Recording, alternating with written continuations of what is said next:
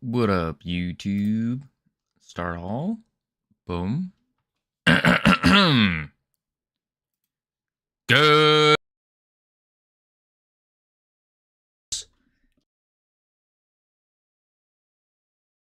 Don't say it. We're just not going to talk about it. Just don't say it. And everything's okay. Everything's okay as long as nobody mentions, nobody says it. I'm aware. I know. All right, so what are we doing today? Today, we are going to be fixing where all my chats are. There we go. Bada bing, bada boom. Camilo's congratulations on first. And what we're going to be doing today is figuring out what we're going to be doing. Because I have been all over the place. Absolutely all over the place. So we got...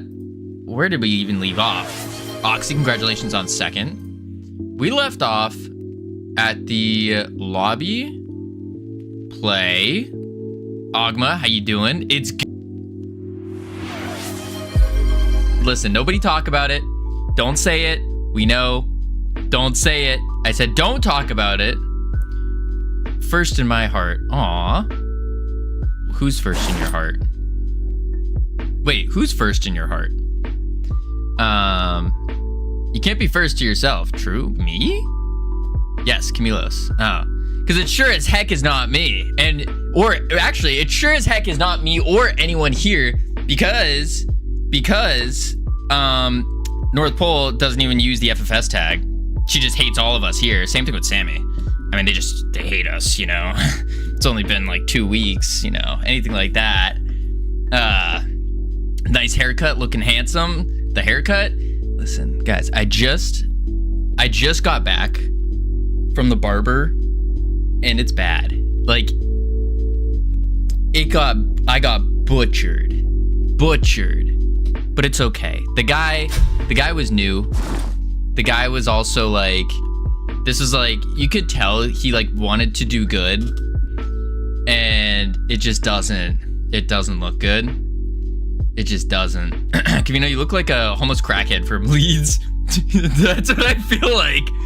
I completely agree. Looks good from here. Oh no, were they drunk? No. It was just like a new guy, a new kid, younger kid, probably like 20 to 23, like a kid. And he was new to it, but he was looking excited, feeling excited. And I was like, all right, well, that's all that matters, you know? High on low self-esteem. Yeah, something like that. I always try to convince the boys to let me trim their bears / cut their hair when I'm drinking. Ooh, that's not a good idea. I met one of you before, Ogma. I met one of you. What up, Hisoka? And let me tell you, if any of you runs into an Ogma, which is a person who, when they drink, just immediately wants to start cutting people's hair or like styling them, run as fast as you can and as far away as you can. And what you can do is use the special maneuver that me and my friends probably didn't develop, actually, but I'm gonna claim that I developed it. And what you do is, as you're running away from them, you pick a random dude who's kind of like, you could tell like they're awkward at the party, one hand in their pocket, holding like their little red Solo cup and just kind of vibing it out. You grab them by the shoulders and then you use them as a body shield. And you like push them towards the girl coming at you trying to cut your hair and like style you and stuff. And then that interaction, the dude will immediately, just based off of our signals, he'll be like, I got you. And then we'll block. He'll body block. And then you can run away, go to the next house. We don't have those cups. What? You guys don't have red Solo cups? Chicken jockey. Yes. Chicken jockey. Thank you, Meg. What do you guys drink out of if you don't have red Solo cups? Yup. All right, let's see here. So, what do we need to do today? Normal cups? What is a normal cup? I will live in the background. I'm kind of busy. No sweat, Hisoka. No sweat at all. But I've been just all over the place today. We got the haircut. We got I ordered something for Godot Fest. Straight from the bottle. I've done that. It's pretty good. Really bad at pacing though. It's like very difficult to pace yourself because like if you're holding something, you're just gonna keep drinking. But anyways, so I ordered something, and this is for mostly for taking notes. But then on Thursdays or Wednesdays and Thursdays, I can go outside, get rid of my pale skin, get my beautiful tan back, because you guys can't tell because the lighting keeps changing. This is about, okay, I'm not that dark. Hang on. Wait. Nope, a little bit more. Like this dark. That's usually about my, like there. Okay, that's a little bit too dark. You get the idea though. I'm usually more tan, and I've just been getting paler and paler, and I just feel gross. I feel gross being this pale. And so I got something so I can do some work outside as well. I can bring it to Godot Fest. I can do work there. It also, I might have had to sell my kidney for it, but it's all good. It's all good. I hope you don't mind if I didn't comment a lot. No sweat is so good. No sweat at all. You can comment as much or as little as you please. All right, so what are we doing? We are doing the abilities. A Raspberry Pi? No, I did not get a Raspberry Pi. I ended up getting the Samsung Galaxy Tab. I got the tablet, a little tablet, because I can run Godot on it. I can run Obsidian and take all my notes and stuff using a pen. Because as I've been telling you guys, Tab A or Tab S? The S. I got the S. And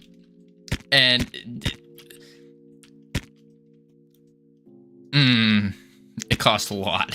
It cost a lot. Did you guys know that I didn't get it, but the keyboard cover to a Galaxy tablet, take a guess how expensive it is.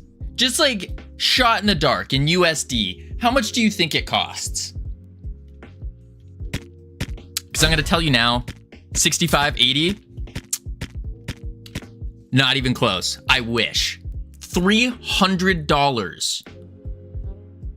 I said that right. $300.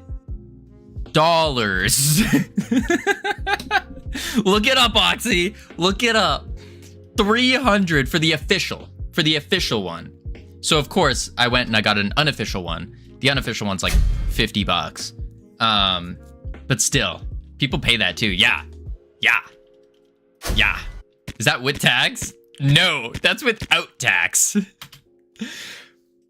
Absolutely absurd. Absolutely absurd. But yeah. So now we have our place to stay. That's one. We have the tablet so we can actually do things. I got bags. I don't have clothes, but that's okay because I don't need them.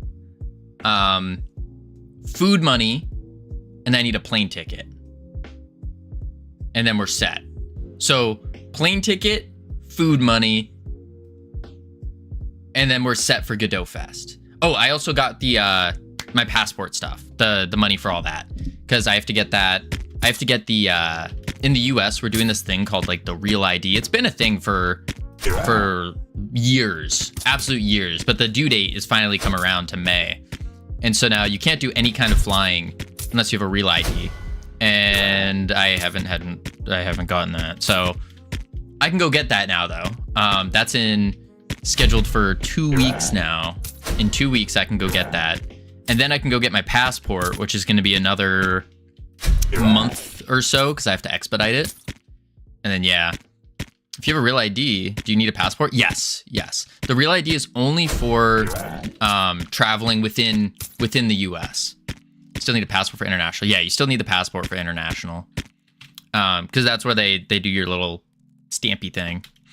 I need to get mine renewed. Yeah. So it's like, you got to do a bunch of different things. Okay. Wrecked. Easy. That was a little too easy. Okay. But yeah, that's the plan. That's the plan. So we're almost there. And then once we get there, then we get to go to Godot Fest. We'll have to make it to a Godot Con/Fest at some point. Now that I'm officially a Godot game dev. Officially. We don't need passports in the area. Right. If you already live there, then you can just travel like freely between the countries. But don't you need something, I thought. Like a standard license or something, don't you? I don't know. Okay, I forgot where we left off at with this game. My head has been literally all over the place. Enemy spawner, that's right. We just did the enemy spawner. Okay, cool. Only ID? That makes sense.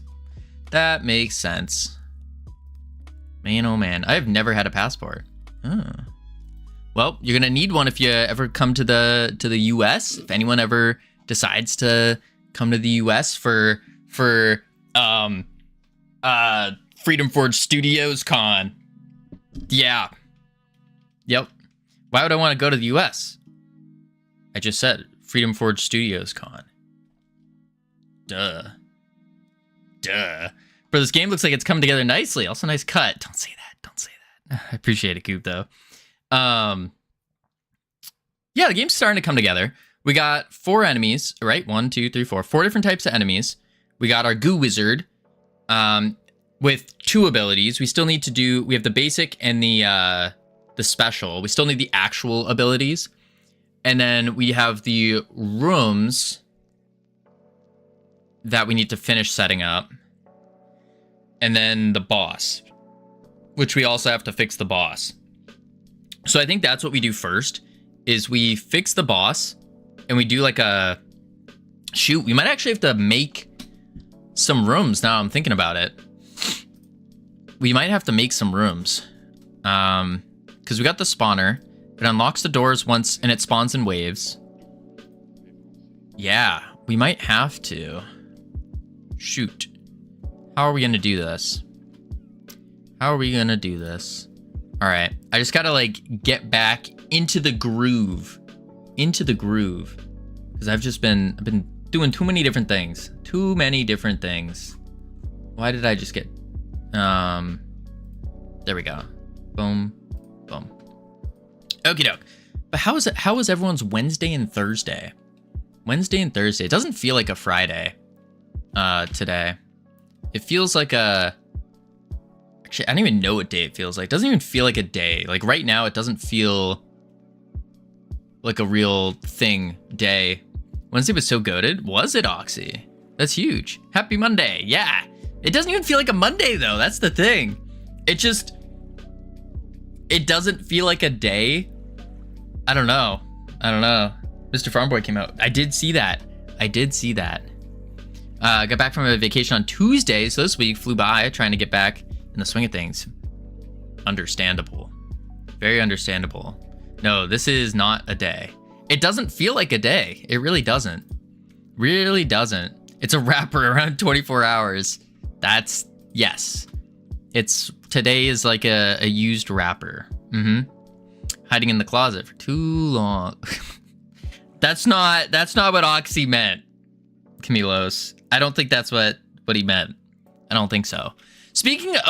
That reminds me. Speaking of things going on sale.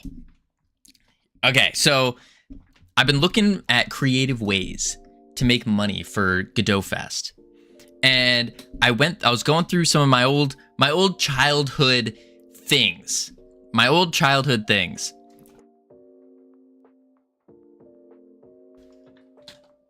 Ugh.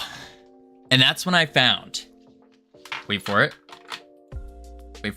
This isn't all of them. Just keep in mind. But I found these.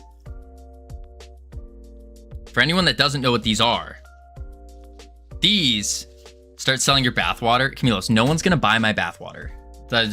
Nor do I want anyone buying my bathwater. No. Like, who would buy that, Camilos?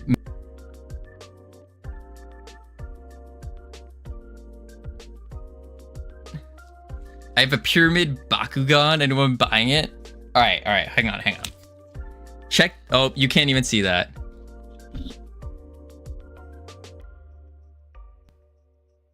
Don't trick me like that, Sammy. Don't trick me like that. I have to like hold it up to my body. But I got all these Pokemon cards, and they're all, most of them, like the newest card is from Hoenn. Is from the Hoenn region. But I got...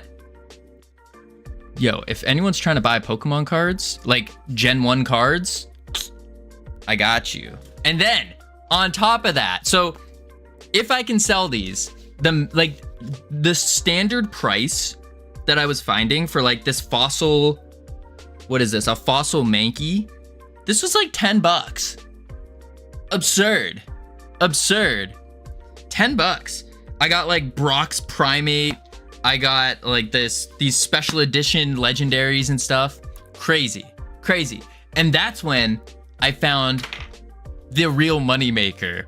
The one that I am absolutely mind blown by. Wait for it.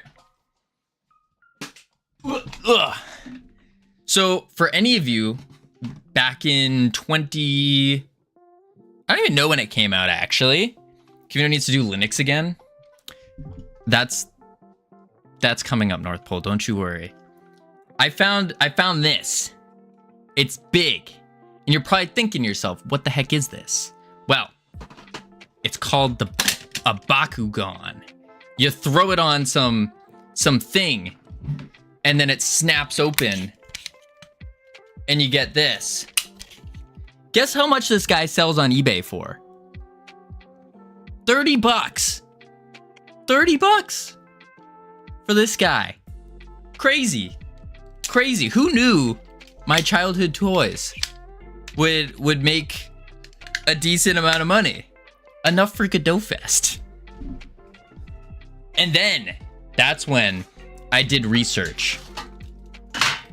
Within this bag, I have over $450 worth of rare Bakugan. $450 in this little bag. Yeah, you still have to sell it though. Yeah.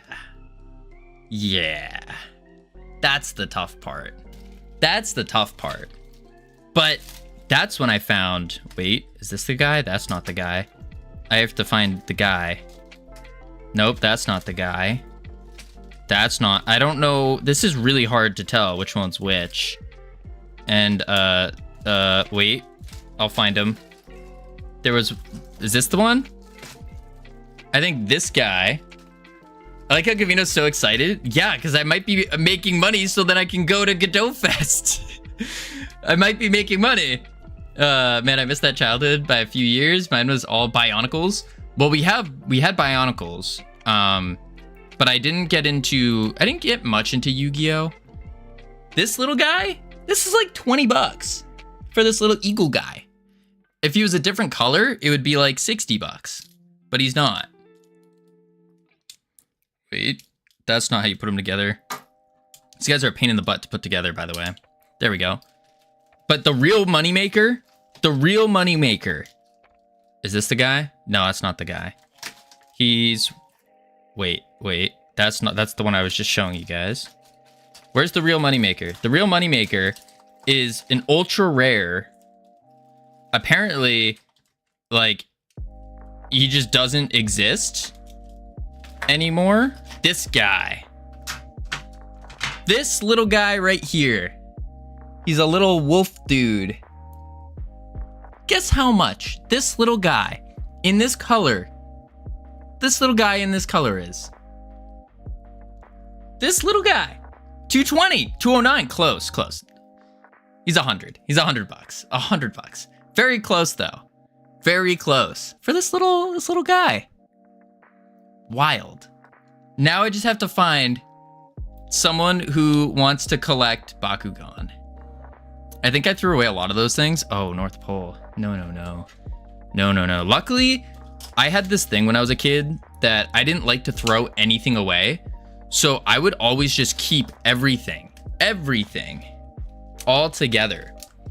And that is now how I'm going to hopefully fund Godot Fest. Hopefully. So if anyone knows anyone who's a Bakugan collector, send them my way. I got some first editions in in good condition. Ugh. And then I got some Pokemon cards that if I got them graded and they magically were PSA 10, man, we'd be starting up the studio. We'd be hiring people immediately. I'll buy them all. Oxy. It's gonna cost me more money to ship it. More money to ship. That's wild. No. What is that? 50 pence, as they say? I'll pick it up. Yes. Okay. If you... No, I'm not even gonna say that. No way.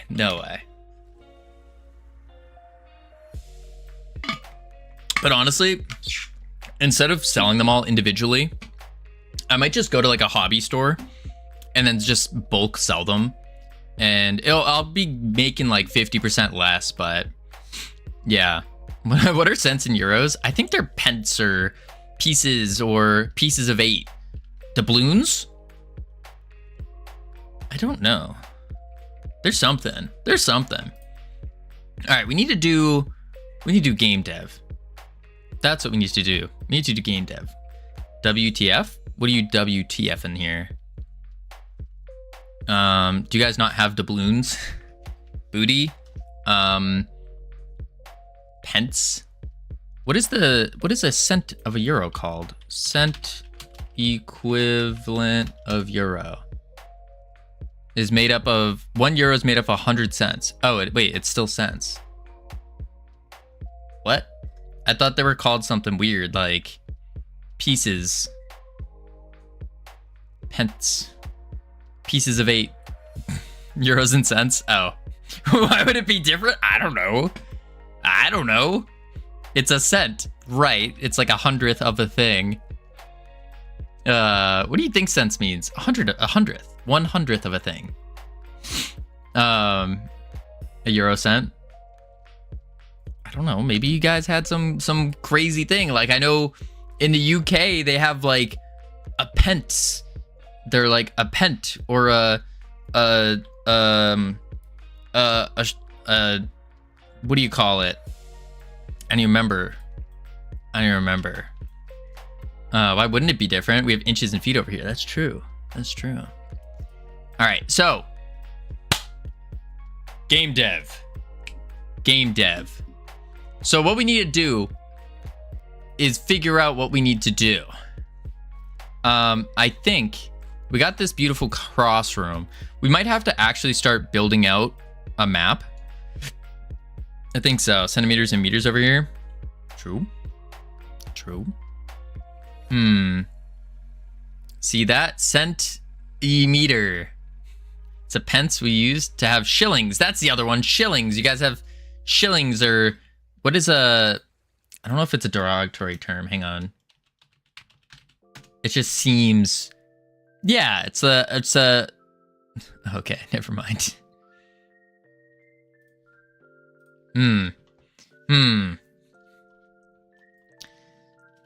Shrug indeed.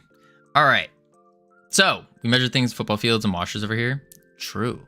There was a legitimate news article that was measuring a sinkhole by washing machines.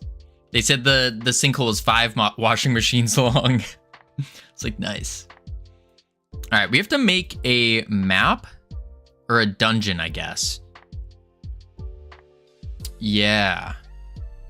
Interesting. So it's going to start off with a marker with a nav map or a nav region, sorry. All the CSGs inside and then go from there. And then we add in the doors. And then that's about it. And then we can add in the spawner. We can add in props. And yeah. Because we need at least some variety, I think. And I also think we need them to be a little bit bigger. Just a little bit bigger. Because where they are right now with the size is it doesn't give you too much room to kind of kite around, look for things. unless we don't bother with that, and instead we go to the fun stuff, which would be the upgrades. That actually might work. What up, Das Razor? That actually might be better. We do the session-based upgrades. I think that might be the play. Yeah. Session-based upgrades. So how does that even work? A session-based upgrade. It needs to be... It'll probably be on... There's a couple different ways we could approach this. We could do it A, on a door. So when you do the door... Oh my god. There we go. Like, similar to Hades, where at the door, there's like your optional upgrades, I guess you'd call them. Or we do like at the end of every level here, because the door's just unlocked, we drop like a chest, and then that chest has a couple different options.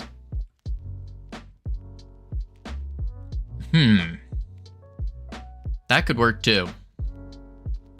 That could work too. I'm not sure which would be more conducive to fun. I think we start with the... Maybe we start with the more complex version, which should just be a chest. So we do a chest, and it opens up to 3 options, and then you get to pick which option you want. I think that would make sense. And then from there, we can...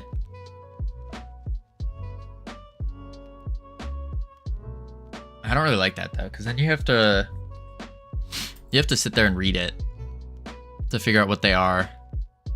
I guess you have to read it no matter what to figure out what they are. So let's just make the orb. Yeah, we'll make an upgrade orb, and then we can slap in whatever upgrade we want. But then how do the upgrades work? That's the next question. So, oh my lordy lord. Let's do this. Boom, boom. Okay. Upgrade orb. And then we have to figure out how they're going to work. So let's start with an orb just to get something going. And we'll call this upgrade, or actually, yeah, upgrade orb. Yeah, and then we do a mesh instance. And we'll just do like a little ball for now. Boom. Beautiful. Round. Amazing. Okay. Now we need to figure out... I guess figuring out the logic of how it's going to work first is probably more important than putting it together. So the logic of it would be... We pick up an orb. Let's open up Notion as well. Today's going to be... I'm going to be quite all over the place today. Until probably about halfway through the stream. Then I'll probably get locked in. The Euro was entered 1st of January 2001. So using sense seems logical. Wait, what was it before 2001? Was it just all like different currencies depending on the country? Predict timeline breakdown. That's the timeline breakdown. All different currencies, yeah. Oof. Yuck.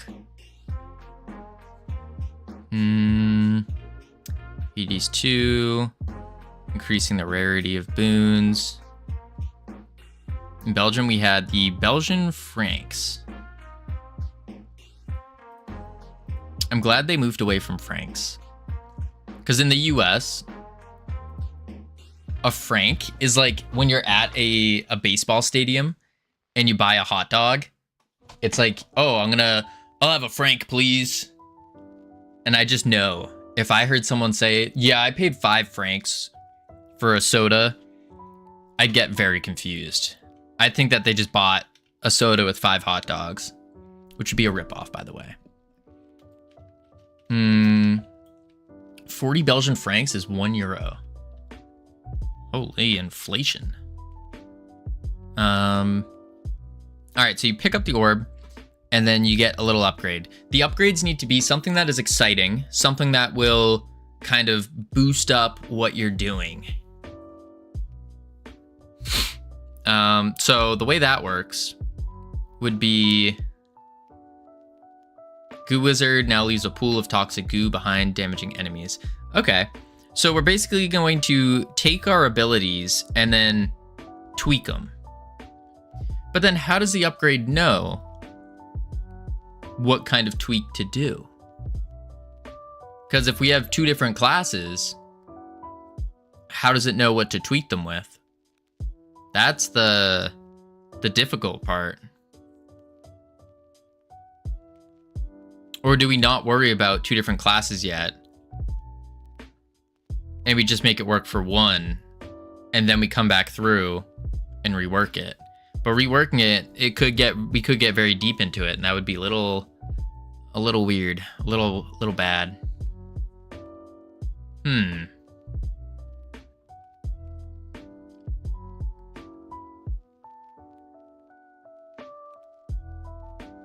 Okay, I have an idea. We're actually going to, because we're using components, I wonder if we could do a thing where we go to the ability manager. So we pick up an orb, and let's say this orb will make it so on the final bounce of our special attack, our bouncy goo, it explodes, dealing AoE damage.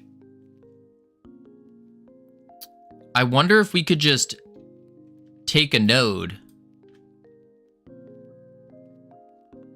and add it to the special attack. And then in the abilities node, we have another node called modifiers. And we're just searching to see if we have any modifiers.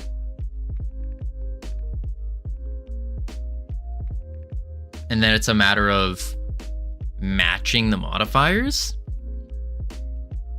But at least this way, we can attach it to everybody's special attack, because they're all going to have the same thing of basic attack, special attack, dash, ability 1, 2, and 3. Or at least we can keep the naming scheme that way, so then we just find node and add it in. I think that could be an approach we take. I think so. Yeah. Boom. Okay. Let's close out this. Close out the enemies. And then let me switch the goal, because now we kind of figured out what we're doing. Session-based buffs. Buffs. There we go. Cool.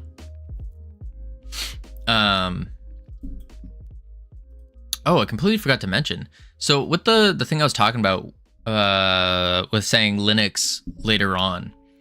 So I got this Galaxy Tab, and it runs Android, but I could, this is like something I'm debating on, is I could run an instance of Linux on it if I wanted to, because it has like two modes. It has like the standard tablet mode, and then it has like, I can't remember what they called it, something X, Gen X, no, something X. What up, Fiera?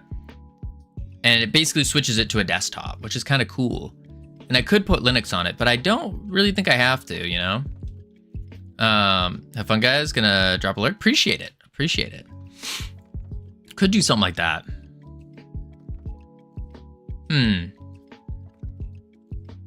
Maybe. Let's see. So upgrade orb. I think before we even do that, we're just gonna add a node, and this will be the basic attack buff, right? Or do we set it up so we have instead in our ability we have a node for modifiers. And then we can do modifier added or something.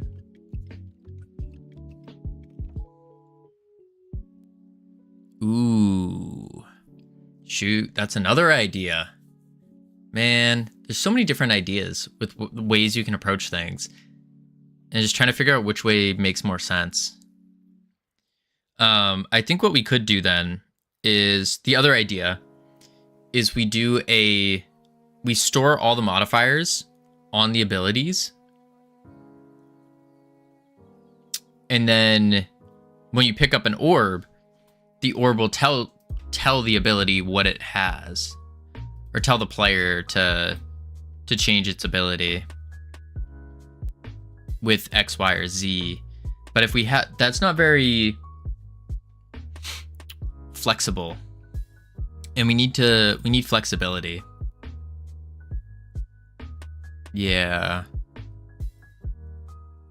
So I think what I could do is, in the ability, we add another node, and we're gonna call this the ability modifiers. And in that way, we can add it into the ability modifiers. And then when we leave or when we die, we can just go through the ability modifiers children and delete them. Empty them out. And that gives us a reset. Yeah, I think so. So let's do a func clear ability modifiers. Doing a little void action. Add some spaces so we can see it better. And then all we're gonna do is for upgrade in ability modifiers, get children. Big up, LT. Where were you yesterday? I don't stream on Wednesdays and Thursdays. No streams on Wednesdays or Thursdays, LT. No. Bro, what? Yeah, it's been 2 days off now. Yeah, we take 2 days off a week. What is happening? Releasing YouTube content. That's what's happening. It's mostly because I needed the extra time so I could make YouTube videos, and then so I could also do like various other business things, such as, or just my own things that I have to do, such as getting a passport, such as doing extra work to save up for Godot Fest so I can go to Germany. Bunch of other things. So yeah. I needed the time, because something I've been learning is context switching, going from streaming and game dev and then trying to immediately jump into like content creation. It's a completely different part of the brain. Ish. And so to get into that flow, it was taking me like 2 hours to get into that flow. And then by the time I get into it, it's like, I only have an hour. And so then what? I edit 1 minute of content, because for every 1 minute of edited content, it takes about an hour. Didn't seem worth it. I'd rather have like a set block day where I can just lock in and get stuff done. Context switching is not it. Facts. What up, Munglo? Upgrade dot Q free. Yeah.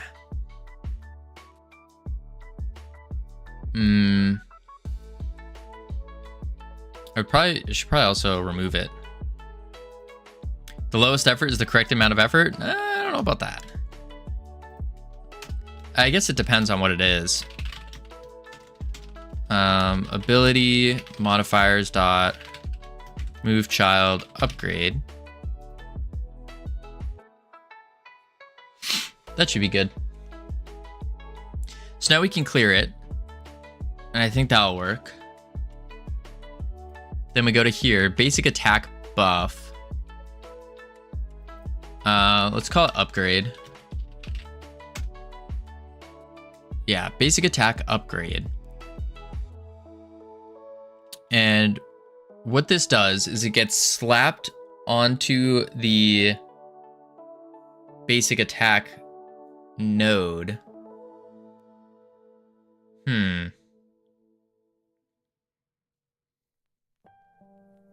But it has to be slapped on when it gets chosen.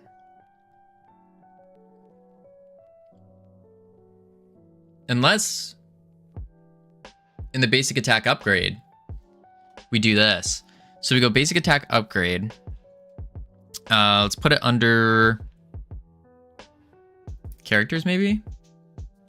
And then, what is dead may never die. Sup, legends? What up, Riller? How you doing? What is dead may never die. Something like that. Resources, equipment, characters. I don't want to put under resources. I think I have an abilities, don't I? Yeah, I do. Abilities. Let's do a new folder and call it ability upgrades. Yeah. Open, save, or create. And let's call this the class name ability upgrade. Basic attack. Basic attack. Basic attack upgrade. And then what we do is we will take in the character class. Character class as... I don't have a class. I guess we could use a string.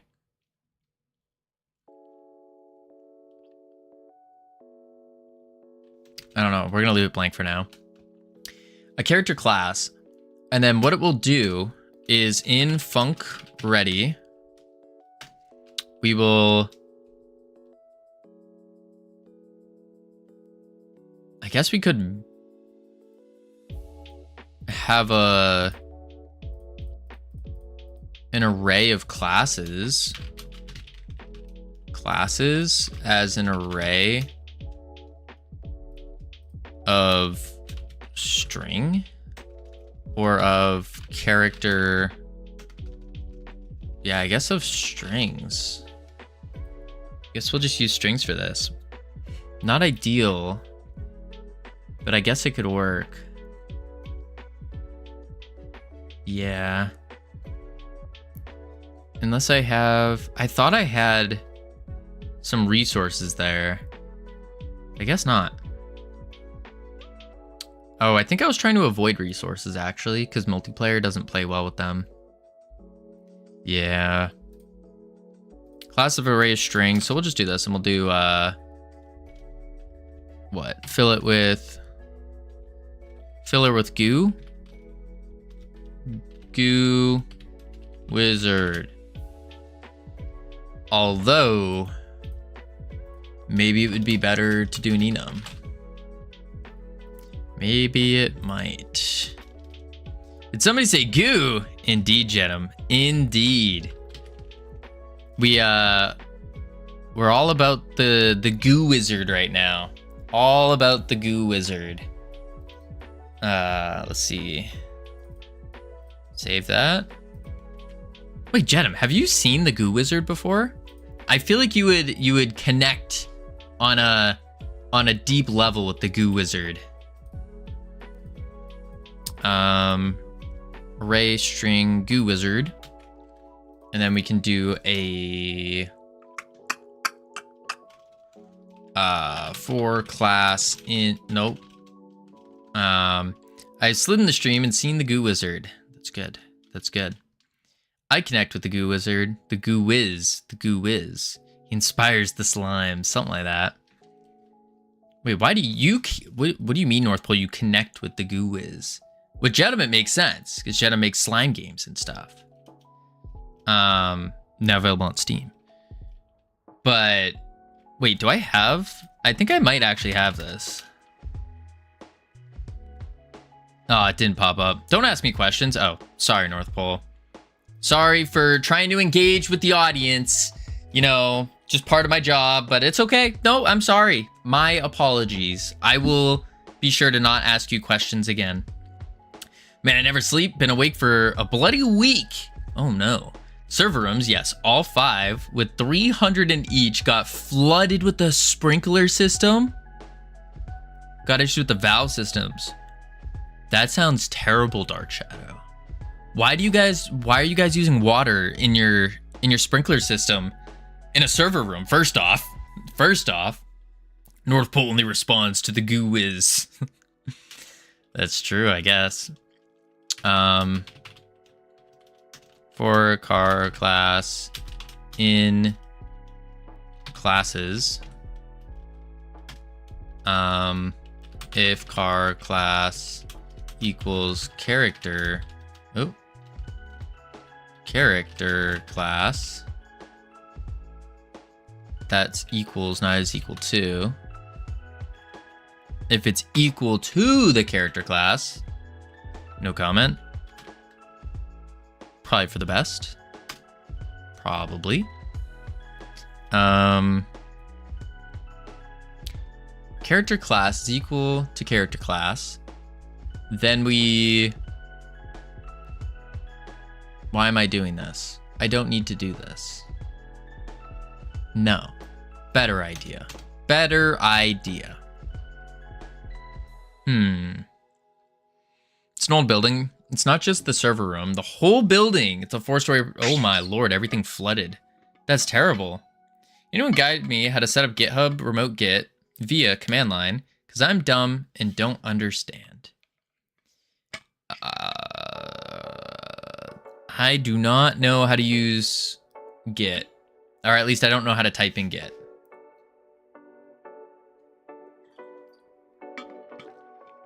But I don't think you can use the hub on Linux.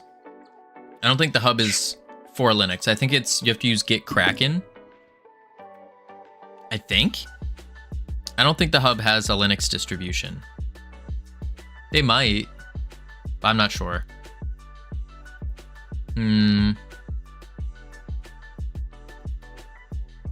What are you talking about? GitHub?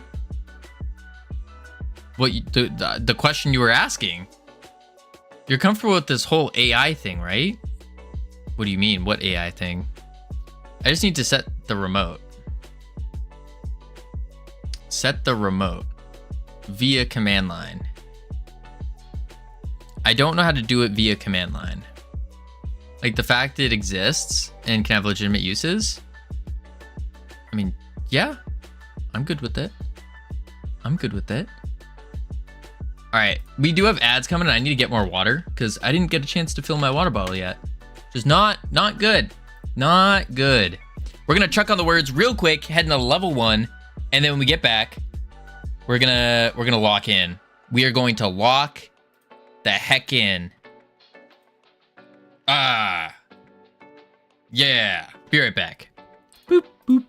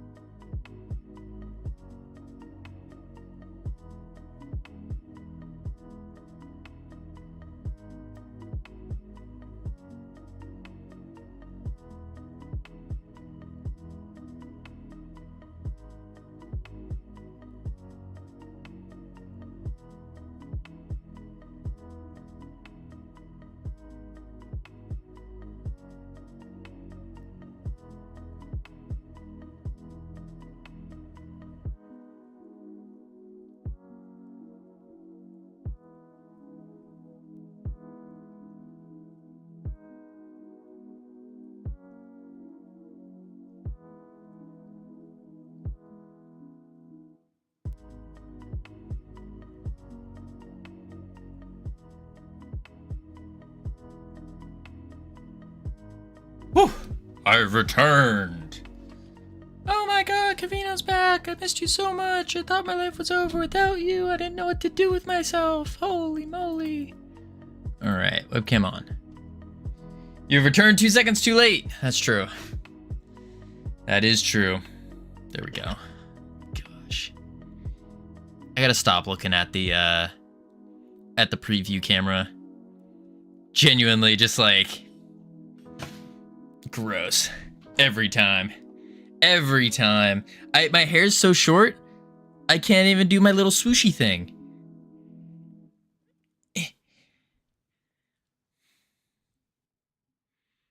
Man. Such a shame. Just gotta wait a couple more weeks, though. Alright. We'll finish out these words and then we'll get to it. Whoa.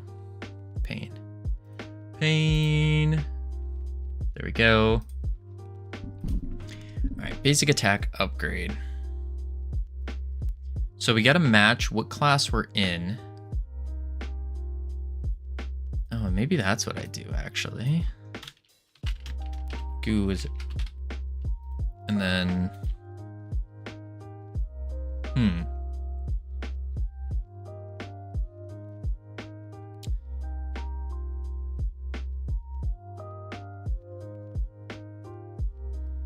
Okay. Funk. Goo Wizard.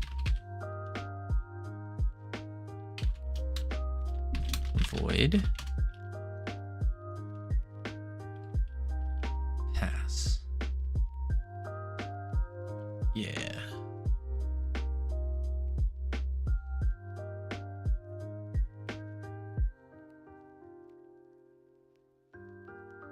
And then it needs to add it in. Not too shabby. All right, let's turn these words off. There we go.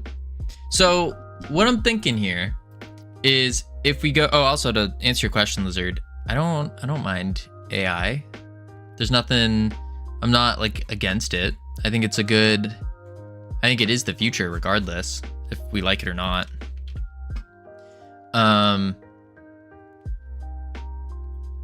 So the way I'm thinking about approaching this, like the fact that AI exists and can have legitimate uses. Yeah, I mean, of course it can. It over time, it's going to have more and more legitimate uses for sure. And I don't think that's a bad thing. It's a different thing, but different doesn't always mean bad. It's just kind of part of evolution. Like before cell phones came out, before the internet, people would go to the libraries, do research, and now they Google it. Before LLMs became a thing, people would Google things, search through pages of documents, and now they just ask an LLM. So it's going to be different every time. Let's see. Yeah, so what I'm thinking here is we have a basic attack. I also have a lot of friends that are super hostile about AI, but I'm realizing we probably share a lot of similar, more nuanced opinions. Yeah, I think there is an initial reaction for most people to be taken back by it. But something I've been learning over time is usually the more hostile people are, the less informed they tend to be, or like because they don't understand the thing. And so if you don't completely understand the thing, of course, like you're going to be more hostile towards it. At least that's what I've been noticing. I don't know if that's true or not. Just something I've been noticing. And so instead I try to approach things from more of a curiosity standpoint of like, does it make sense? Is this what's going to happen and all that?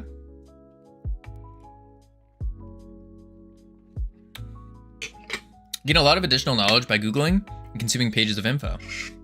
For sure. For sure. So yeah, that's kind of, you could ask AI if that's true or not, but I don't think AI is there on human psychology yet. Besides like textbook stuff, I could probably figure out the textbook type stuff. Maybe there is something that's been researched about that. Maybe.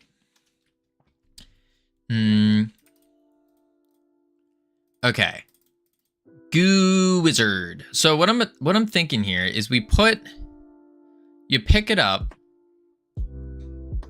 Or sorry, the orb picks a random upgrade that it will be, whether it's a basic attack, special attack, ability 1, 2, or 3. I think that's the play. And then from there, it gives you a node, and the node says which one it is. People act like AI is 100% untrustworthy, like teachers in Wikipedia. But I've been using it to learn a lot about going to the gym and stuff. Yeah. I mean, a lot of the stuff that you can learn from an LLM is, I mean, it's just, especially if it's textbook stuff, and if you feed it the proper information, like it's going to parse through that information way faster than any human can. It's just a matter of giving it the right stuff. So a lot of the times, like teachers, for example, I could see their point of view where they get students who have ChatGPT write them up a whole essay about something, but they never did the prior like info dump to ChatGPT to tell it like what they've learned, how they're learning it, and like what textbooks to look through. And so it just does a general basis and then gives them some slop answer. But if you take the time to like say, hey, going through this book, find this information, then I think it would do really well. And I think the same could be said about programming to an extent. There is some logic in play that you might have to teach it better, but yeah, I think over time, it's just going to get better and better. And I think our jobs, I think just about every job is going to evolve a little bit more. All right, so, but to be scared of AI, I don't think that's the logical move. Because it's coming whether you like it or not. It's like, yeah, I don't know. Basic attack upgrade. It needs to figure out what its parent is when it gets added into the tree. So maybe that's the play. Yeah, let's do that instead. So let's do func enter tree. When it enters the tree, it will get parent. And its parent will be the buff thing. Okay. That's actually, maybe that's where we store it, in the buff manager. Yeah. AI is good at not difficult things.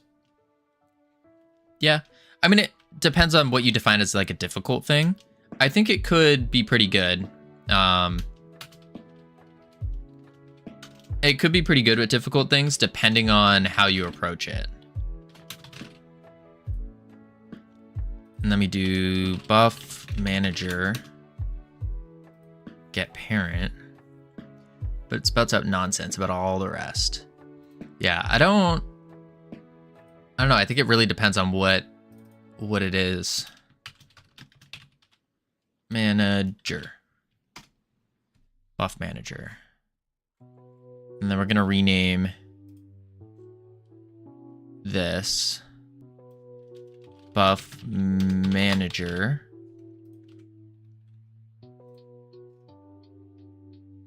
And then buff manager. Buff manager. The ability itself doesn't need to clear this out though. I think the buff manager just clears it out. Yeah. The amount of times I've seen it make things up about biochem related topics is insane. True, but like, did you feed it the proper information, or did you just go like cold turkey on it? Because if you go without like any preparation, you gotta, it's like think of an LLM like an oven. you gotta heat up the oven first. You gotta feed it some context. You gotta feed it some textbooks to look through, and then finally it heats up, and then boom, you put your cake in the oven. Deez McNeese, how you doing? But if you just throw the batter in there, then of course it's gonna give you a slop. It's not gonna be well cooked. There's gonna be pieces that are still liquid. You gotta waste time. No, not waste time. No. I don't think waste time. I think the time's still useful. I wouldn't say it's a waste. I remember asking Godot's integrated force virtual method on Rigid Body 3D is for, and I have no reason to believe its answer is made up. No idea. Usually just avoid GPT because it's actually a waste of my time. Yeah, I guess it depends on what you're doing, but the more and more I look at AI and the more I learn about it, the more I dive into it, the more useful I can see it being. But right now, I think its strong suit is outside of what most of us do, which is script writing. I think it's getting really good at script writing and like storytelling if you feed it the right stuff. If you feed it like Dr. Seuss, it's gonna come up with some killer Dr. Seuss styled books. If you feed it some, I don't know, something, you get the idea. Fresh trim, I don't know about that, aimless knowing, but I appreciate it. What I got from ChatGPT is you override the integrated forces, so you can take all the forces being applied on the object and determine what its velocity should be. A few other properties I didn't care about. Gotcha. How's the game? It's going. We're working on a buff manager for our abilities. So in that way, when we get a session-based upgrade, we can just add in a node. I think this is the proper play. Not sure though. We can do for buff in, I'm just gonna say that it's a node in get children. And we'll just do this, and we'll say if get children dot is empty, return. So for buff in, then we just do buff dot, or actually remove child buff queue free. Bang. Why do you get children? No, womanizer. No. You're getting the children of the node. Children of the node, not actual children. Oh, this is bohemian gross stuff. Wild statement from someone named Womanizer. 8,000. 8,000. Wild. But no.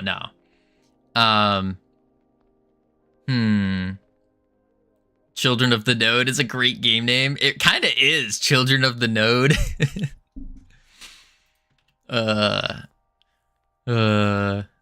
Remove child. Guys, it's not political. It's not political here. We're just game dev. We're doing game dev here. We're doing game dev. Gonna play at an Irish pub as Children of the Node. Should hear it when he's talking about edible children. It's editable. You can edit your children, both in game dev and IRL. Crazy. Got Deltarune and beat Chapter 1. Nice. I have not played Deltarune or the prequel, which was the big name game that I'm forgetting. I forgot what it's called. Get children is empty? Yes. If the children are empty, then we just return. And this is purely just for removing our buffs. Yeah. Wait a second. Another problem is... Apparently I'm almost done with Undertale. Only about 7 hours of gameplay. Not a bad game to play. I finished up Sunday. Nice. Undertale isn't a prequel. It's the comparable of how none of the Legend of Zelda games are prequels. Oh, I see. I see. What are you making? I am making our session-based upgrades is what we're making right now. So the idea here is you get an orb, and then it gives you a buff, a random buff. And then with this random buff, it can be either a basic attack upgrade, special attack upgrade, what up, Mystical? A ability 1, 2, or 3 upgrade. Yeah. But what I'm thinking to do is we add it to a buff manager. But maybe instead of putting the buff manager within the ability itself, I think that is the play. Because the ability itself will do the things we need it to do. For example, for the Goo Wizard basic attack, this does all that, it does the cast. And then what we have in it is we'll have the buff manager within this ability. So we go into it, we have the buff manager. The buff manager is where we will add in all of our basic attack buffs that we get over the course of a session. And then this will modify this. I think that's the play. So of course I need to clear buffs on it.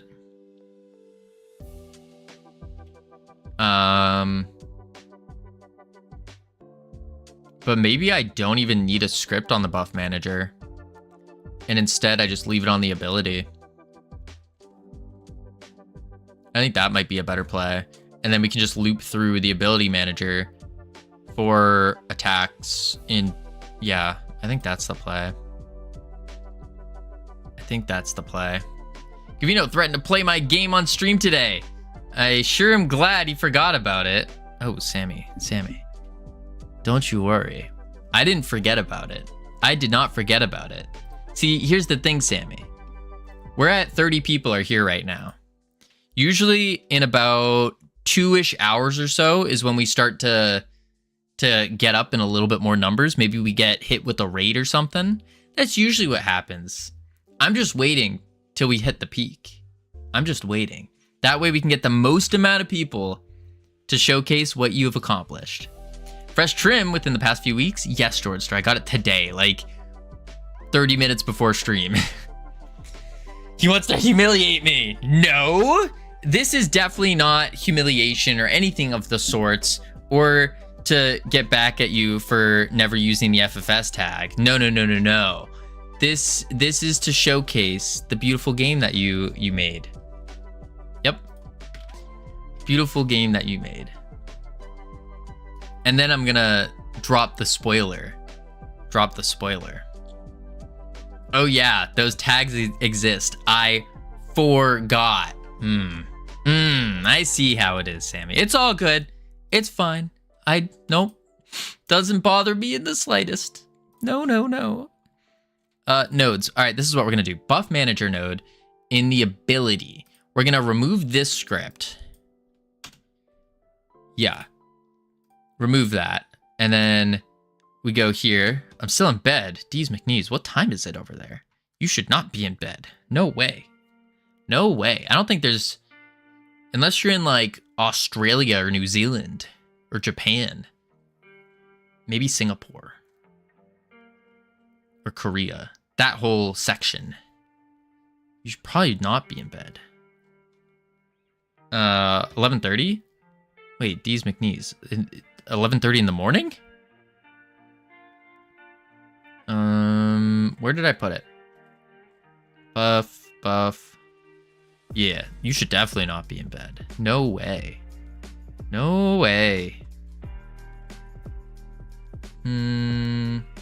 Abilities. Ability upgrade. Basic attack. Upgrade orb. What? Alright, Freedom Forge Studios. I have the Freedom Forge Studios tag on. Are you happy? I am... Sammy, today is an amazing day now. It is really, that was the only thing that was ruining my day. And now my day is saved. My day is saved. I am ecstatic now.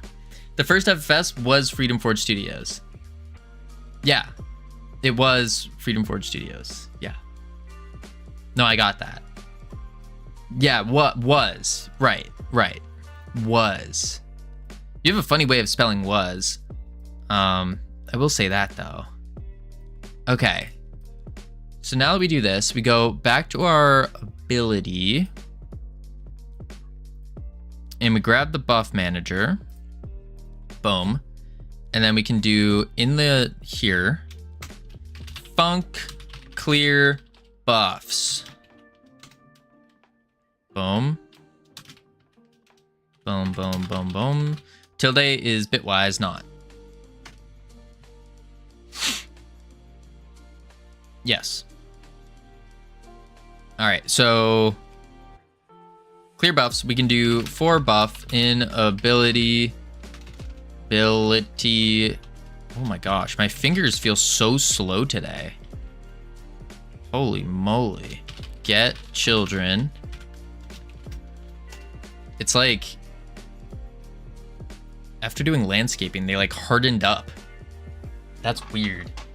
That's weird. They're not as fluid as before. 4 buff and ability manager, get children. And then we just do ability manage. Oh, wait, it's not ability manager. What am I saying here? No wonder why it's not auto completing. Buff manager dot remove the child. And then queue free the child. Save. There we go. Clear buffs.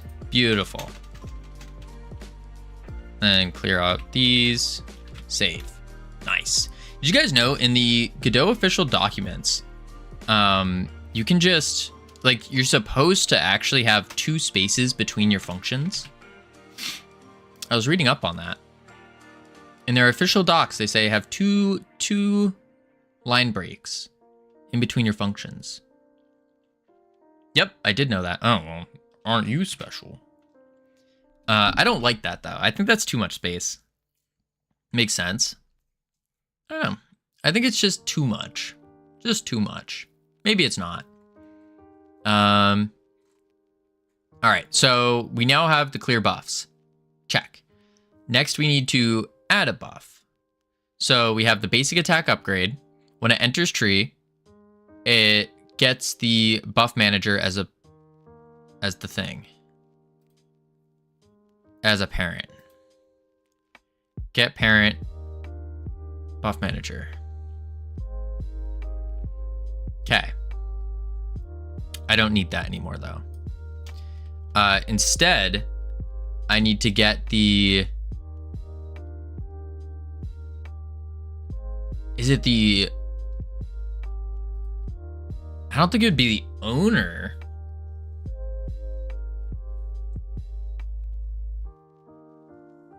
Because the owner can change, can't it? It's because it's more difficult to differentiate between a single line break within a function, a single line. Yeah, that makes sense. It's fine. There's a school of thought where everybody follows the same style. Everyone can follow each other's code better. But I do think a personal style guide is better. I mean, having the flow does make sense to me. It does. I just brushed my teeth and now I'm making breakfast. Let's go, D's McNees. That's awesome. One way I deviate from the docs, I name my files in camel case. That makes sense. Let's see. If I do get owner on the ability, will that bring me to the ability manager? But if I do it on the basic attack and I do get owner, will that bring me to the ability? Because the node will be right here under the buff manager. Let's boop, boop, boop. So if I say get owner, wouldn't that bring me to the ability, or would that bring me up even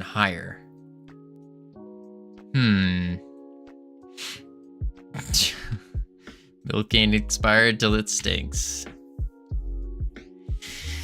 Or until it's chunky. Yeah.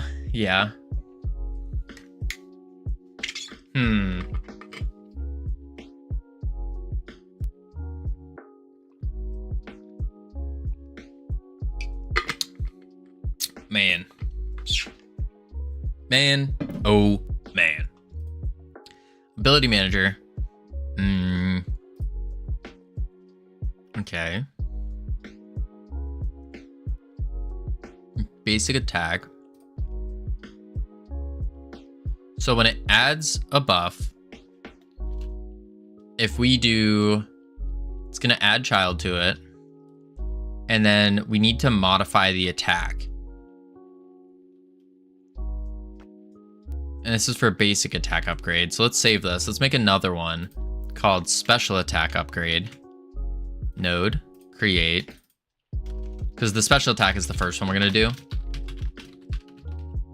Special attack upgrade. Boom. Save. Save. There we are. Add a script to it. Create. And then class named special attack upgrade. Extends node. Boom. I say I want to do game dev in August, but I want to start development on my web app for my web dev portfolio. Why you wait until August? Why not just send it now?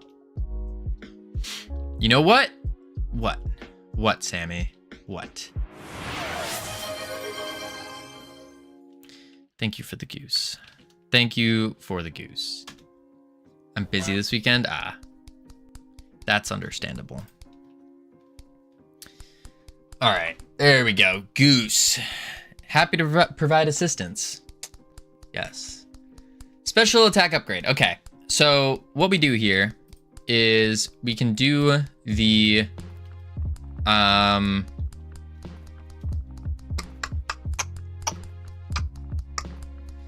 let's do func modify ability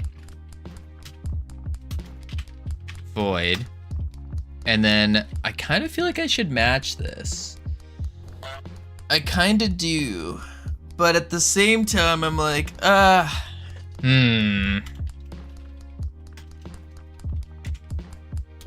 owner would be when packing the owner node in a pack scene, all the nodes it owns are saved with it. Node not owned by the scene root are usually displayed in the scene dock, will not be saved.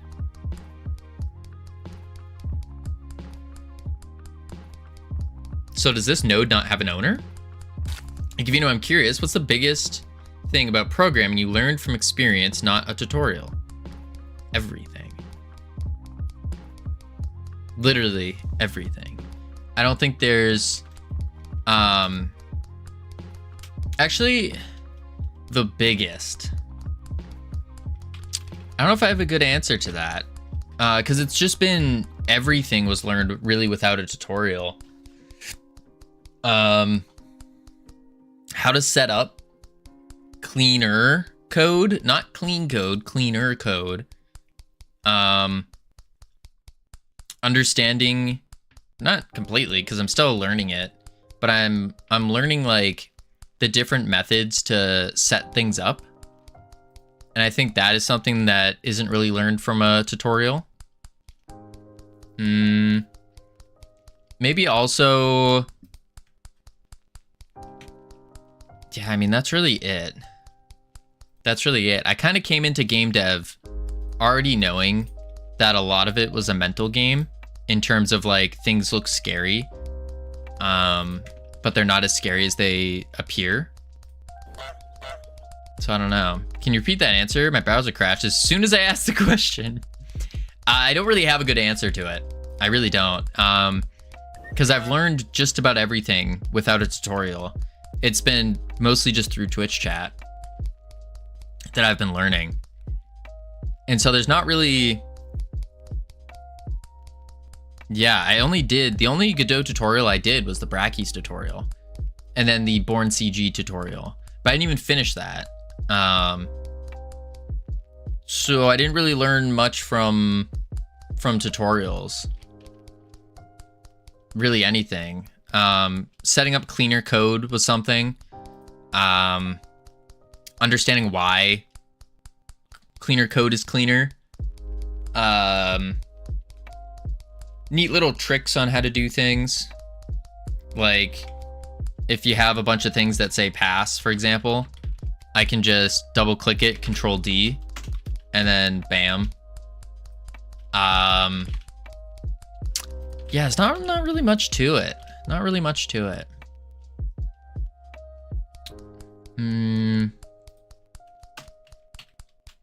Var character class. And then what I need to do is match. But I can't match that.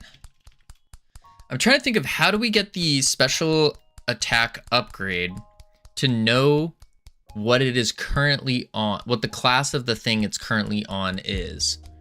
And then from there, it can do the modify. I think that's the play. I'm just trying to think of the most, like, not performant, like efficient way, I guess, to add these session-based upgrades where we can just pump out a lot of upgrades and be able to try them out really quick and all that.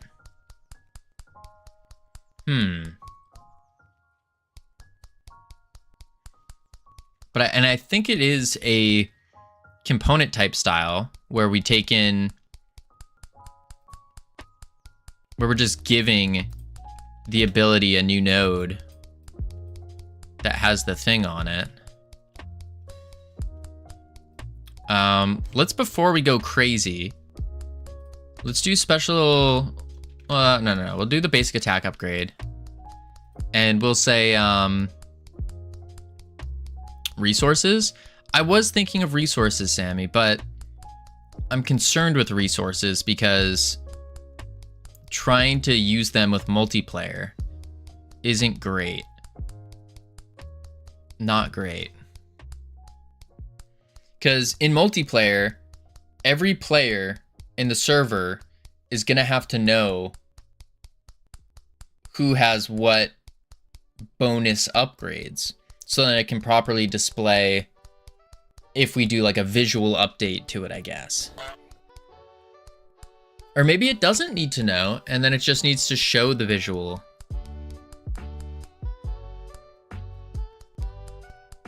I think it would be nice to have it though. So then that way at the end of like a dungeon, we could have a panel if we wanted to, and it shows like Sam has buffs 2, 5, and 6 or whatever. They'll be named. And then it would be like Lizard has 1, 2, and 3. So you can kind of see the layout of what everyone had. Kind of similar to League, where you can see what items people have. Oh, this feels so weird. I went to go fix my hair and it doesn't exist. So we could do something like that. Or that's what I want to do. That's why I'm avoiding resources. Custom resources. The name is based off something from a made-up book. Nice.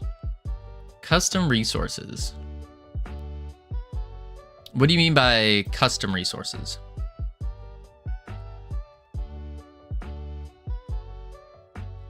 Like, what's the difference between that and just a normal resource?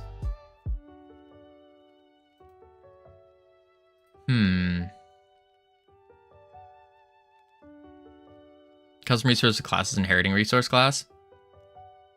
Oh, yeah, that's just a normal resource. I didn't know they were called custom resources. I just thought all resources were custom. Well, I guess not all resources are custom because you could do a built-in resource. Hmm.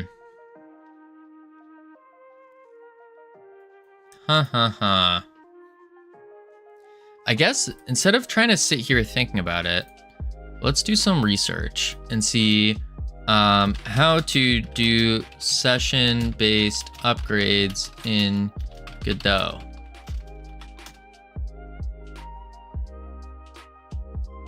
Session-based upgrades isn't a standard term.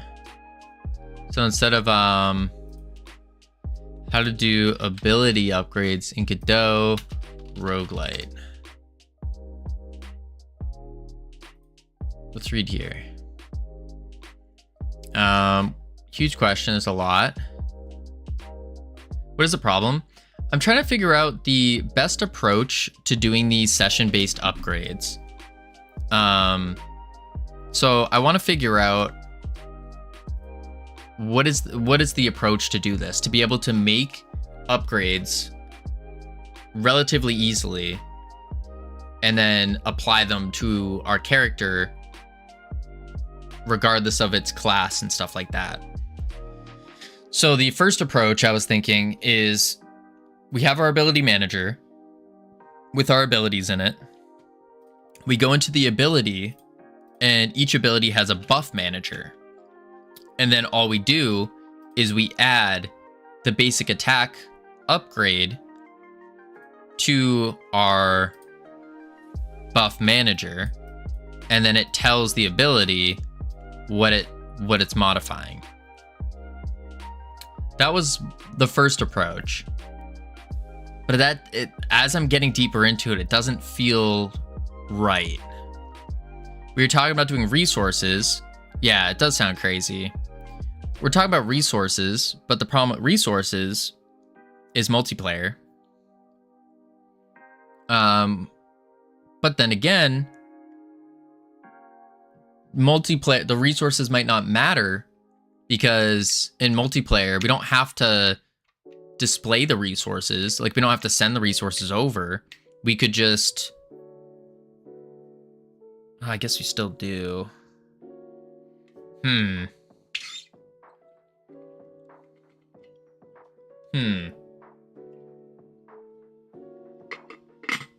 So I'm trying to figure out the best approach to it. One that's going to be easy for us to create new ones, test them out and all that. What's the problem here? What makes the session-based, makes the session-based or not? So by session-based, you can only get them during your dungeon run. After your dungeon run, they go away. That's it. They're temporary buffs.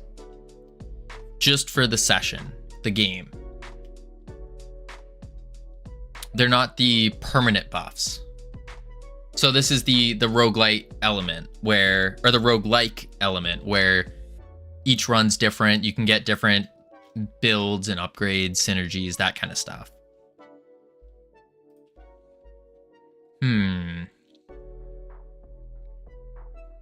Let's see. When you get an upgrade, it's not just fire rate boost, it gives bullets tracking. This is what we're going for. Something like this where you get an upgrade and it changes the ability itself. No standard way of doing this. If you abstract well enough, you might be able to have everything separate, not just a giant script, right? How are you differentiating between session buffs and permanent buffs code-wise? I'm really not yet. We haven't done permanent yet. No reason why permanent and likewise could use the same system. Why they couldn't use the same? Depends on controlling factors like health damage or common in all entities. So the permanent buffs are based off of the ability levels here. So for a permanent buff, we do an ability level up. And what that's doing is it's basically going through and setting up we have a bunch of arrays basically. And then the level is just the index on the array to change the value of things. And then from there, we can say, like, if the ability is level 2, do this. If it's level 3, do this. And so forth. But now we're getting into well, what happens if I pick up an ability upgrade that makes our special attack explode on its final bounce? How do we add that? This problem is impossible if there's no distinction between permanent and temporary. Oh, I see. You're changing their values directly. Yeah. What is the simplest temporary buff, simplest ability can have? The simplest temporary buff the ability can have. We don't really have any. That's the other problem, I guess, is I haven't been able to take the time to plan out what each ability is.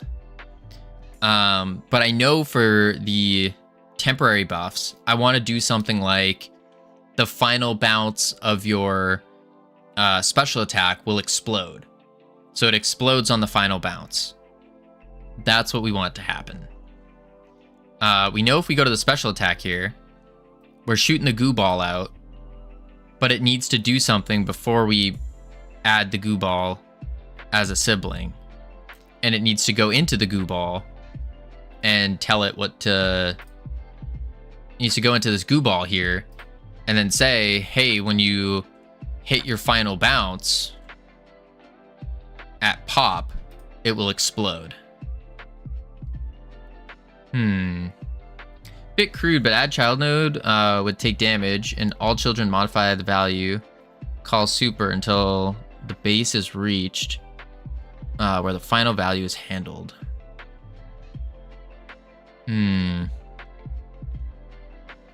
Add child node would take damage. Well, why would I do take, and all children modify value? Something like this. I mean, alternatively, I know another way I could go about it, which is, I have a question. I have a suggestion, but it's quite software engineering sophisticated. First of all, where are the stats being modified, stored? Add. We'll get to that after. Another way we could approach this is in our ability manager, we have, it'd have to be class-based though. We could have a list of every single modifier. That sounds ridiculous. Yeah, because these modifiers need to actually change what happens. I think it's okay not to over-architect something. Keep it simple and flexible. Start copy-pasting power-ups on different weapons.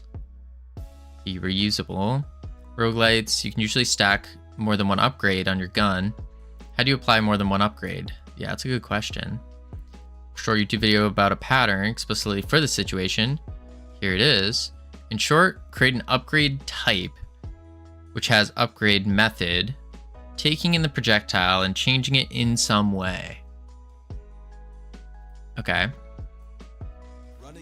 Let's flip this. But what the flip? Let's imagine you're making a game with a character who can... We got, over the past 2 days, we just got like another 17 subs or so. Not too shabby. Not too, oh, it's Bitlytic! Upgrades that alter their shots. Teach me! Something like damage multipliers are a really straightforward way to do this, but I'd like to explore Teach me, an alternative Bitlytic! Modular. For those of you who don't know Bitlytic here, Bitlytic. We actually met Bitlytic at GodotCon in Boston, working with Tim Puricat, creating their Dante game. Pretty cool, pretty fancy. And they're also streaming now. Both of them stream together. Seems like they're streaming just about every day. I don't know their exact pattern. Approach. But enter the strategy pattern. Teach me, Bitlytic. We're ready. The strategy pattern. Howdy, gaming. How you doing? List of numbers, and this list of numbers can have any type of number. Negative numbers. Wait, I've watched this 0, video before, decimals. haven't So, I? let's say we want to filter what numbers are in this list, and let's say that we don't want even numbers. A simple way is to loop over this list, check if the number is even, and if it is, remove it. Let's say we come back to this and we want to filter out negative numbers. Okay. That's really easy. Just change the condition. Or later we come back and decide we want to remove all non-whole numbers. Welcome back, Lizard. So to answer your question, where the stats being modified are being stored, that's on the ability themselves. So here on the abilities is where we're storing everything. Because they have level upgrades on the side. And then we're just putting where their levels are. Oh, this video is absolutely perfect. Yeah. Again, that's what I was looking at. Easy. This is super simple, and anything more would almost certainly be over. We're having Bitlytic teach me right now. Let's explore something a little bit more modular anyways. So we'll start with a class. My suggestion was going to be what this video explains.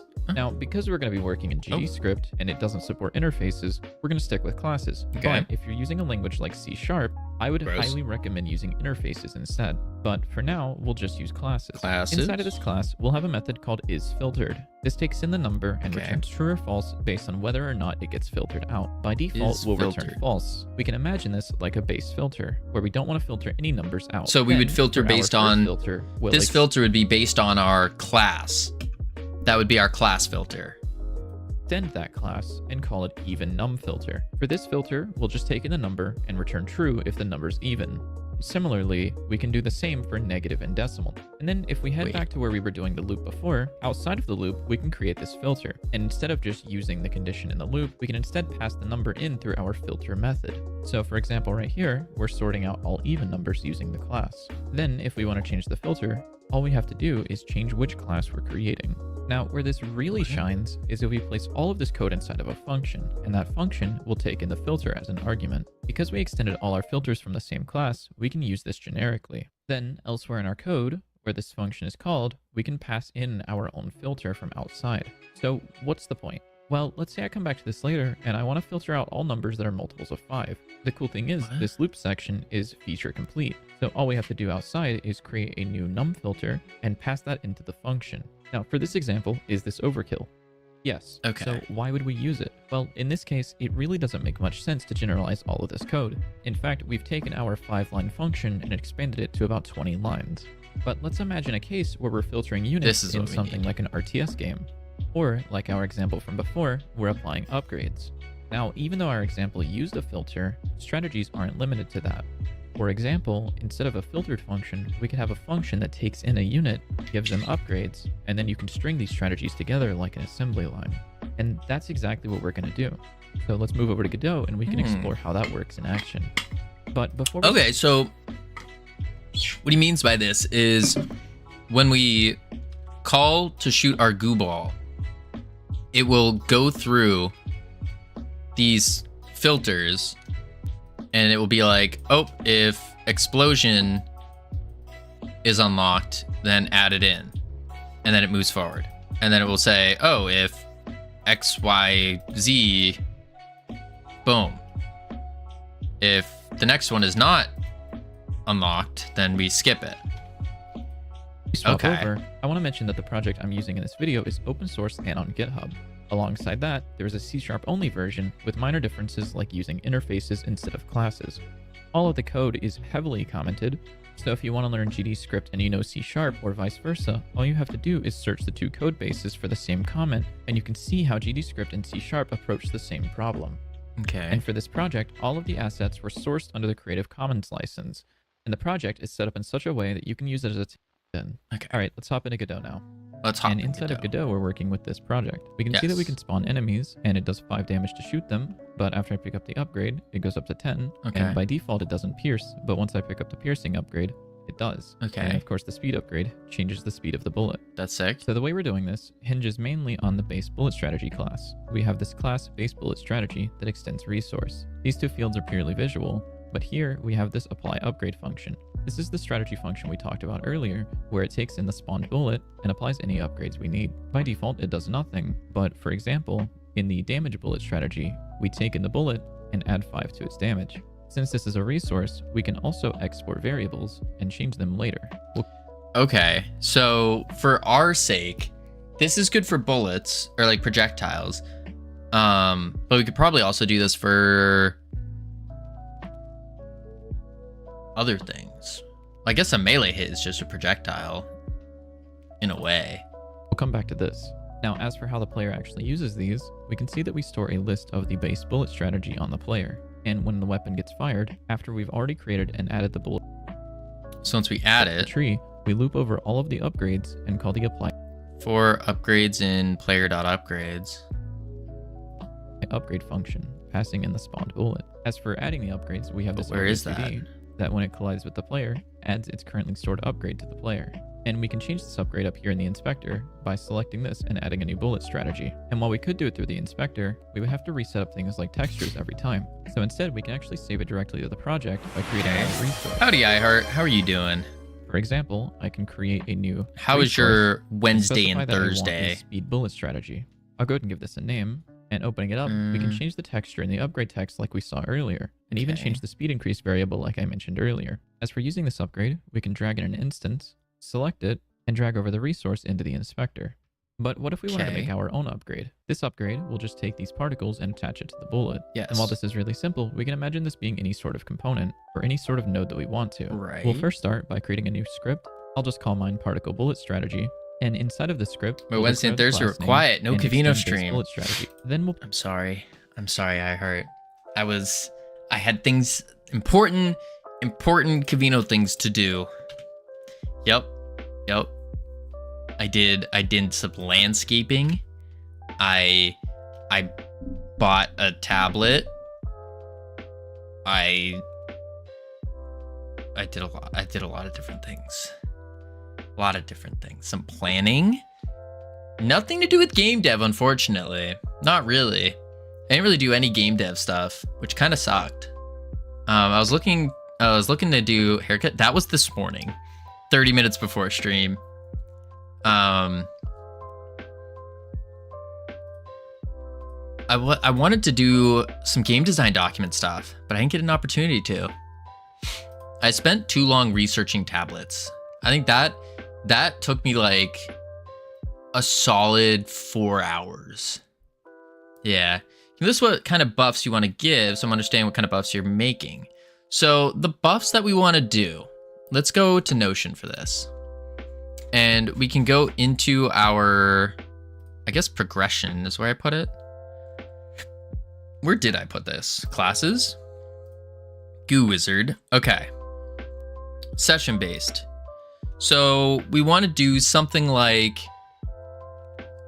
bolts now seek enemies. Bolts now fire in a fan pattern. Goo now returns as an oozling, crawling on the ground, damaging enemies that walk through it, and then gives goo to the player. The special attack for session based would be something like let's do this, and then this is actually wrong. Lob a ball, bouncy ball. What the heck? Ball of goo. Actually, lob a ball of goo that bounces off of walls and enemies, dealing damage. And then session-based upgrades for it would be something like on final bounce, explode in AoE damage. Something along those lines. So these are the kind of buffs we're making. It's not just damage. It's not just speed. It's like actual mechanics based.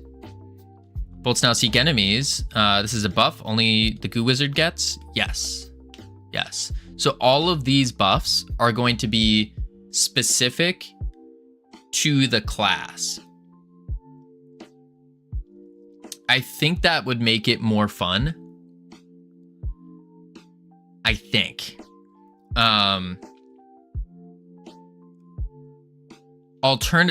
The downside to this is it's going to be a crap load more work.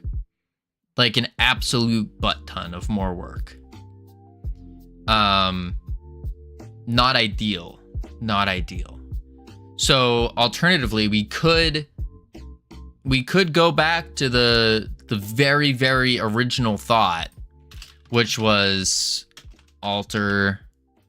we do elemental based upgrades where we have fire, water, earth, air, lightning, cosmic. And then we do that. But after I've been actually playing roguelites and stuff, every roguelite does this. Every single one of them. They're all doing some kind of elemental based upgrade, which I get. It's fun, it makes sense, it works. But what separates us from those games? I don't know if the elemental's the play. I think it would be neat and cool, like your goo now does poison damage. Yeah, our goo powers. Goo max, goo.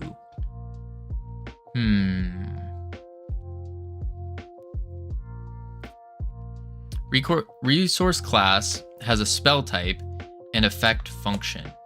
The player has an array of buffs. When you cast a spell, it will go through your buffs and skip buffs that are the wrong spell type.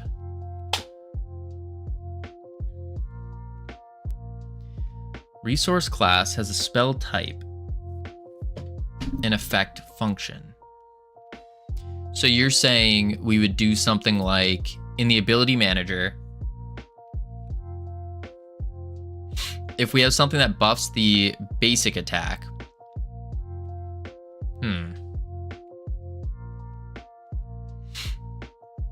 Resource class is a spell type and effect function.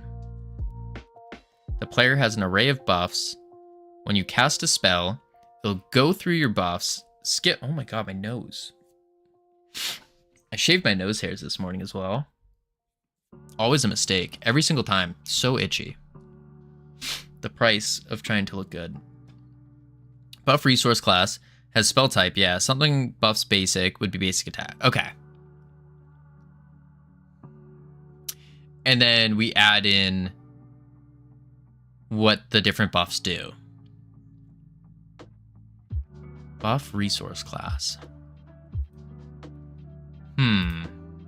Correct. Okay. Because what I'd really like to do is, the thing that makes a good roguelite is synergies.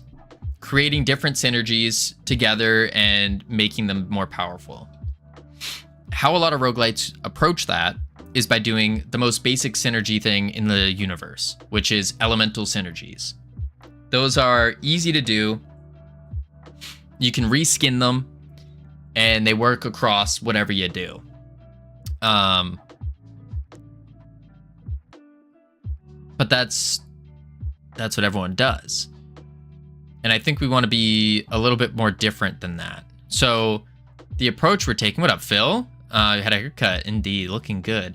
Everyone's saying that, but I think it's one of those things where it's like, because I feel like this does not look good at all. It's too short. It definitely, I think it looks better than the crazy long hair I had, but it's not there yet. It needs to grow out a little bit more. Binding of Isaac and Belatra are the best examples of emergent synergy.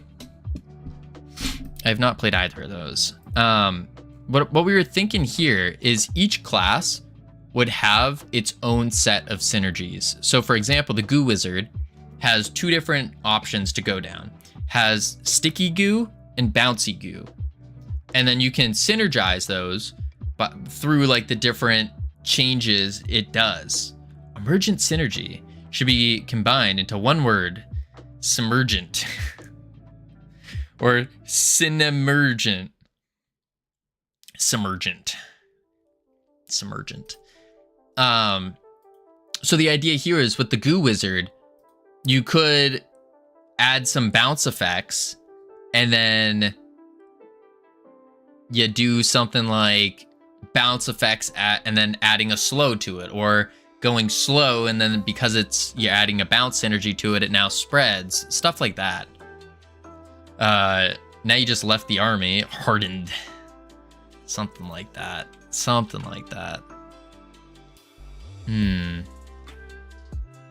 Even in military, in like the military schools and stuff, I had longer hair than this actually.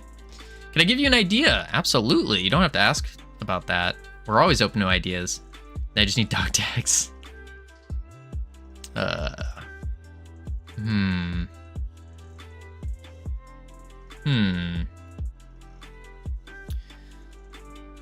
Let's see.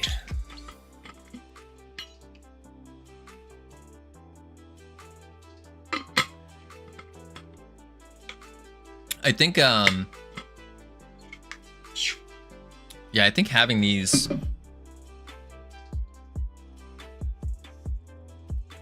problem is if we're not going the elemental route, this gives a lot more work. And it doesn't, I don't even know if it's going to be better work either. Like doing it, it'll definitely be more different, which is cool.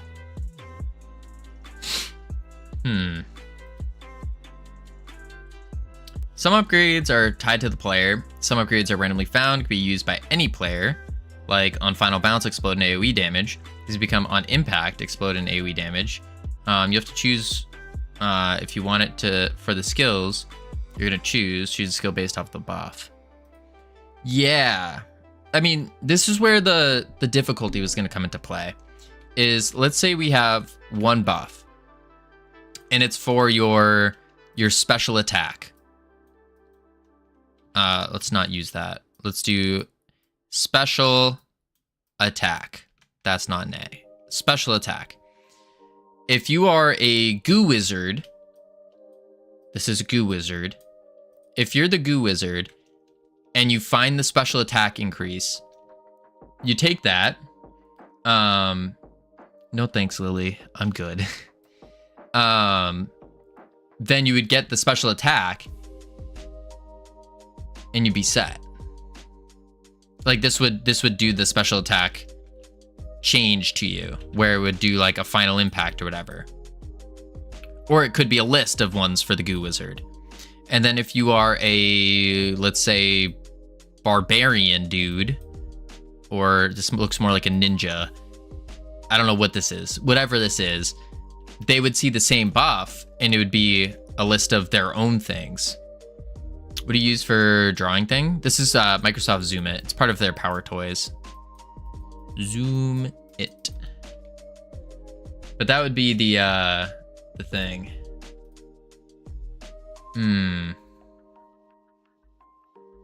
Yeah.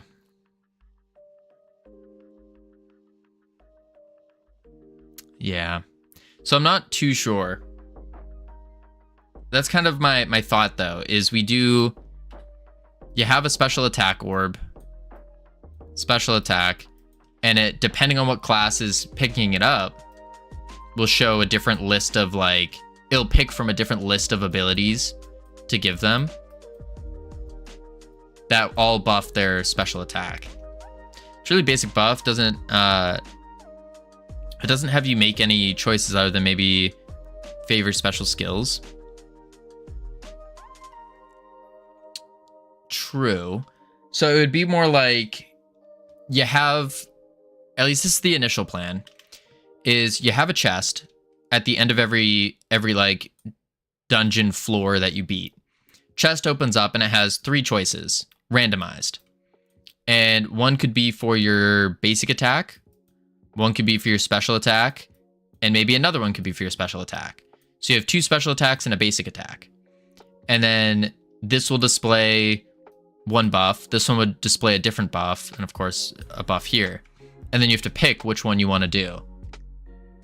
Hi, Orange Man. Am I orange, Brainoid? Am I orange? I need to work on my tan. I am getting a little bit tanner since I did some work outside. Can't really tell the difference, but we're getting there. Oh, I thought you earned special buff was a simple number buff. My bad. No. We're not doing any like basic number buffs. The number buffs are not conducive to fun 90% of the time.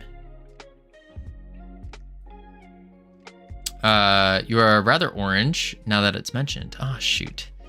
Yeah, we gotta, it's on the list of things to purchase is some new lighting, but once we get the money saved for Godot Fest, then we can worry about lighting.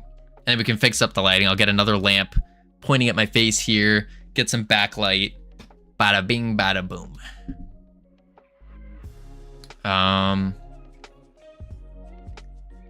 Some fancy lights. Yeah. Love increasing numbers. HP, crit damage. Heck yeah. Maybe. I bought a streamer light about a week ago. It helped a ton. Yeah. Yeah. I mean, I definitely need some lighting, but I'm not too worried about it right now. It's like, what? You can just fix it through software, but we're lazy. Can I fix it through software? I don't think so, because depending on where I am, it changes. And I don't know if it can be fixed. Maybe some kind of color correction, but just your white balance manually and exposure. Yeah, it's gonna be like one OBS filter. You're always at tint of orange. I have a window next to my desk. When it's bright outside, I look two-faced on my stream. Yeah, I got 2 windows behind me. But howdy, Diverger Lurker. How you doing? Okay, focus on work. You're right. So this is the plan. We want it to not do a number buff. We could have a couple number buffs thrown in there. But yeah, show me the progress. Brainoid, it's the same progress as 2 days ago. 2 days ago. How's it going? Nice haircut. Thank you. It's going. We're trying to figure out the best approach to these buffs. 2 days plus 2 hours. No progress today? We haven't made any progress in the past 2 hours. No. None. We're trying to figure out the best approach to doing these like session-based buffs. Since we don't want to do an elemental thing. You're figuring. That's not output progress though. That's just the steps to create progress.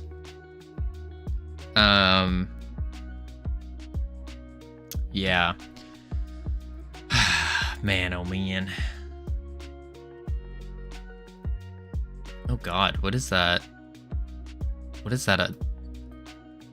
That's a flirt emoji? Oh god. Oh god. Poor Coda. Ugh. Nightmare fuel. Help us, Grok. Ironic. I'm debating on it, but like at the same time, maybe not. X. Let's see. Oh, I have something just for you. Do you? What is this? Goose Riz. That's gross.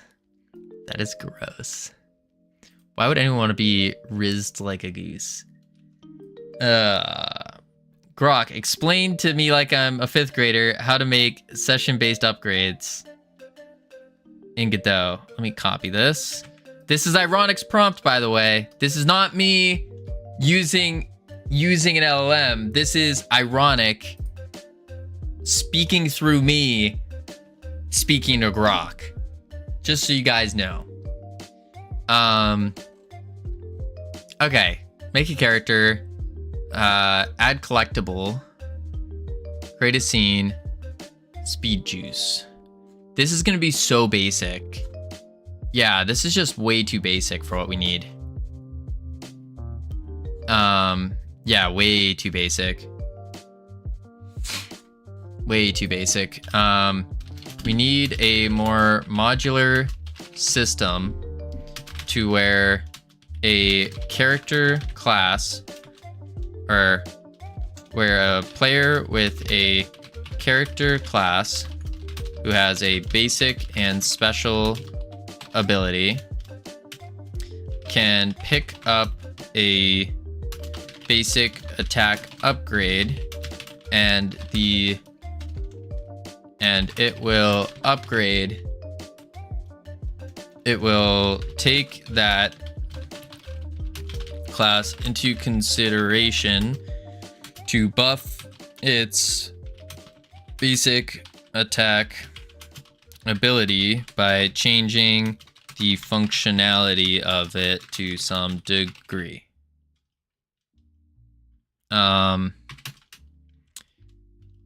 What kind of design pattern would be best for accomplishing this? Strategy pattern comes to mind, but I am unsure. And then you do think, because it's programming problems. Bam. Have to identify multiple strategies? Yeah. It's just a prompt, bro. No need for grammatical correctness. I'm not. This is not grammatically correct, is it? No, it's not. I didn't do some commas and stuff. Okay. There is what Bitlytic was saying was making sense. I showed before, and we'll override the apply upgrade function. Doing a resource. Spawn the particles, then add them as a child of the bullet and set their position to the bullet's position. And for the script, we're done. Oh, and they get added as a child of the bullet.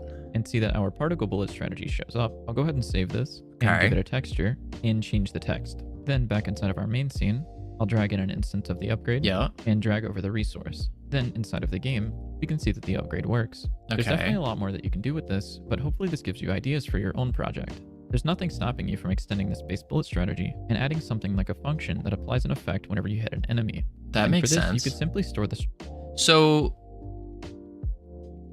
this gets added to the bullet and apply the unhit every single time it hits an enemy. One quick thing before I end it though. Let's go back.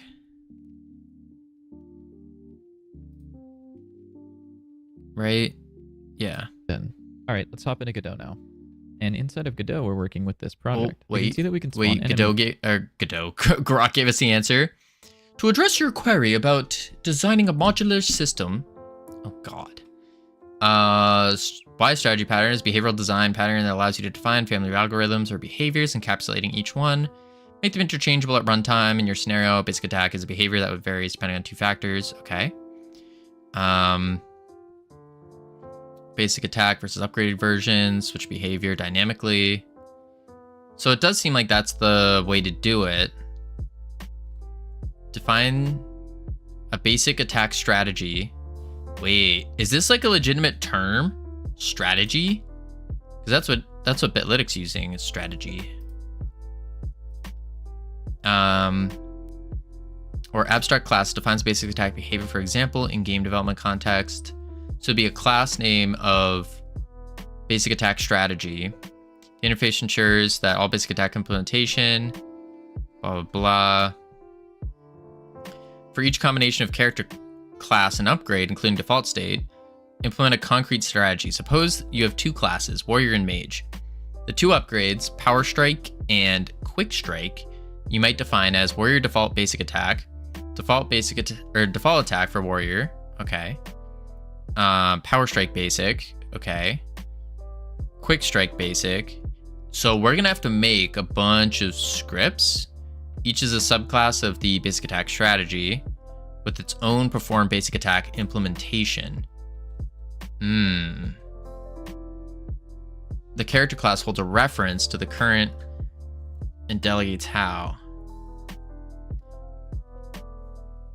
So the character itself holds a reference to the current attack. Apply upgrade changes the strategy. Oh no. If class type, that's a big, okay. Class type and then the upgrade.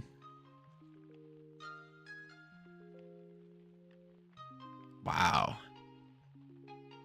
So we're basically gonna have to make a new script for each attack we want. Only requires creating new strategy classes and updating the factory. The character class code remains unchanged. Scalability. If you have many classes and upgrades, a number of strategies, classes could grow, right? However, in most games remains manageable, and you can reduce duplication by sharing common logic where applicable. Yeah, I'm pretty sure that's how it always is. I think so. Paired with a factory to select the appropriate strategy based on the character class. Okay. So we need to do based on the class upgrade.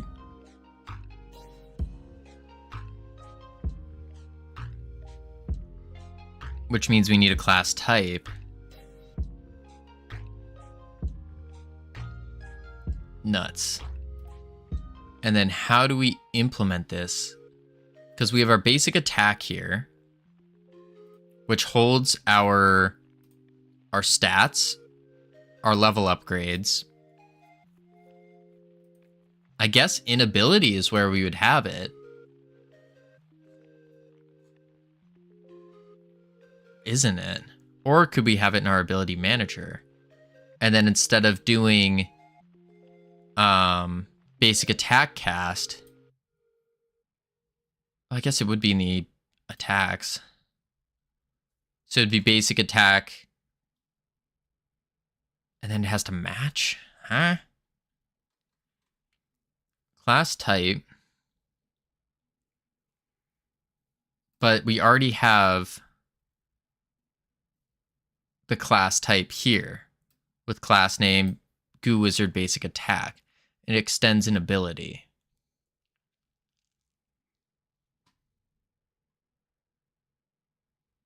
Okay. I need a new project. I don't care to do much more with this dice game. Sammy, I gave you a killer project. Keep it on the DL because it's a good one. I gave you a killer idea. You just got to execute on it. And then you're going to be swimming in dough.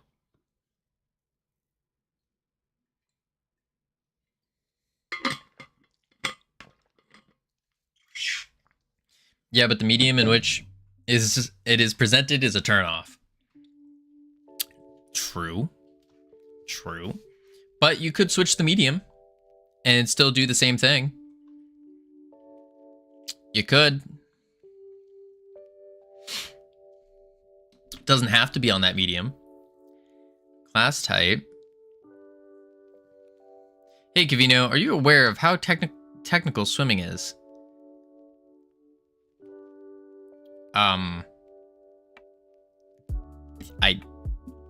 For the most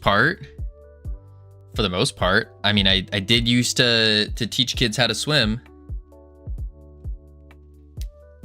I was a lifeguard. I am a lifeguard technically. Still. I used to run a lifeguard training company. So I think I'm pretty well aware. Did you teach 5th graders? Are you grok? I taught 5th graders, 4th graders, 3rd graders. I've taught 2-year-olds. I also have been trained to teach infants. I'm trained to teach anywhere from 1 month old all the way to 90. Basically every single age I'm trained to teach. The only ones I'm not is if it's like 100-year-old grandma trying to do water aerobics. I don't think there's a difference, but there could be. I've been self-teaching flutter kicks, but struggling a bit and kind of realizing swimming can be a very technical, hardcore video game. Yes, and also flutter kicks are probably one of the most energy consuming kicks there are in swimming. Probably wouldn't suggest that for most things. We teach it usually first off because it's the easiest thing to do, but it's going to use up a lot of energy really quick. Wait, how are you struggling? Wait. How are you struggling on a flutter kick? Wait. I don't mean to come at you this way, but flutter kick is literally you're just kicking up, down.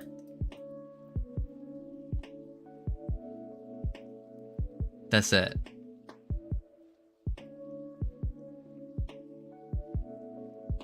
That's it. Using the kickboard, I'm not getting forward propulsion.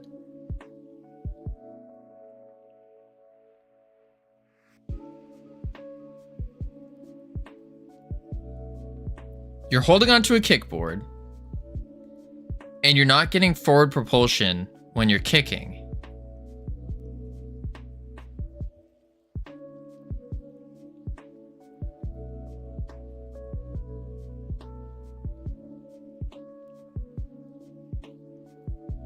Are you made of 100% muscle? Do you have legs? Like physically, I don't think that's...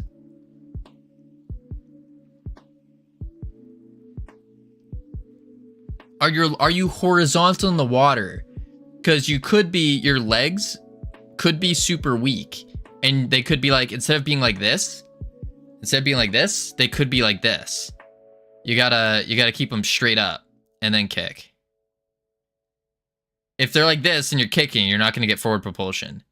If they're up, then you're good. Almost as if you're trying to stick your butt out of the water. What I would say first is don't use a kickboard and instead sit on the edge of the pool and take it back a step. Sit on the edge of the pool, keeping your legs horizontal, and then just kick. Just kick. And your goal is to splash up as much water as possible without slamming your legs. You're trying to keep a nice flutter. Do that first. Then you could, depends on how well your upper body strength is. Probably not. Then grab the kickboard and then try it again. But what it sounds like is you're not horizontal enough.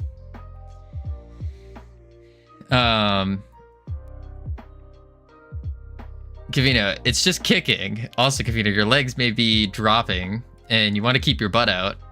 Here's a practice technique.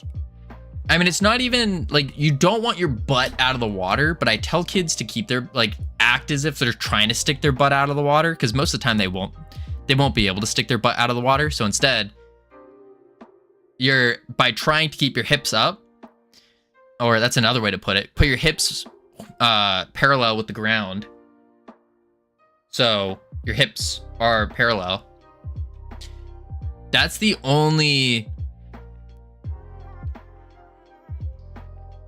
literally the only way that a flutter kick can't work, is if your legs are drooped. If your legs are straight like they should be, it's like physics. Unless you're trying to flutter kick in some viscous liquid, you're gonna go forward.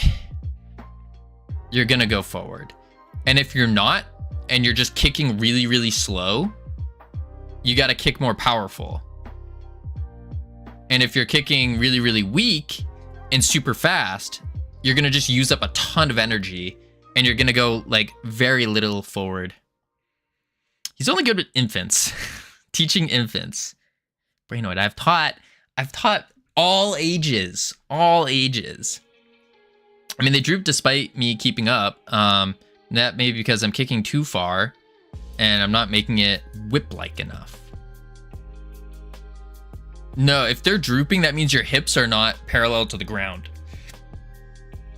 If you're completely horizontal in the water... Actually, wait. Let me ask this. Do you know how to float on your back? That would be the first question. Are you good at floating on your back? If not, I would work on ensuring that when you float on your back, that your toes can pop out of the water. That's a big one, because that helps you keep your hips up. And if your hips aren't up, then you're gonna be pulling yourself down way too much. Oh my god, I keep pressing save. Haven't done it in a while though. That's fair. I do miss teaching swimming. I think it's fun. It's also really scary to teach swimming though. Like really scary. Especially as a dude, because you got to be very, very careful. Like in swimming, you want to like help people get to their horizontal form, which means you're going to have to like grab their legs and lift them up so they can feel what it's like to be horizontal in the water.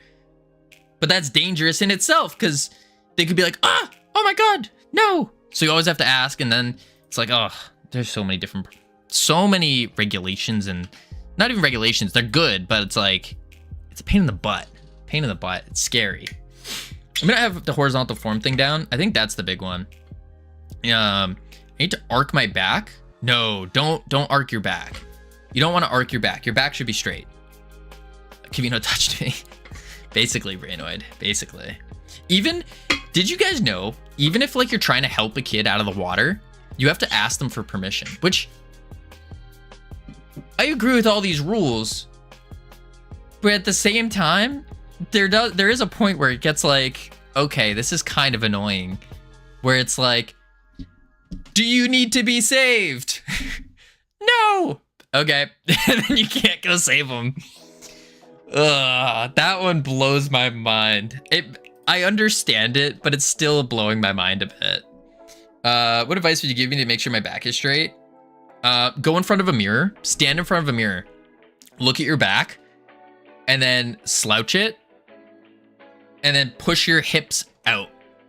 That's the big one, is really your hips.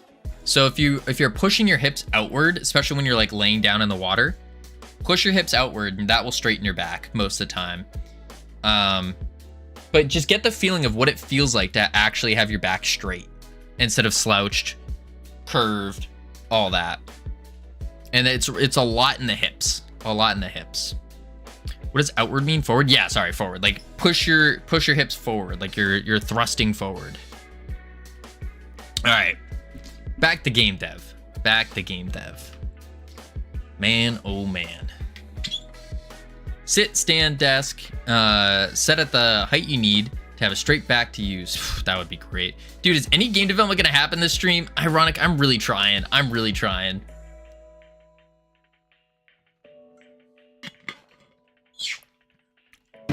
I would love a sit, stand, desk. I'm trying.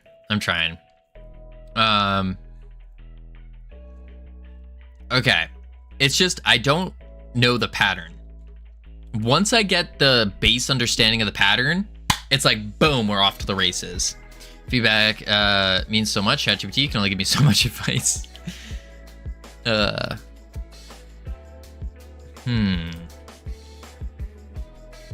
right, let's see.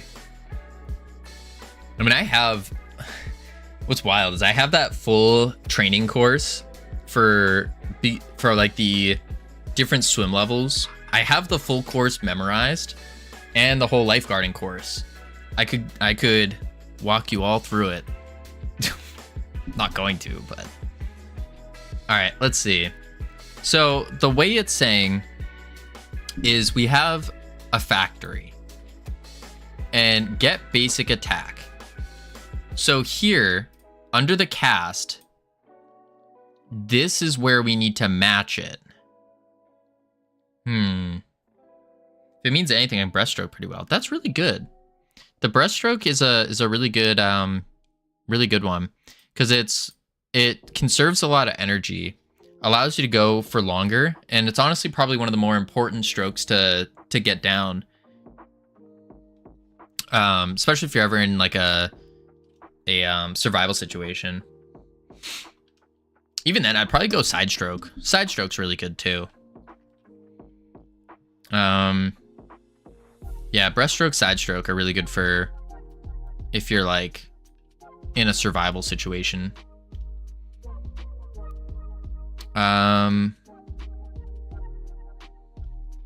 Yeah, so it looks like what we have to do is we have our basic attack here, and then we just match what upgrade we have within it.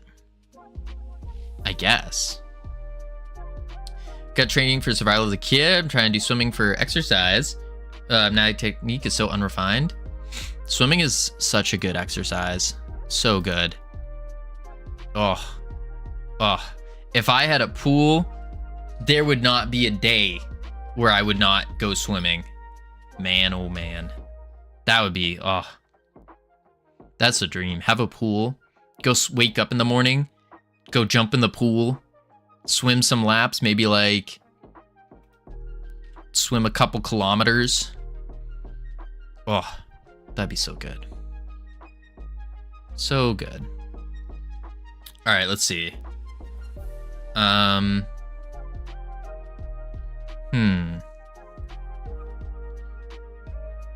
Warrior.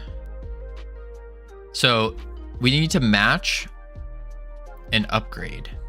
I find the treadmill so boring, but swimming is fun. Yeah, it's cardio and a billion other things. It is, yes. And it's relaxing. Facts. I found in the water, because of how much resistance is against you and how much pressure is on you all the time, you can really just do, like, if you're just moving in the water, you're gonna get some benefit from it. You could just sit there in the water, tread a little bit, do whatever, and you'll still get a lot more exercise than walking. So this is for our number of abilities, our projectile count. Instead, what we're gonna do is we're gonna match our upgrades.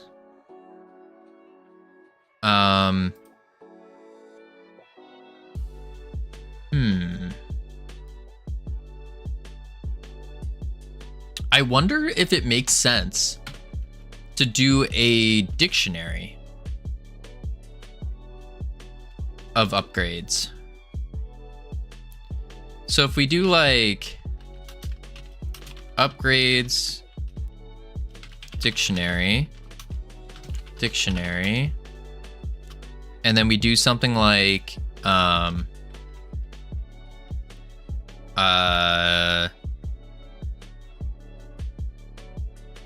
bounce explosion, and then we do a boolean on it like that.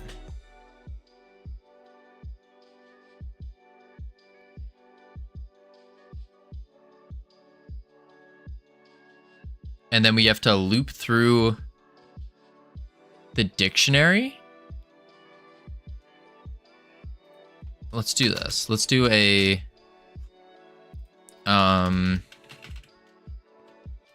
funk test cast. And then we do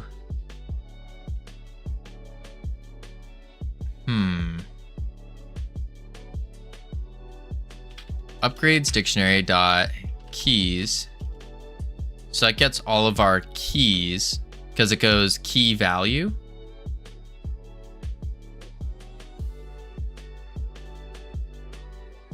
So then we have to do for upgrade in dot keys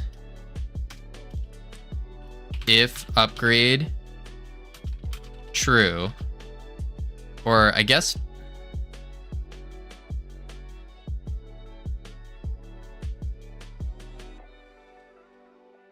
yeah, if upgrade true,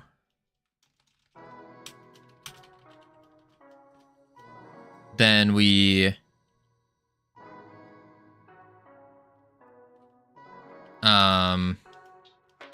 collected upgrades, append upgrade. So then we add it to an array.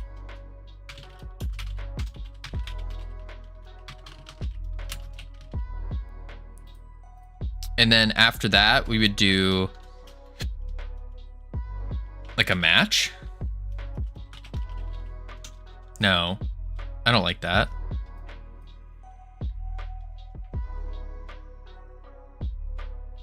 Unless it's match.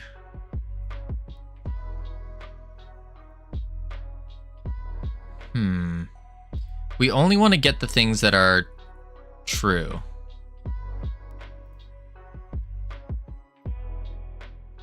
one more time. What was the kick exercise you recommended? Number one thing to visualize with body. Keeping your hips parallel with the floor of the pool. That's the big one. Keep your butt out. All right, fires. Sounds good if you're right. Good luck. Try to keep your butt out of the water. You don't want your butt actually out of the water, but it's a good thing to kind of remind yourself.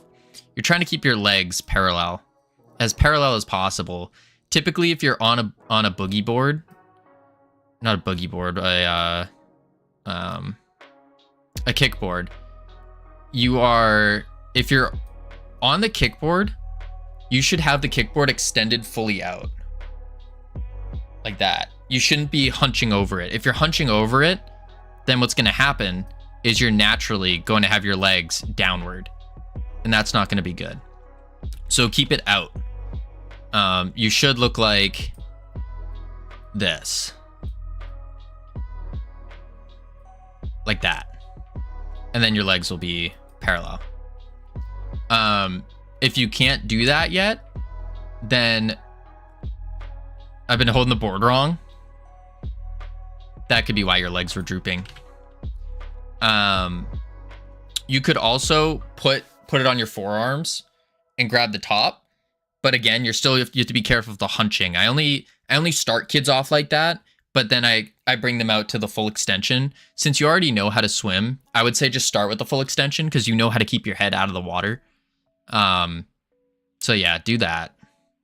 And then if you really want to practice, like get good practice, then you should be looking down underwater and then do your side breaths as well while you're working on your flutter kick. And then once you've mastered that, keep the kickboard and then you practice as you're kicking with your head down in the water. You practice your breaths and then extend your arm out, grab the kickboard, extend your arm out, grab the kickboard, and then just keep practicing that as you're doing your flutter kicks. Bam. Okay, back to game dev. Test cast. So we're going to go through a dictionary and we're going to say if the upgrade is true, but then what happens if we have multiple? So then we should append it. Right? So we get the collected upgrades. We do that.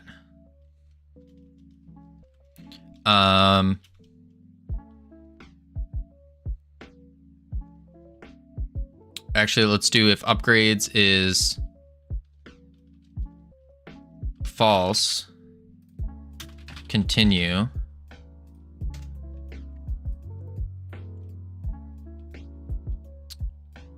And then we do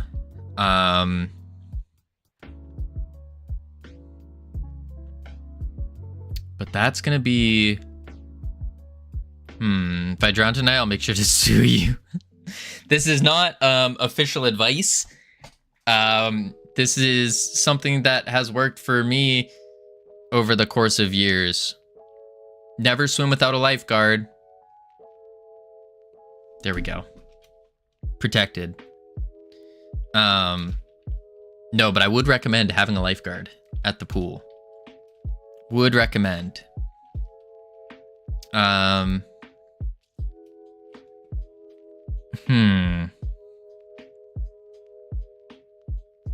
For upgrading upgrades. There's a lifeguard there. Oh, then you're set.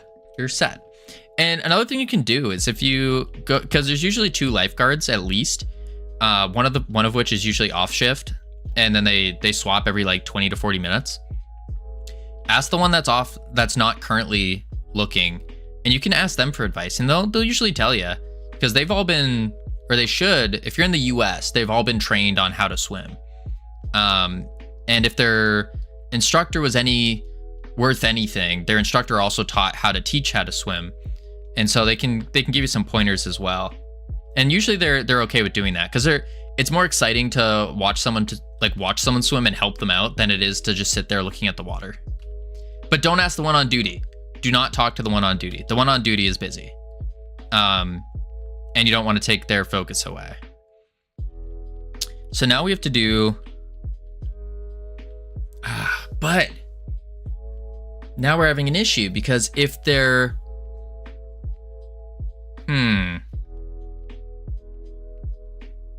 We don't know what these modifiers are doing. Nuts. That's not good. Since they place offers instructors, I don't think they accept me finding an off-duty lifeguard, especially because they're probably instructors on different days, probably. Yeah, they usually are. They usually are. Yeah. It never hurts to ask, and worst case scenario, they'll say, oh, just take our class. But, no, you should be pretty good just doing what I said. If you do what I said, and then after you get the flare kick down, you incorporate the arms, you're going to get the hang of it anyways, relatively quickly. I also can't find it funny that I helped you with coding, and they helped me with swimming. Yeah, my teaching swimming is one of my things I've done for a long time, nearly a decade actually. Wow, crazy. 6-time doing flare gaze is the charm, yeah. The further you put out that kickboard, the more horizontal you're gonna be as well. All right, so this isn't gonna work. Oh, nuts. Okay.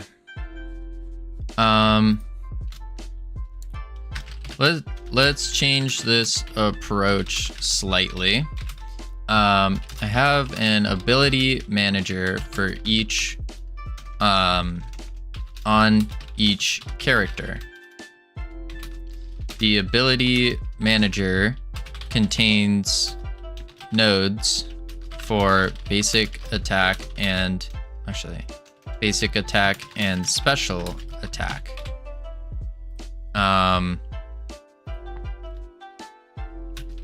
These nodes say what to do on when basic attack.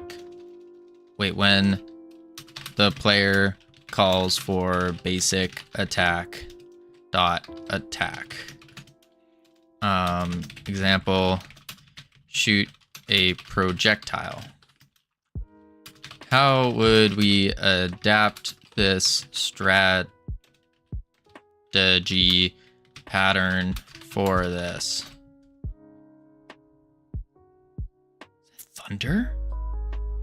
Oh my lord, that was loud. Oh my lord. All right, collected array or upgrades as an array. I don't think we want that. And I don't think the upgrades dictionary would make sense either.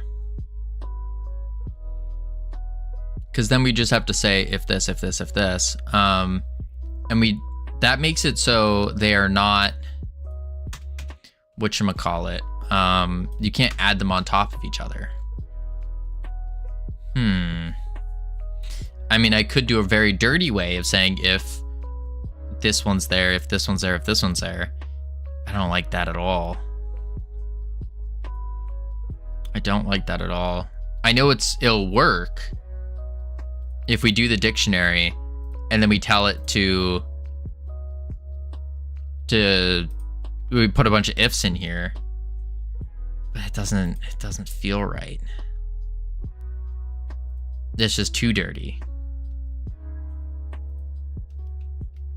Right?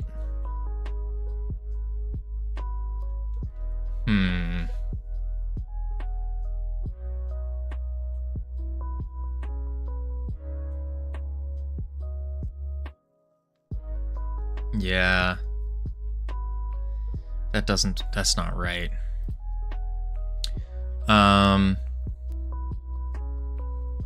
Okay. By extends object. Strategies don't need to be nodes. Define just behavior. So where your default attack.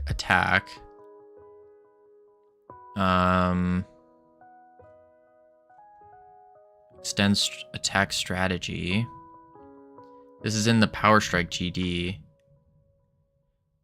Ah, well, hello there. What up, Red Monsters? How you doing? Mage default attack, GD. You can create more strategies. Need for different upgrades. Okay. Set strategy equals, and you take the script and you change it. Interesting. I'm doing pretty good. Thanks. How about you? Doing confused. I'm not doing well, I should say. Because we're just struggling with trying to figure out how to adapt this pattern here. So we're reaching over to AI to figure it out. That's what we're doing. Which kind of blows. Attack. Okay. But then what if we want to combine multiple strategies in one attack? Like a strategy that makes the projectile shoot 3 instead of 1, and another that increases the damage of each projectile by +5. Shake my head, not bald. Aaron, why would I want to go bald? This is as short as I would ever go. This is too short already. Too short already. Sloop, what up, CSLR? How you doing? Composite strategy pattern. What is this? Multiple to be combined. Apply modifiers.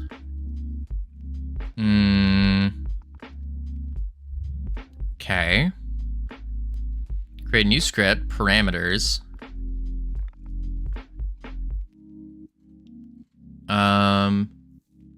Apply modifiers. Damage boost. So it'd be params projectile count. And then in the basic attack, by the way, you're getting into some sophisticated programming stuff, but I commend you for it. Yeah, I think so. But just gotta push it. Gotta figure out how to do this. And that's why we're turning to good old AI to figure it out. Good old LLMs to teach us. Because I don't want to ask for, like, I could just throw all of our scripts into Grok and then it tells us what to do. But I want to learn this on how it works by using examples and seeing. So this is the base strategy that extends an attack. Same thing with the mage. So it will projectile scene preloads this. There's the damage, the default damage. Now create a composite strategy. Adds a strategy. Strategies.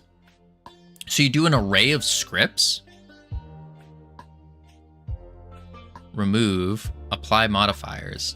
For strategy and strategies, strategy.apply modifiers. I've been moving to locally hosted LLMs due to the very real risk of the government censoring and limiting what they can say and do. Makes sense. It is a problem-solving challenge more than a programming challenge. Don't forget to trust your own opinions on solutions. True. True. I wouldn't mind going locally hosted LLMs, but I don't have the power to do that. Yeah, I just don't have the processing power required. Which I do know they're getting better, but it's still pretty hefty to run you can run small ones, but I'd want a big one. I'm able to run a few 7B models on my 1650. Yeah, CSLR, I have a 1080, which, I mean, a 1080 is probably similar. Can erase scripts? Odd, but sure, why not? That's what it's saying to do. It seems interesting. 1080 has more VRAM than 1650 does. Does it not? No idea. No idea. I think I have 8 gigs. I think I have 8. on it. Hmm.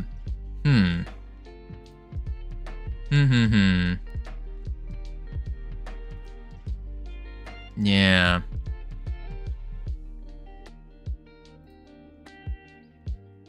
$16.50 is 3 to 4. Ooh, yikes. Yeah.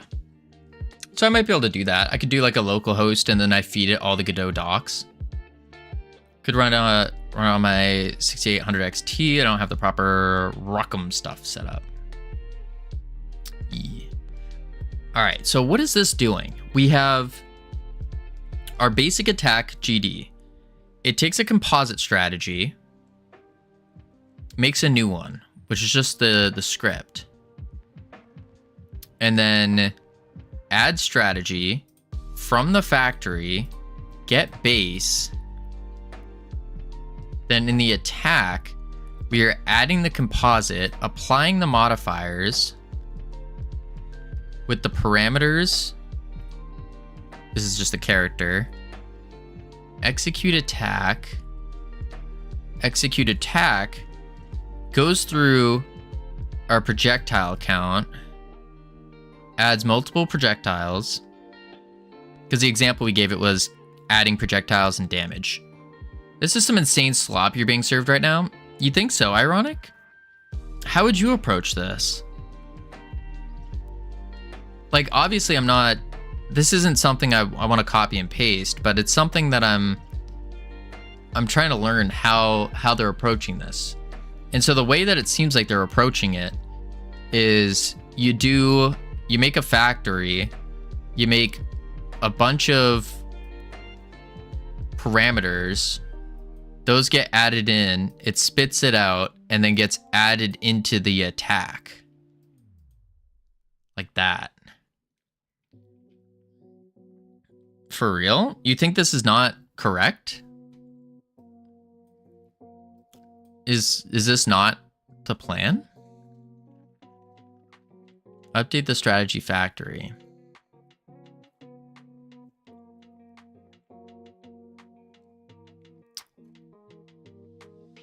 The way I handle abilities, just have a list of nodes triggered by keybinds. Those nodes have a function that does everything else. Handle abilities, just have a list of nodes. No. So that's the thing that we're not doing. We're not doing abilities right now. We're doing modifiers to the abilities. So you have your basic attack ability, but we want upgrades for those abilities. And we want a whole bunch of them. So if you pick up the upgrade that increases your shot count by 2, it gets added into that ability. If you also pick up the one that makes it explode on impact, it gets added in. So that's what we're doing. We're not just doing like basic abilities. That we already know how to do.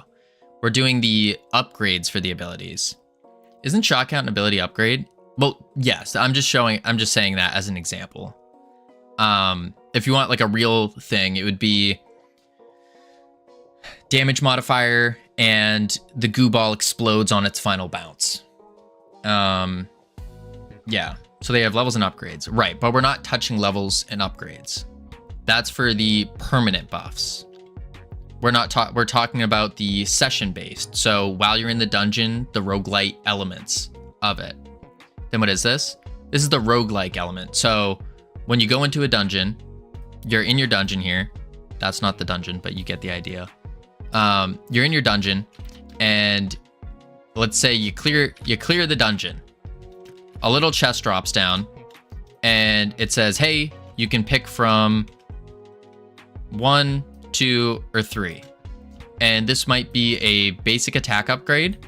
This might be a special attack upgrade, and this could be another basic attack upgrade. And these two are different things. So this one might be base damage of your basic attack. So a damage modifier. Boring. This one might be your basic attack now. For the goo wizard, basic attack now has slimes that return goo to the player, damaging enemies in its path. stuff like that. And so then you pick one, and then it adds that to your basic attack ability. And you can only pick one. So we're trying to figure out, over the course of time, if you pick all basic attack buffs, and you're only buffing your basic attack, how does that add in together? So you got this slime upgrade here that changes the slimes to now bring you back the goo instead of the goo just traveling to you. You also grab a couple damage modifiers. How do we keep all of these within our basic attack as a modifier? And then be able to, after the dungeon is complete, the entire dungeon, and you're going back to the lobby, how do we then delete these? Clear them out, because they're only session based. So it's the actual roguelike element. That's what we're doing. The actual roguelike element.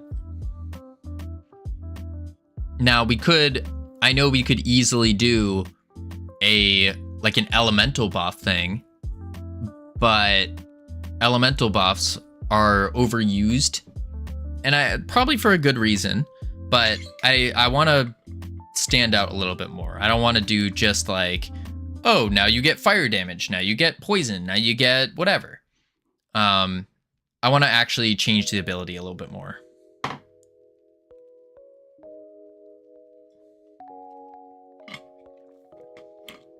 For buff and session buffs, buff modify attack melee.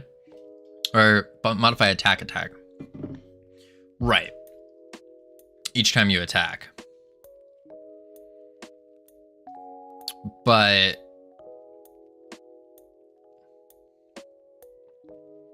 I get the problem is when we like, that's good for stat changes. It's easy for stat changes. But when it comes to non-stat changes, like actual functionality changes, that's where the difficulty comes in. Yeah. So, upgrade pickup. We don't need to worry about that. Optional reset. So, it's really up here with the create a composite strategy. Concrete modifier strategies. This is what we were just talking about. Concrete being like stats. Easy.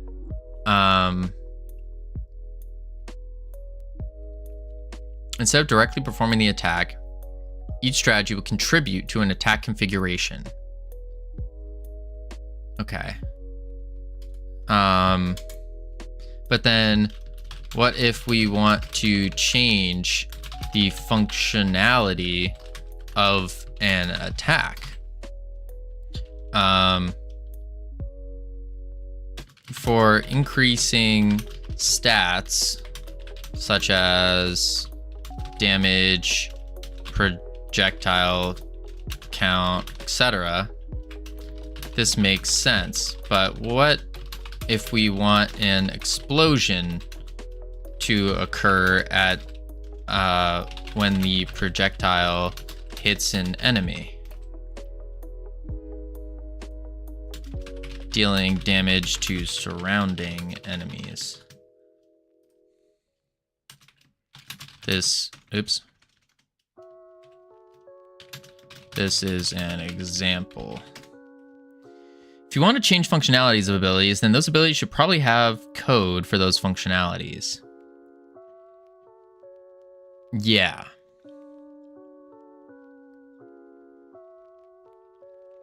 Right. They should.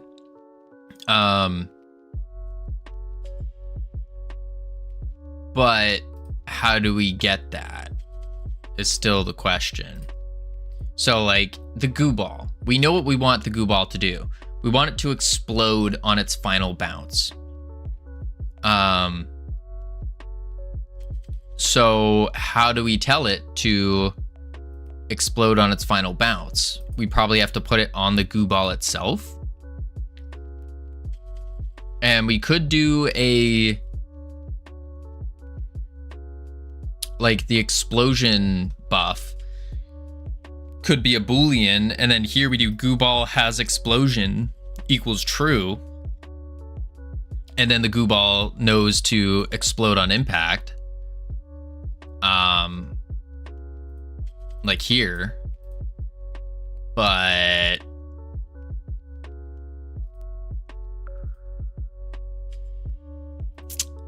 I don't know. You can use 2 strategy patterns, one for when you cast it to set intrinsic states, and then a strategy for when it impacts.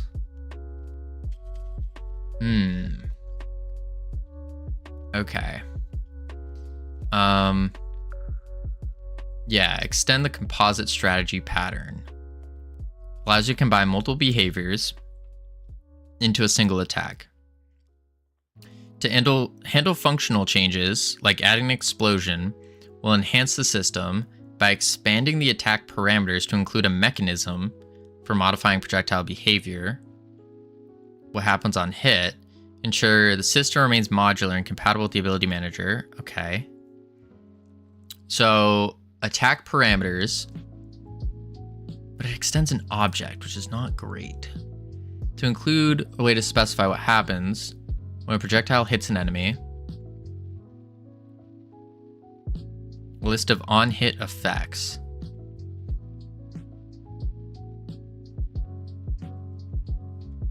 This array stores callable functions. Can happen when projectile hits an enemy.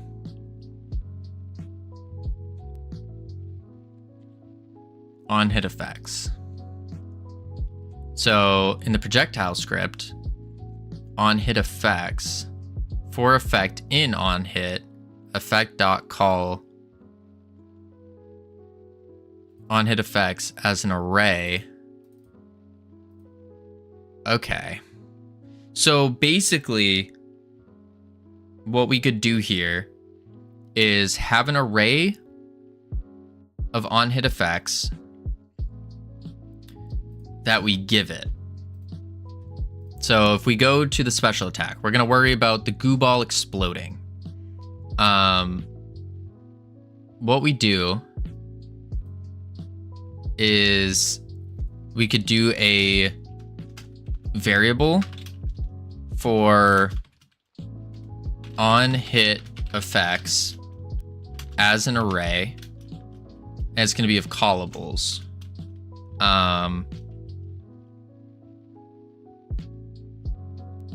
I guess.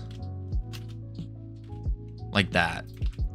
And then on the special attack upgrade, we can say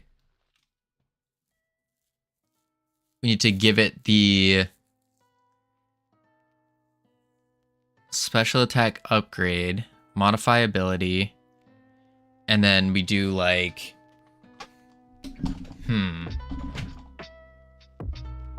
doesn't make sense though.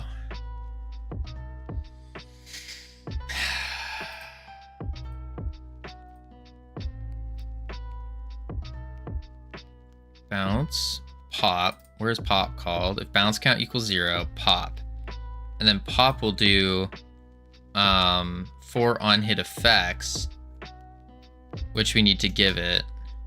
But it's an array of callables. Where are the callables stored?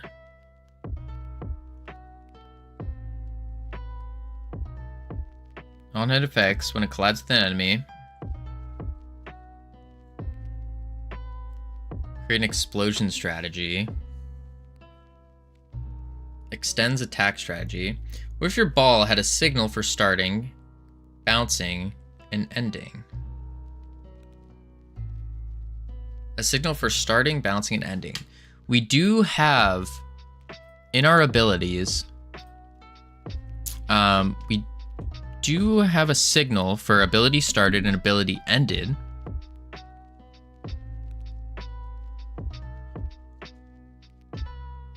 We do have that. And then the ball doesn't have to care if it should explode or whatever. The ability can just connect those signals to any extra effects. Okay. So let's do this. Delete the buff manager. Delete this. And then we have the ability signals.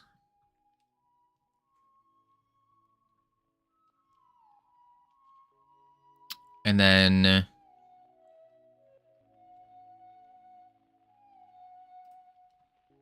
I think I can just do this way. Yeah. So we have ability started on basic attack. We can connect this to our ability manager. And then ability ended. So let's do it with the special real quick.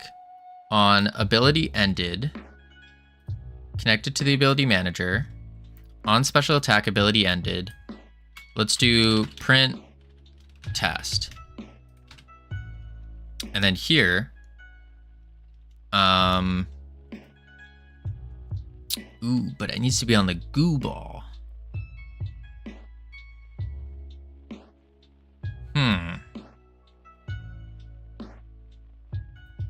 Yeah.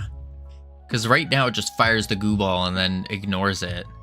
Don't feel bad if this takes a while to figure out. This isn't a figure it out in an afternoon problem. It isn't? It should be. Should be able to figure it out in an afternoon.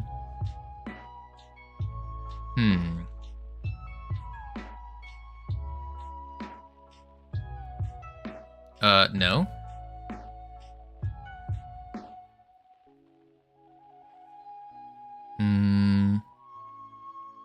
Goo Wizard special attack. Goo ball. Body entered. Okay. If body is in group enemy, body take damage.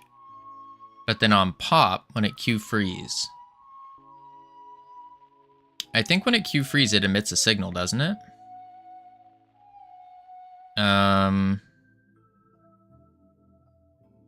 It's not figured out an afternoon problem. I would spend a lot of time drawing out diagrams and stuff. Maybe. I don't even know what diagrams to draw. I think it's one of those things you just keep bashing your head against the wall until it works. Is queued for deletion to check if the node will be deleted. So I guess I would need to do a goo ball, and we would do something like a signal on it. Signal popped. And then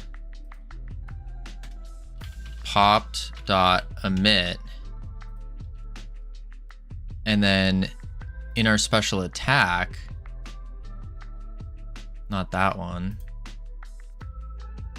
In this one, we do goo ball dot popped dot connect, and then we just say a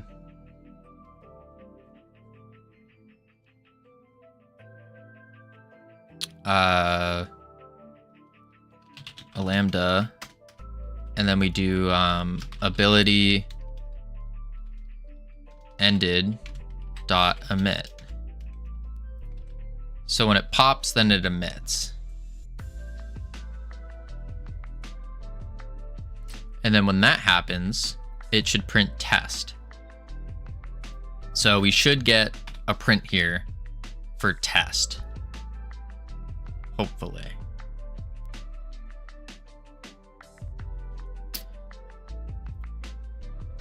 Boom. Boom. There it goes. Okay, we got the signal for test. That's good. F8. So now that we have that, we got a signal. And now in our ability manager, under the special attack, when the ability ends, so here on special attack ability ended, we need a list of things for it to do.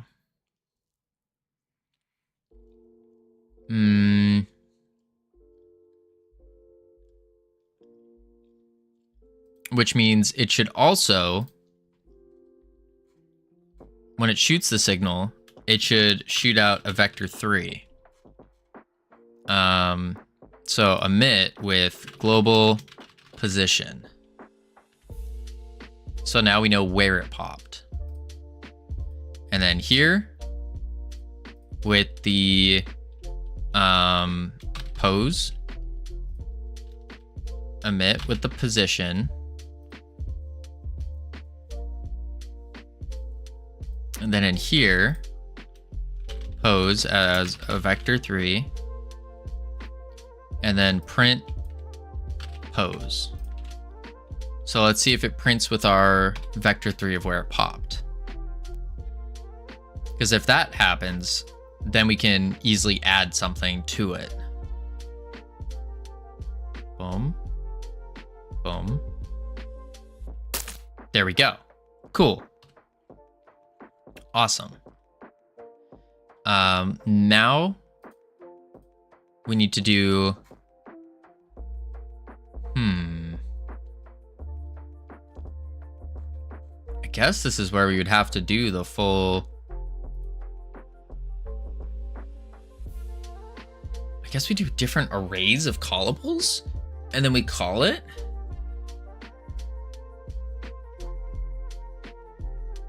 I think so. But first we got ads plan.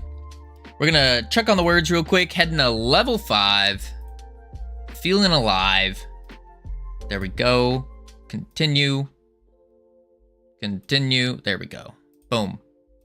Now we'll be right back real quick, and then when I return, we're gonna figure this out. We're starting to make progress though, with signals. Yeah. Boop, boop.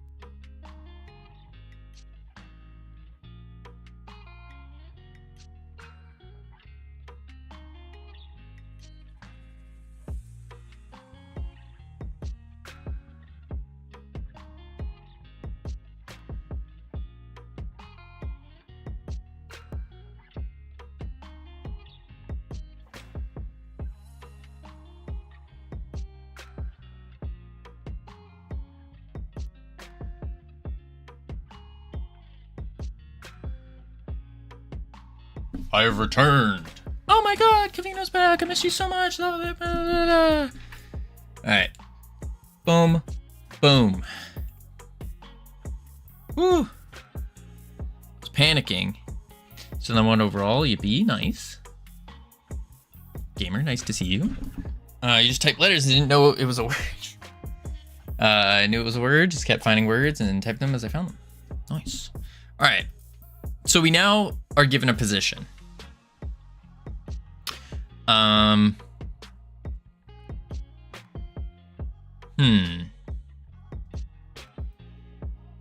Emits with a position. So I guess this is where we would add, howdy, a thing, a gooseplosion. Let's click in the gooseplosion, and this does what? Emits the particles, explodes, body entered, and it shoots them. Okay. So, but then how do we decide when to give it that? And do we leave all of the potential upgrade nodes, scenes, on the ability manager?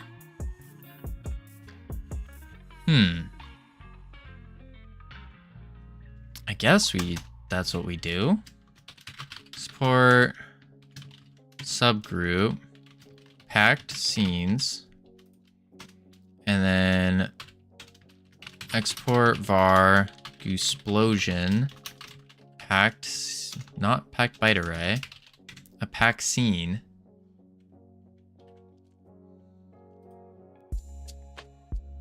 And then in our ability manager, quick load, gooseplosion. And then here we would do var gooseplosion equals gooseplosion.instantiate gooseplosion dot, then we need all of the stuff it needs, which is damage. Yeah.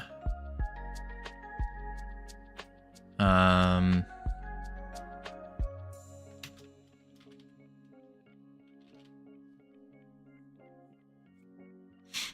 guess. Boom. Gooseplosion dot damage equals basic attack dot ability damage. Actually, this would be special attack. Special attack ability damage. And then add sibling gooseplosion. Gooseplosion dot global position equals position. So now when it explodes, it should leave that gooseplosion thing behind, just as a test.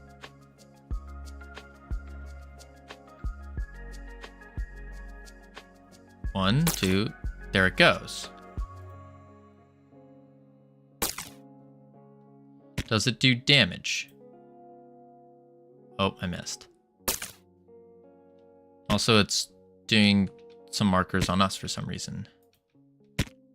Wait, let's do it here, maybe? Nope. Two. Oh, it's still attached to me, that's why. Yeah, that's not good. Explosion. Top level. I think that worked. Yeah. That seemed to have worked. Play.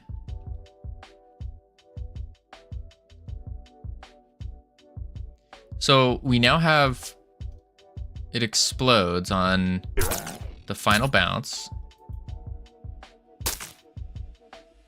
I don't know why it's doing an extra effect there. Why? That's weird. Why is it doing that? Scale. Whew, excuse me. Explosion, which is the mesh instance. Scale. Okay, that's for the pop that we see. Where is it adding the... Maybe it's in the goo ball. Player current. Emit. Global position. Big splash. Okay. It's adding sibling. I think that's fine though. Okay. I don't need to worry about that for now. I need to worry about now adding this as an upgrade to pick up. So to do that, we're going to have to give the ability manager a...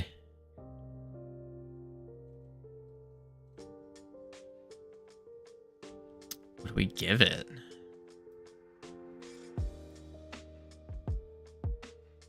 Because we have a signal for when it ends. I guess we have to give it the script. Kind of what like Grok was saying with doing a strategy pattern where we're giving it a script. And it does 5 damage to shoot them, but after I pick up the upgrade, it goes up to 10, and by default it doesn't pierce, but once I pick up the piercing upgrade, it does. And of course the speed upgrade changes the speed of the bullet. Okay. So the way we're doing this hinges mainly on the base bullet strategy class. We have this class base bullet strategy that extends resource. These two fields are purely visual, but here we have this apply upgrade function. This is the strategy function we talked about earlier, where it takes in the spawned bullet and applies any upgrades we need. By default, apply upgrade. It does nothing, but for example, in the damage bullet strategy, we take in the bullet and add 5 to its damage. Since this is a resource, we can also export variables and change them later. Okay. We'll come back to this. Now, as for how the player actually uses these, we can see that we store a list of the base bullet strategy. List of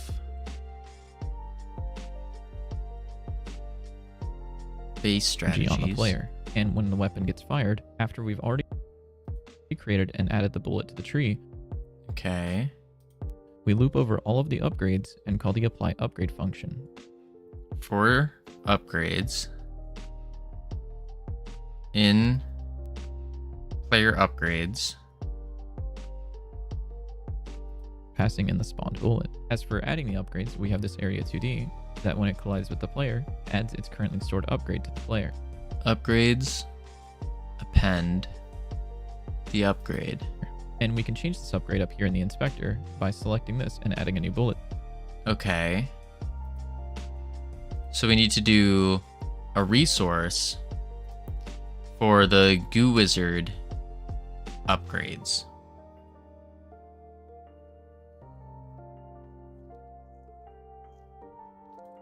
And I guess we have to do that for every single ability. So we do one for basic attacks, one for specials, one for dash, one for ability 1, 2, and 3.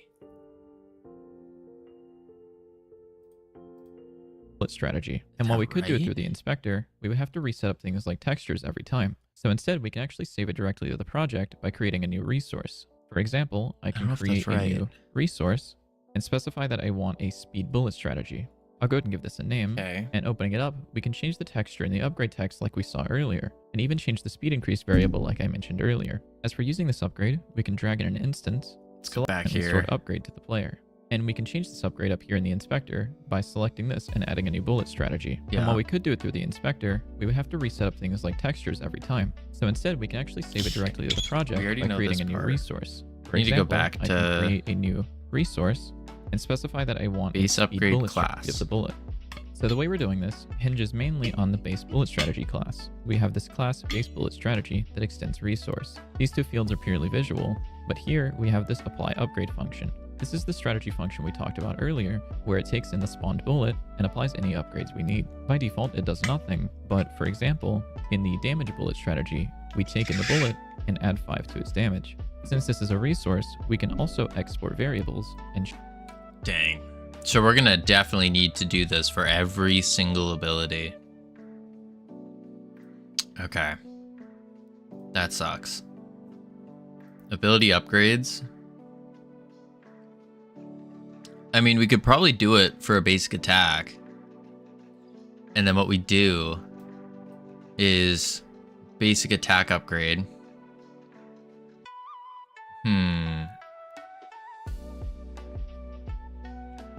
Yeah. Resource. System of applying a list of buffs to an attack that allows emergent gameplay. A thing you can figure out in an afternoon. Listen, Lizard. They said that it was impossible to do a sub 4-minute mile. They said it was impossible. Humanly incapable. Until that dude came around and did it. It's the I forgot the name of the thing. But it's possible. It's possible. So in this, we're gonna need a function for apply upgrade void, and then we need to pick the class as well. So I guess we need to do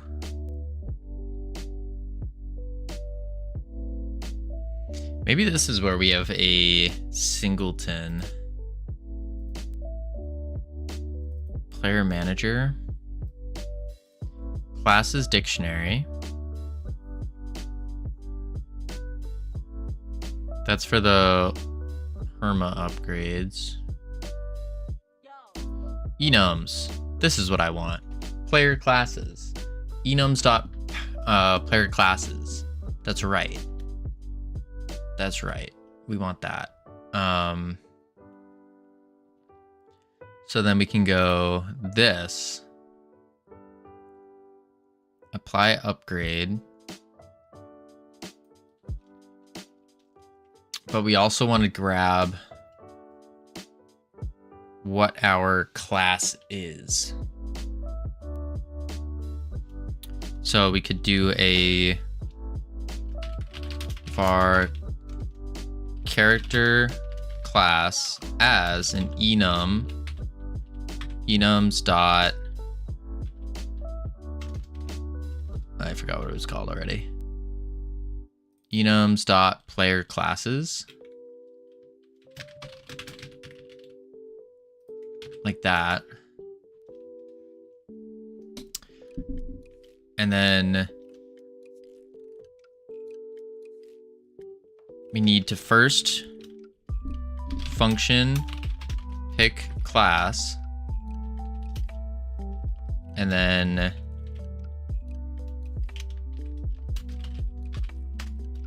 match character class enums dot player classes dot goo wizard.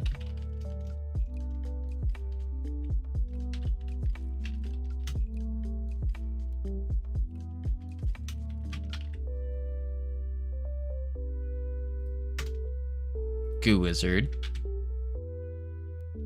Okay. And this is going to return.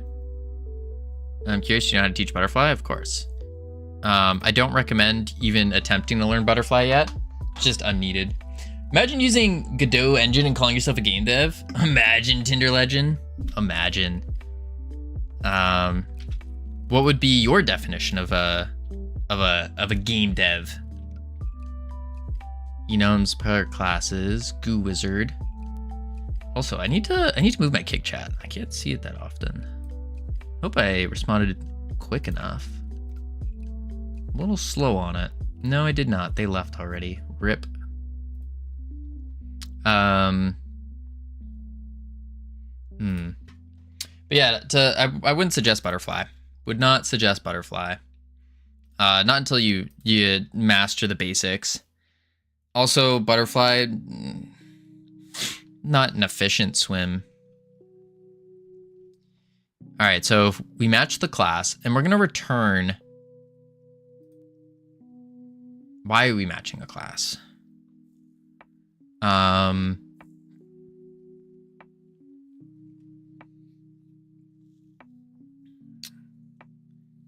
we need to like double match. I don't plan on learning it soon. I'm gonna run out of swims to learn eventually. True. But honestly, there is so much that you can, like, the little tiny tweaks and stuff you can make to every stroke that you learn, that at the end of the day, if you're doing it for exercise, I probably wouldn't recommend the butterfly. It's good for your back and stuff, but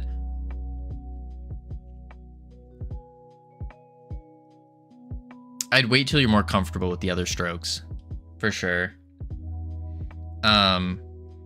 Especially with your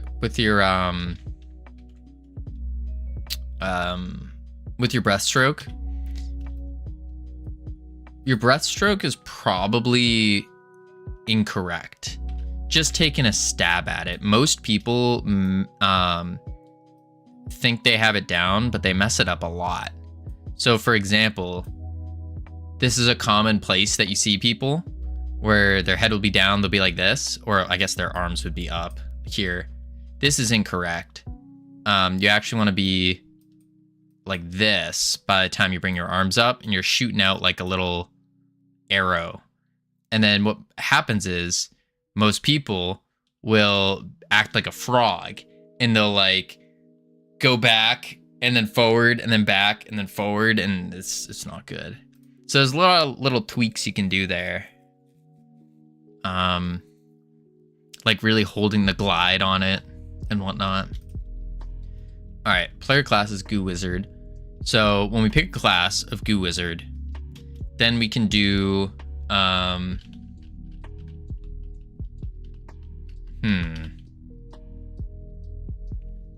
let's see. We have the Goo Wizard, so it knows what class we are. But the problem with this, I guess then we would do a...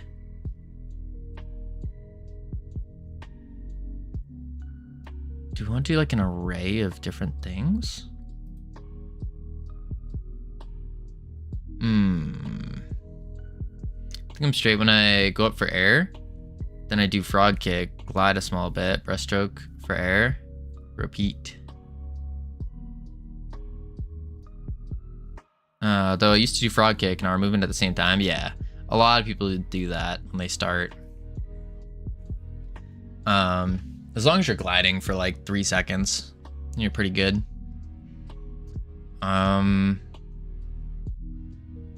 Pick class. I don't want to pick class. I need to return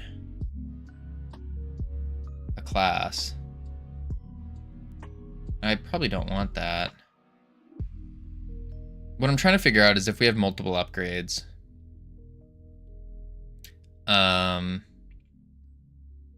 We have to determine which is which. I guess it doesn't matter. Purpose of frog kick, is that like the main propulsion? Yes, it's because your legs are going to propel you further than your arms ever will. So yeah, it's propulsion. It's also a lot easier on the energy consumption. Especially if you're gliding properly with it. Pick class, void, character class, enums, player classes, Goo Wizard. I don't even know why I did this. Why do I need this in the first place? This doesn't make sense. But we need the...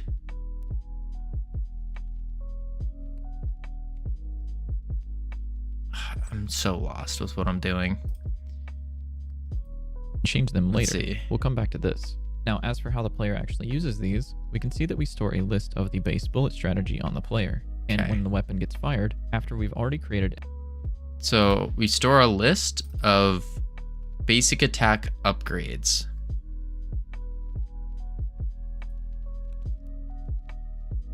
Okay.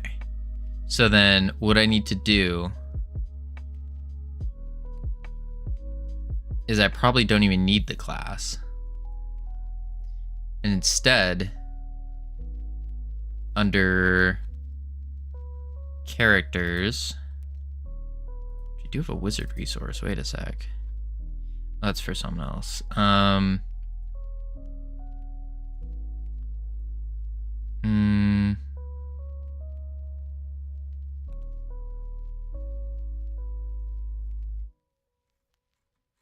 It's under abilities, ability upgrades, and then let's do a new folder for the goo wizard upgrades.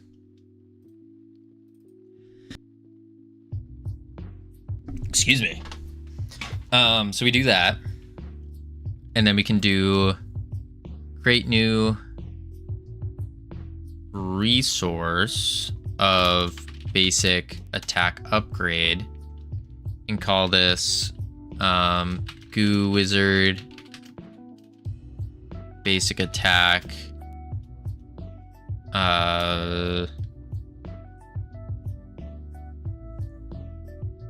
shoot, I want to do the special first.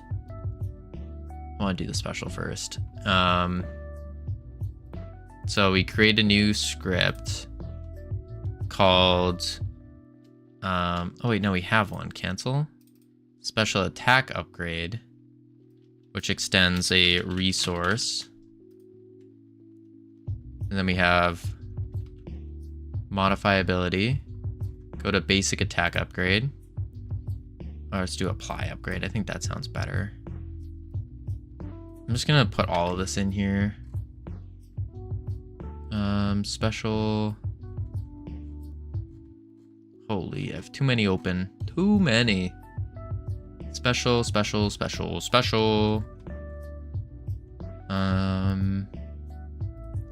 attack. Boom. Save. Okay. And then create new resource special attack upgrade. And call this goo wizard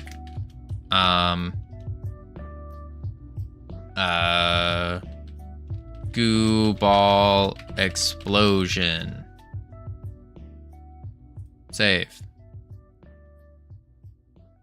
Now in the goo wizard, we have the goo ball explosion with the goo wizard. Okay.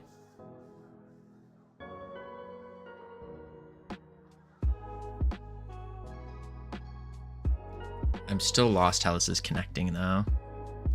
I want to pay you for your swim help, but hopefully my help with coding is enough.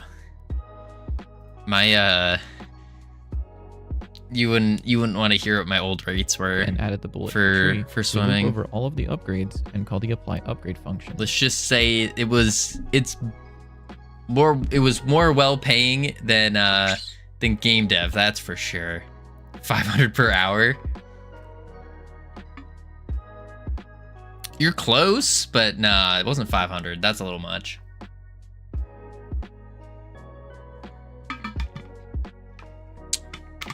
It was lower.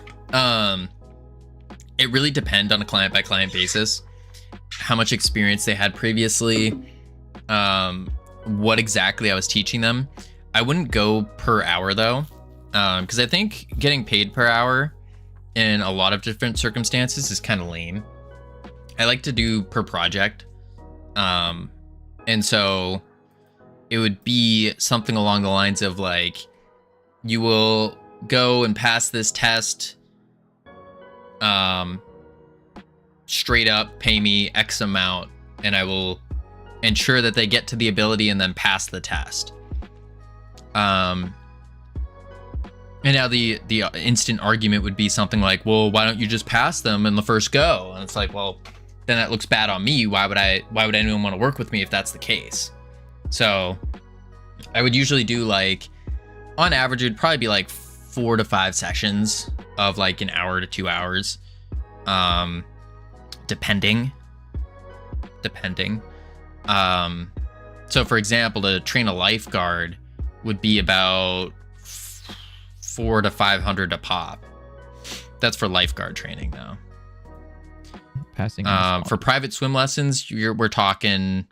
It could go anywhere depending if I have to go to the person's house.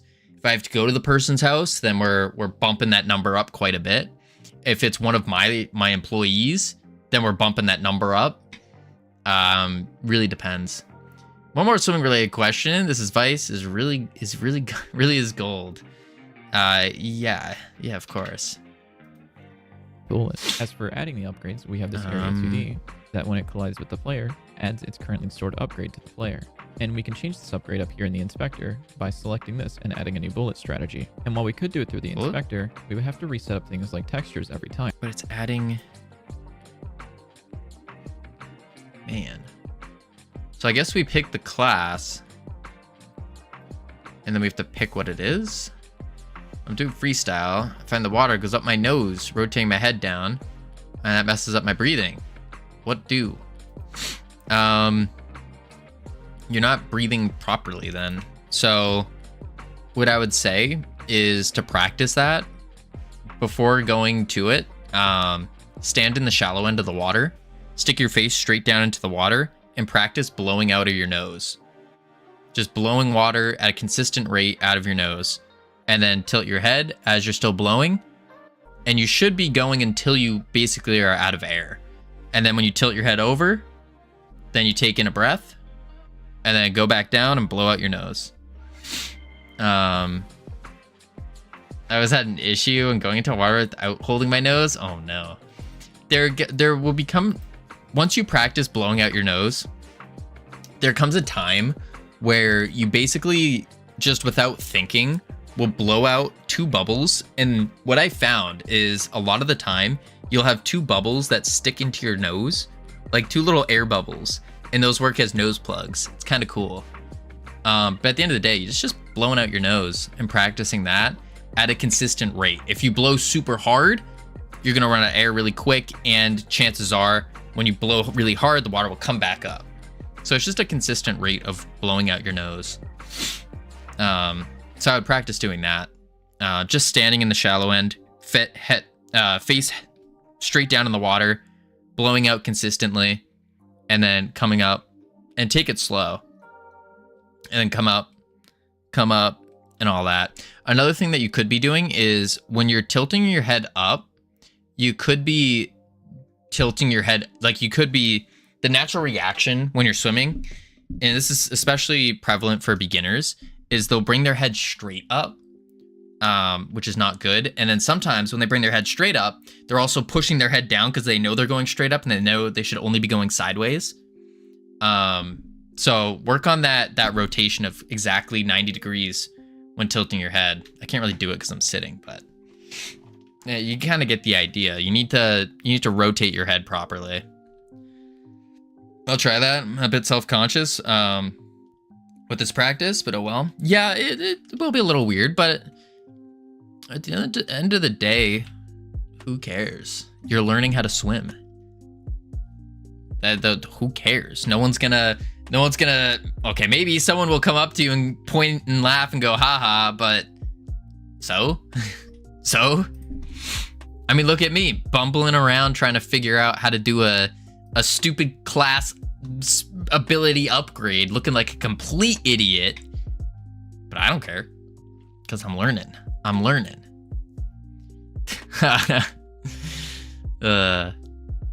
Yeah, it's really nothing. Match class, Goo Wizard. Apply upgrade.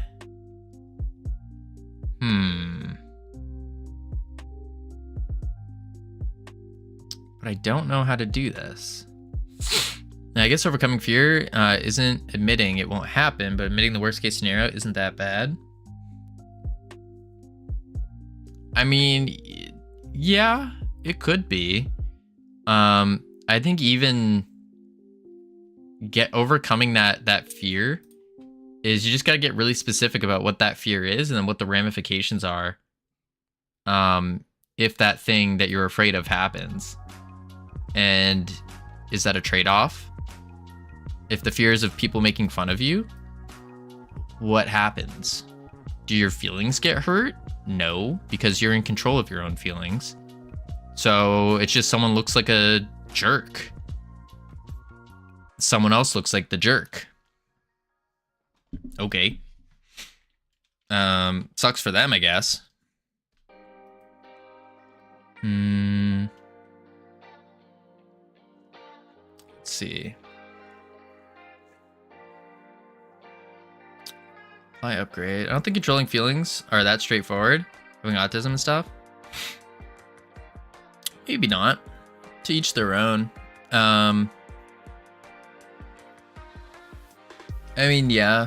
Everyone has to develop their own way of controlling their feelings, or like managing them. Not controlling, I should say managing. I guess they don't have to. I just find life is easier if you can find a way to manage your own emotions and have full control over them. I think it makes life a little bit easier, a little bit more fun. But yeah, different kinds of emotions to manage than other people.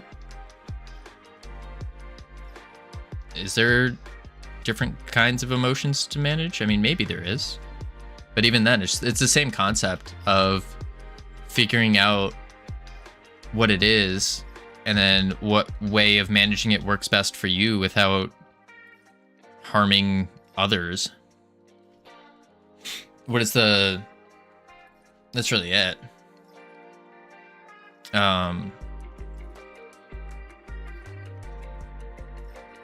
Like a lot of people, well, I guess without harming others or yourself, just coming up with different strategies, different ways of talking to yourself, saying things. But like, I don't know, coming up with for me, logic has always been something that helps a lot with that, and just breaking down the logic of, okay, someone says something, why do I care? It's complicated. Having my routine be interrupted is super upsetting. Oh, always is. I feel that all the time. And it throws me off. Like when I stopped streaming, my routine got absolutely destroyed, and it threw me off completely, and it was aggravating. But I knew with over time, I would get used to this new routine. So it was like, okay, just have to make it 2 days without streaming, and during that time, let's try to focus our efforts on making YouTube content and doing that. And that happened for 3 weeks until finally, boom, it clicked. And now Wednesday, Thursday, I'm in video editing mode. I'm ready. But that one I parsed through just using logic of, okay, I know it's going to throw off my schedule. I know I got so used to doing this habit, this thing. I know in the beginning it's going to suck, but I'm going to get used to it again. So you just have to make it that, just got to endure a little bit. And that's the way I logic it out. And I assume if it works for me, it could work for other people, or some variation of the sort. Pick class. Man.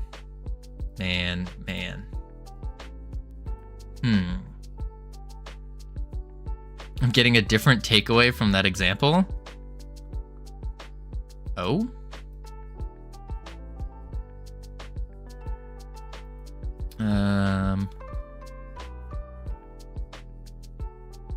Pick class. Let's go back to here. Fine. So instead, we can actually save it directly to the project. Hinges mainly on the base bullet strategy class. We have this class base bullet strategy. Base bullet strategy. These two fields are purely visual, but here. Worried about being rude though? I mean, if you're worried about how would you be rude? What? We have this apply upgrade The function. takeaway I got is that you may be neurodivergent too. I don't know. Honestly, if I am, if I'm not, I think labels are stupid. This strategy. I understand the psychological need for humans to label things, but I think it's a waste of time. So at risk of sounding rude, I think labels are dumb.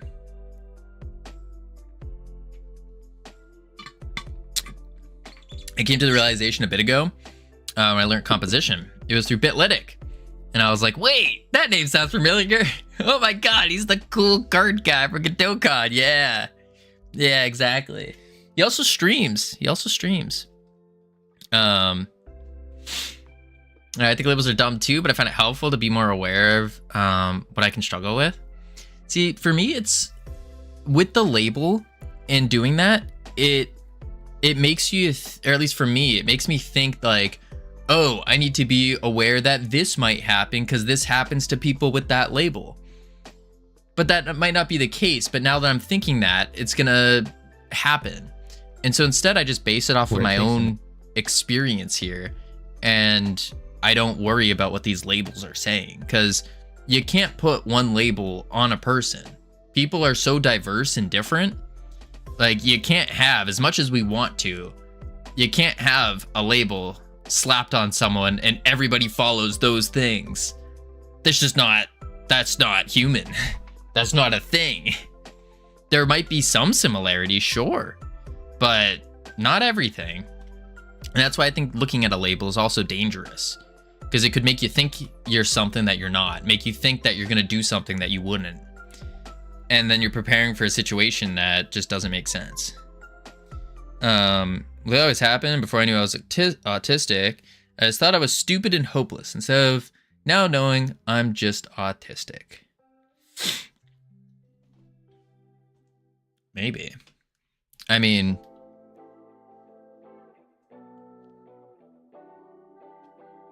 I don't know.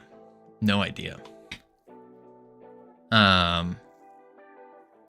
You were looking for something to explain why you felt this way. Why you felt stupid and hopeless. Get help from autism support for things like job applications. Yeah, that'd be pretty good. So then you can get because they probably have a better understanding of the common factors within that group. Yeah. You have to be a little bit autistic to make it in this industry. If you're not, just pack it up, throw in the towel. Shoot. I don't think I have autism. Am I supposed to pack it up and throw in the towel? The spawned bullet and applies any upgrades we need. By default, it does nothing. But for example, in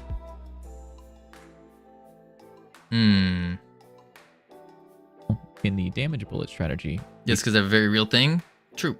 I think I have autism. That's why I thought the original comment may have been rude. Oh no, I don't take it as rude at all. It really doesn't bother me. Someone could say, I've had people try to lump me in saying like, oh, you have ADHD, you have blank, and I'm like, this not medically, nor do I care if I did or didn't. I just don't find it helpful to myself. But yeah. Take in the bullet and add 5 to its damage. Since this is a resource, we can also export variables and change them later. We'll come back to this.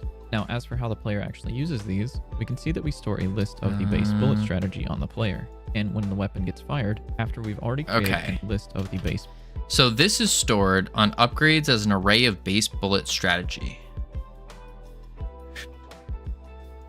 Okay. Bullet strategy on the player. And then we fire the weapon. Fired, after we've already created and added the bullet to the tree, we loop over all of the upgrades. For strategy in player upgrades strategy.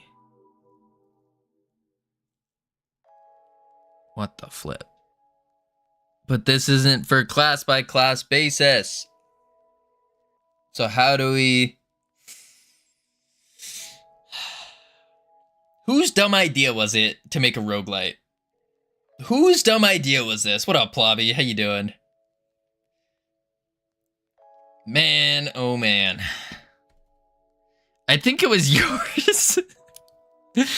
Listen, it doesn't matter whose idea this was. Uh. Hmm. Hmm. Hmm. Or you were making something, but then we all told you to play roguelites, and you did, and you loved them, and yeah, that, I think, yes, let's blame it on everyone else. It's all of your faults. You guys told me to play some roguelites, I started playing them, I enjoyed them, and then decided that's where we're pushing this game, is into making it a roguelite. Yes. It is all, everyone. Wasn't my idea for saying we're doing this. No. It was not my fault. Nothing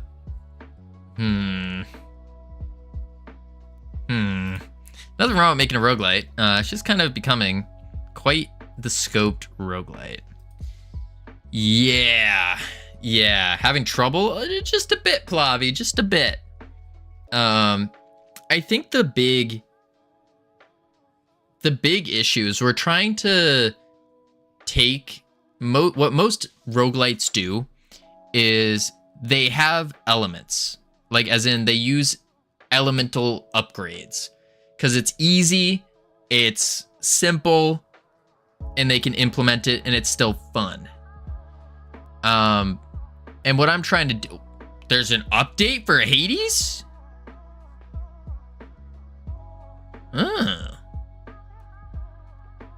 Interesting. Every single roguelite does this. They have some kind of elemental fashion. Unless they're being even more basic and they do things like get plus 10 damage, 5% speed increase, the boring stuff. Those are not good. Those are boring. We could go the elemental route, which we understand as the strategy pattern. You just make strategies for apply modifier, if fire, do fire damage. Easy. But we're trying to be different. We're trying to not just do if fire, apply fire damage. We're trying to do, you get upgrade, you're changing your ability in some fashion. You're making it better. You're making it more exciting, different, that kind of thing. Oh my lord. Wait, emergency. I will be right back real quick because it is pouring out and my package just got here, so I have to grab that real quick. We're going to check on the words. We still got a minute left on the ads. Anywho. And then when we return, we'll figure it out. Boop, boop.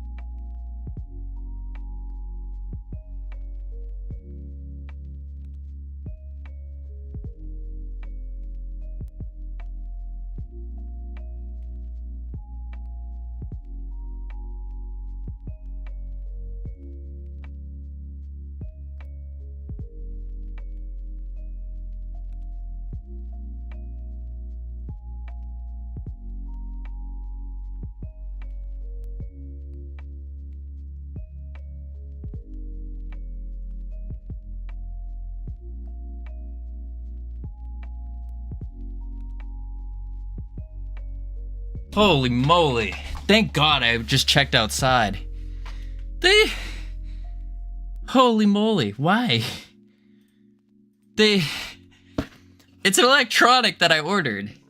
And they decided to not wrap it in plastic, even though it was just downpouring like 5 minutes ago. Oh. Maybe the rain's over or something, but still, spooky. Spooky.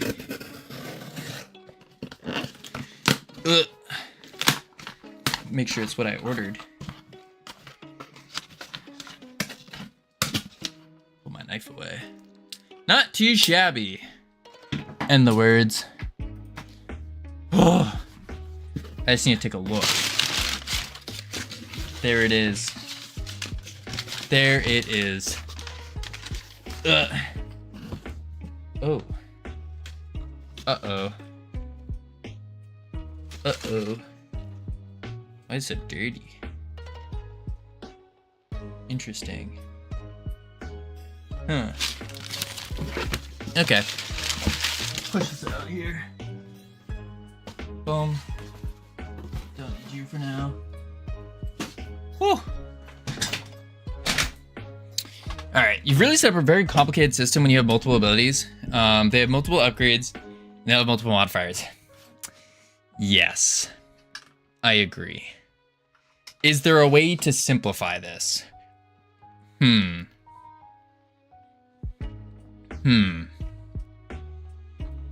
that's what I was talking about, is the way most roguelites get away with simplifying it is it seems like they do this elemental thing instead, where it's just a base modifier that gets applied to any weapon that you have. Because if we think of our classes like weapons, in Hades, you have your boons, which are just elemental buffs, being lightning, fire, water, love, whatever, light. And they would just do a strategy pattern like this for applying those effects regardless of the weapon. Easy. But now we're doing like each weapon has its own subset of buffs. But within each subset, it actually has what? 6? Because we have the basic, we have the special, we have the dash, we have abilities 1, 2, and 3. Which is a little wild per class. Why, you out of breath? Because I sprinted downstairs to get my package and then came back up. Sorry. I was running. I forgot to get more water too.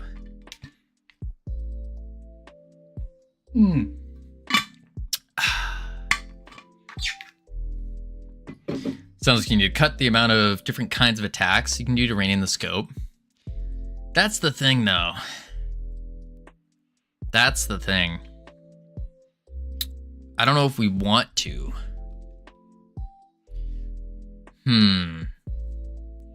Because we need to have... I want to know why we need permanent level upgrades on abilities. Well, what else would you suggest for making a roguelite? Or a roguelike in general? We want many attacks, but should we? Yes. Absolutely. And it's not that many attacks. It's a roguelite. Right. Which means you have persistent buffs and you have session-based buffs. So that's why we have the permanent level upgrades.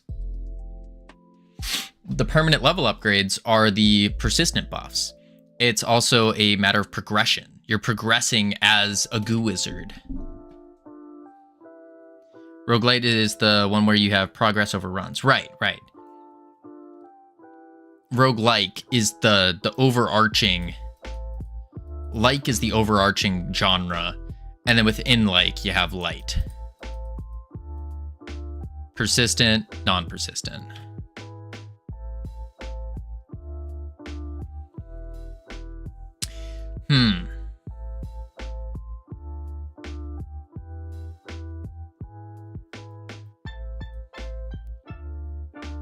Feels like you're designing an RPG skill tree within a roguelite. We are.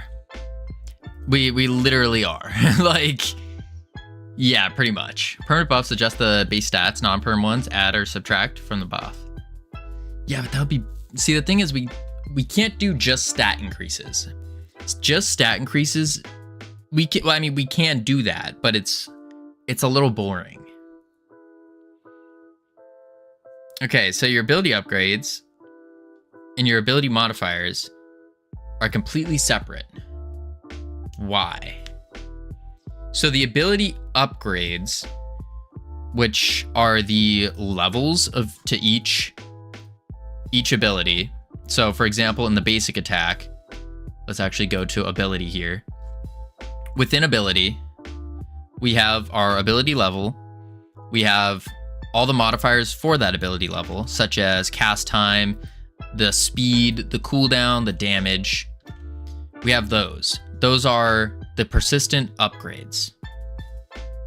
So you're just getting stronger and stronger and stronger. While progressing as a goo wizard or whatever.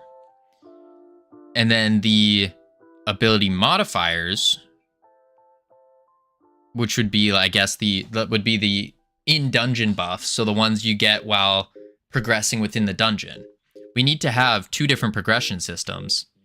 Or not systems, but progression system for the permanent stuff.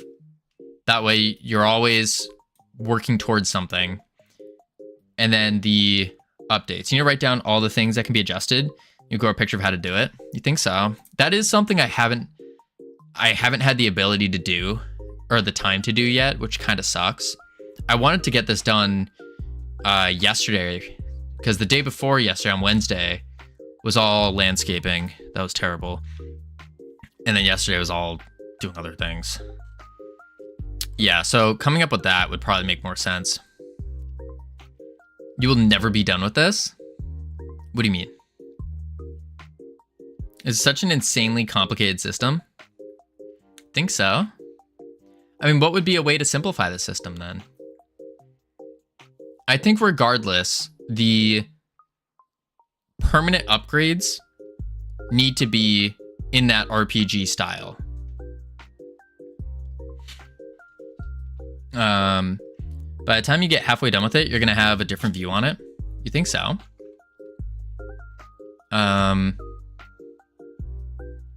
Repeat endlessly.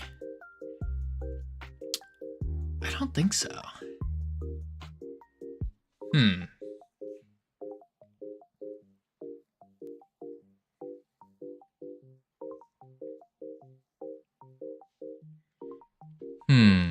Cutting out multiple attacks, cutting out multiple classes, cutting out multiple permanent upgrades, etc.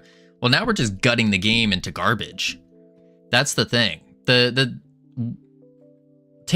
take a step back and say, what is the allure of this game?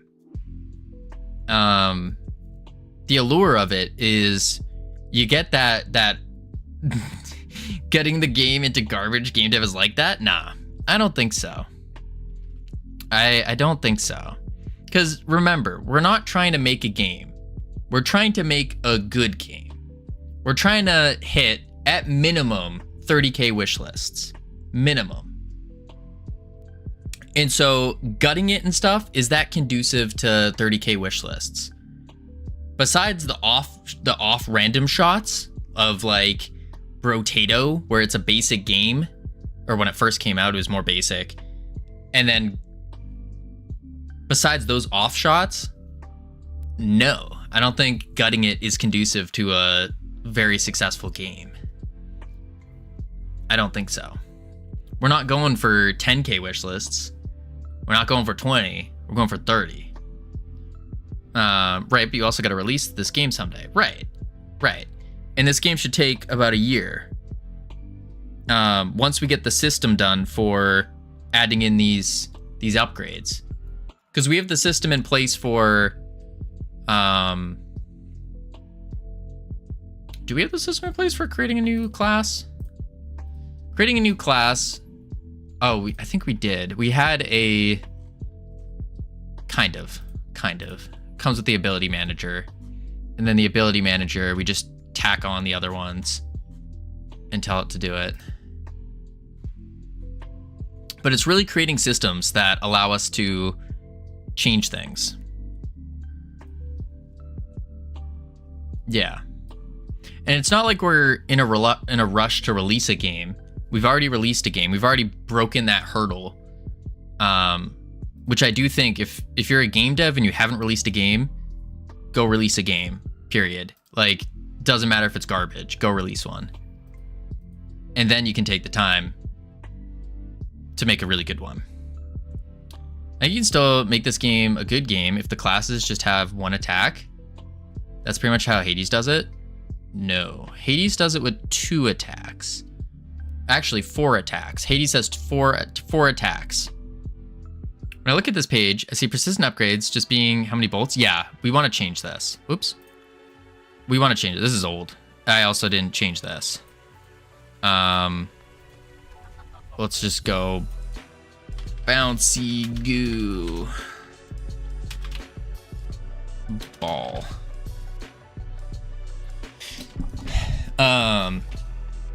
Persistent upgrades is 1 single bolt. And then I think what I want to do is places a sucker on enemy sapping goo. And then we can do like 2 bolts, or I'll have to figure that out. But yeah, Hades has 4 attacks per weapon. Per weapon. All we're doing is a basic attack, a special attack, and then 3 abilities, which is the same as Hades.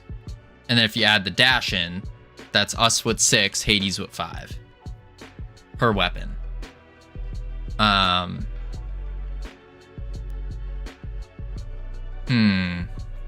PSD, you count Game Jam games as release games?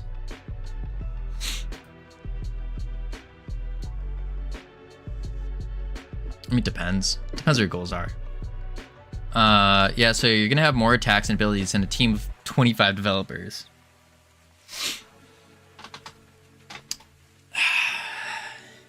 Yeah, I guess so.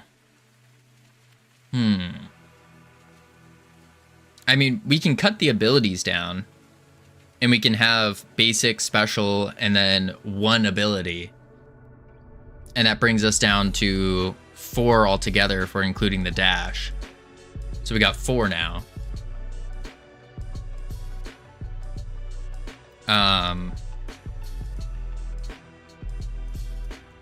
That's fine. So it's really, if we cut it down, so we can cut down the number of abilities. I'm okay with that. But it comes down to, once we can get the upgrades going and figuring out the best way to do this, the change of the upgrades, then it's relatively easy. You just have to create the system to make that easy. Try measuring how long it takes an ability, move, class, etc. takes, then estimate from there. It takes about, we already did that. It takes about 1 month per class. 1 month per class. If we were to fully flesh it out. That was based off of our 2 weeks to get the Goo Wizard having all the abilities. Just no upgrades on it. Or all the abilities with upgrades, but they weren't the upgrades we were looking for now because we redid them. We redid them, yeah. And then this is all inflated numbers. So what took us 2 weeks to do, I inflated it to 4, because I'm sure there's other things that are gonna pop up. Enemies, it took us a day to make an enemy, to make 2 enemies. So change it up to a week. Boss, take the enemies, increase it. I'd be down to play a Roguelite with just a Goo Wizard. Yeah, and I'm sure people would. But I still want to include more. And that's why total's needed. I wanted to do with 3 classes to start. And if the game succeeds and starts doing really well, then we can talk about adding another class. But I think 3 is a pretty good number. So then you also have something to work forward or work towards. And if Goo Wizard isn't for you, because remember, we're going to be playing with, it's going to be a multiplayer game. So you're going to have, if you have all Goo Wizards, it's a little boring. a little boring.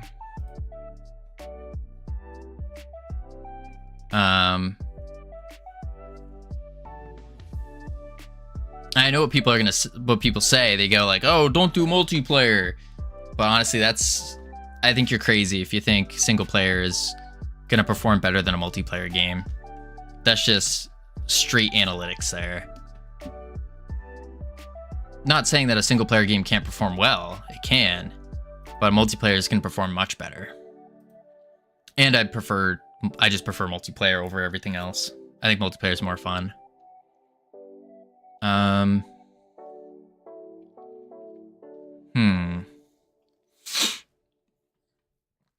Yeah, so in total, this game should take 8 months once we can figure out systems. Because that's really all it comes down to, is creating systems to make the creation of other things easier. I'm playing single-player multiplayer, a single-player multiplayer game, and it's been fun. Simulated players, yeah. And that's the thing. I'm not saying single-player is not fun. I'm not. Solo dev multiplayer games versus team full of people multiplayer games. True. That's true. And maybe it does make more sense to have a team of developers, but kind of don't have that available due to funding. But it's like, Claude is a team of developers. I'm not gonna vibe code this game. I don't think so. Howdy, HAVs. Yeah, bad haircut. I agree, HIVs. I agree. Thank you for being honest. Everyone else is like, oh my god, you look so good. Wow. Have my firstborn. And I was like, no. No.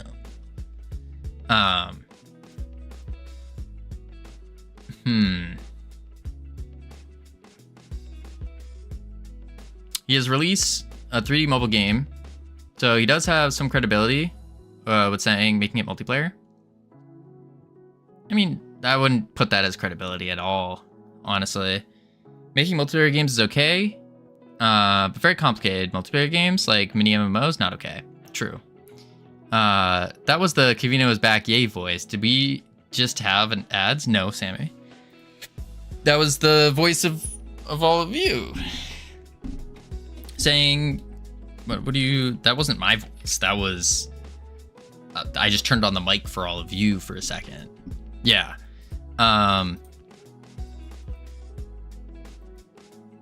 Yeah. Complicated mini games like a mini MMO. I do agree. It's probably not best.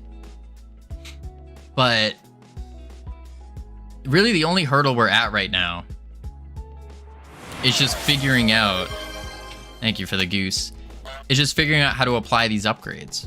Because once we figure out how to apply an upgrade, I mean, then I think we're cooking. I think so. I think our voices contain more anguish and agony when you return. Oh, wow. That was mean. I didn't mean that.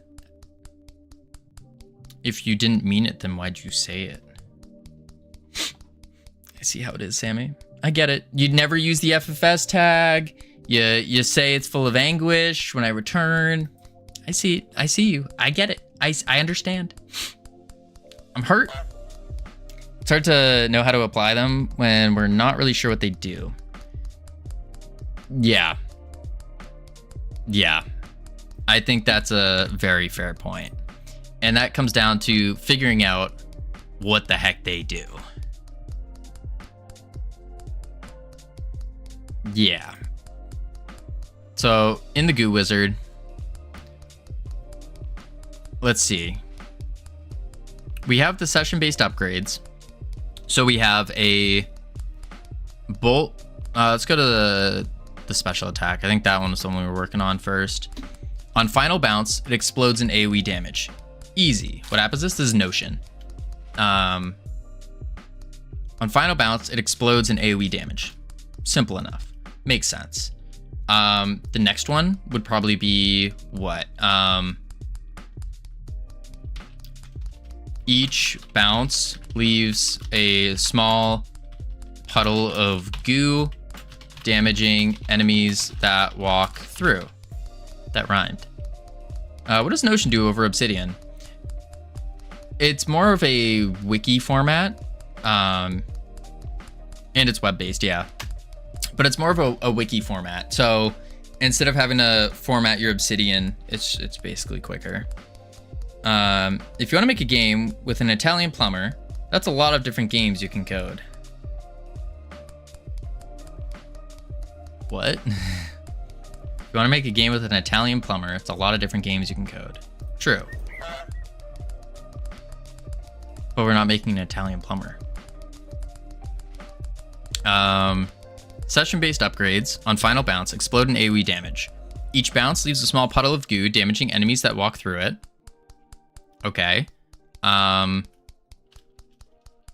we could do ball no longer bounces, but sticks to the... Actually, no, it still bounces. Ball sticks to the first enemy hit, exploding...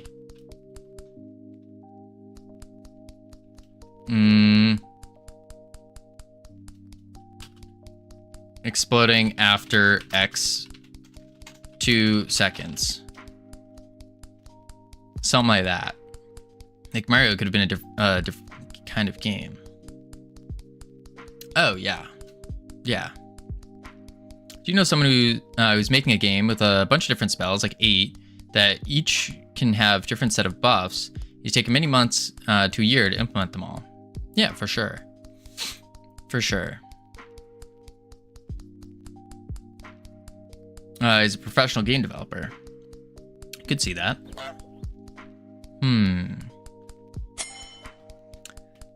Alvaro, thank you for the follow. Welcome to the team. You now have access to the beautiful, the immaculate team emotes you can use to welcome people to the team.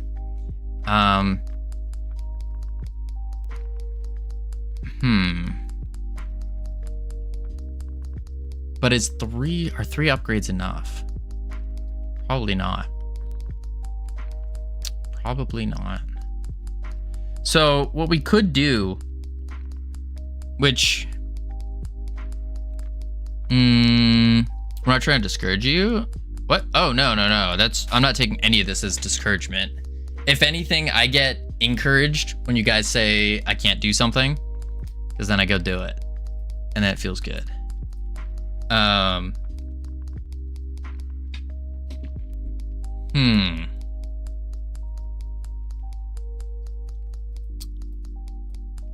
This is, I mean, okay. If we want to go the easy route, we just take what every single roguelite does. About every single roguelite. And all that is taking elemental damage buffs and applying them to our abilities. So regardless of the class, you're adding in either fire damage, water, electric, so forth. That would just make sense. I'll just say that I don't think permanent ability levels work. Imagine if you're fighting the last boss in the game and you've picked upgrades for the projectile every single time.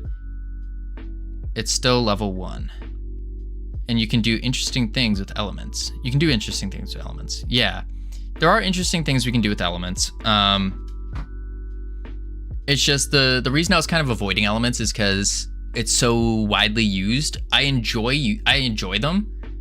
Like, I think they're really cool, especially how Dungeon Defenders approaches elements. I like that a lot. And we could do that, and that would remove our session-based upgrades. And instead, we could take these things, like on final bounce, explode in AoE damage, and that could be the final level of the persistent upgrade.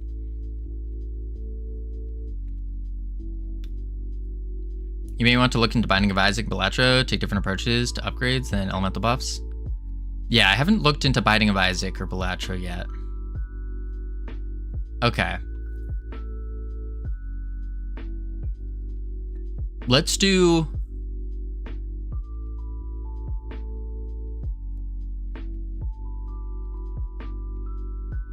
Well, being simpler than RPG upgrade tree. All right, let's go with the elemental buffs. because I think that's going to be easier to implement as well. And what we can do is take these things and we can add them into our permanent buffs. I think that would make more sense.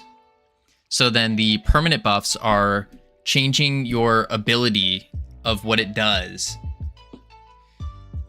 And then that's just a simple match the ability level to the function. And that changes what it does. And then the elemental stuff, you can assign an element to each ability. So then you could, if you wanted to, you could rock fire damage on your basic attack, water damage on your special, and lightning on your ability 1. And then ground on your dash. Something like that. All right. I think that's going to be the easiest play.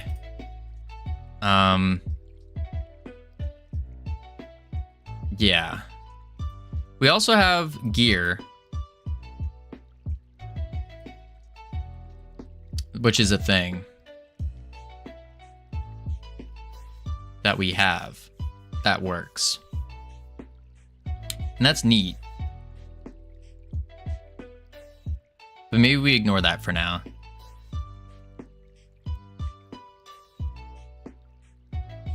Yeah. Let's ignore that for now. And we'll just do... We also have gear. We're going to do elemental buffs. And then we'll do fire. Lights enemy on fire. Dealing dot.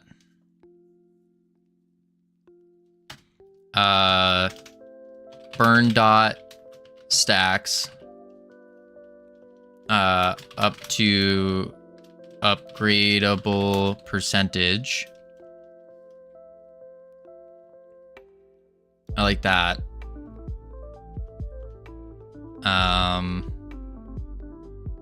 We can do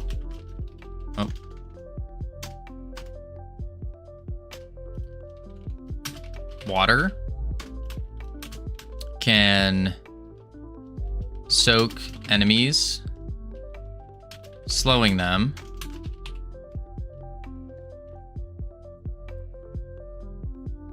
Not trying to discourage you either, or say you shouldn't make your game how you want it, but I'm another guy who has released a game, true, and spending weeks/months on systems that just end up being detours and scope creep is not great. Learning experience, yeah, but financial product, not a good time investment. True. No, I completely understand that. I'm just trying to make a game that is fun. And the way I'm approaching it is saying, okay, if our goal is 30K wish lists, that's our goal right there. So what requirements do we need to hit to where it would be unreasonable to assume that we would not hit 30K wish lists? That's kind of how I'm approaching it. So if we had fun mechanics, well, what does that mean? What does fun mechanics mean? And then breaking that down. We would need progression. What does that mean? So that's kind of how I'm approaching this whole thing. Is if 30K is the goal, visuals, yes, exactly, Mizzy Peasy. Visual juice. Bloop. Of course. But then what does that mean? Like that. So I'm trying to break it down from the goal and go backwards down. What does all this mean? And how do we approach doing all this? What up, Mr. D-Boy? What's the game you released? Ironic. There you go.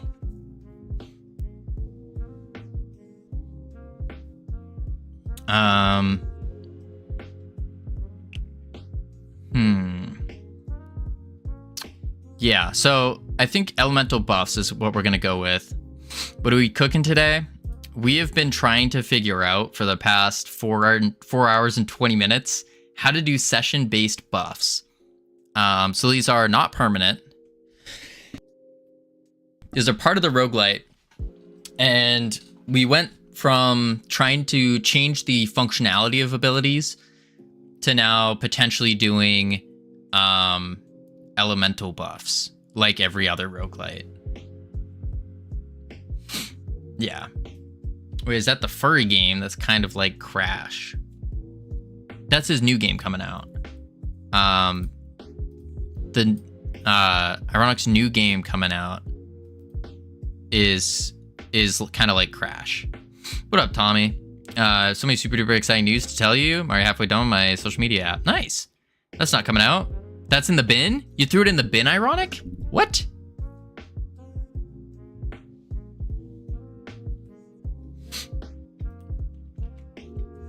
I mean, Ironic, you were saying that you need multiple devs for this game. A little team up action.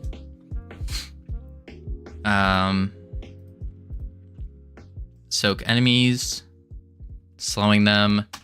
Let's do water. Oh wait, I did water. Air. Wind.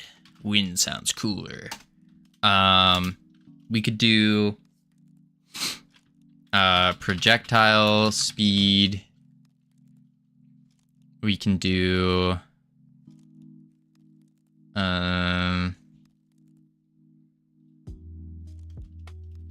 unleash tornado.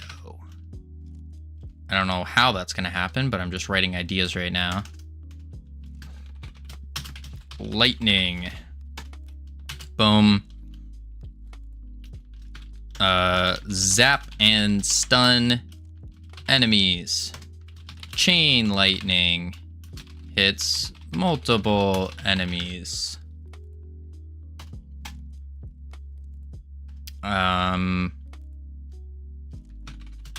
Earth. Poison enemies.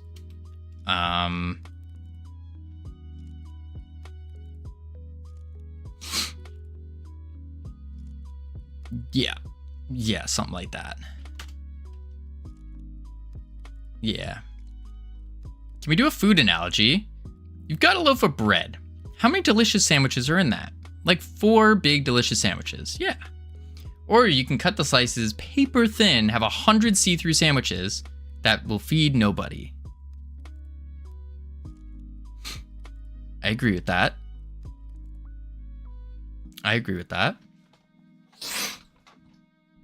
And that's what we're doing. We're building a big, beautiful sandwich with a brioche bun on top.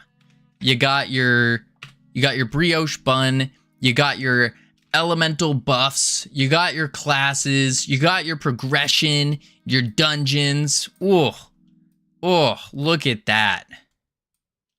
Oh, we want to make a small scope game that is rich and thick.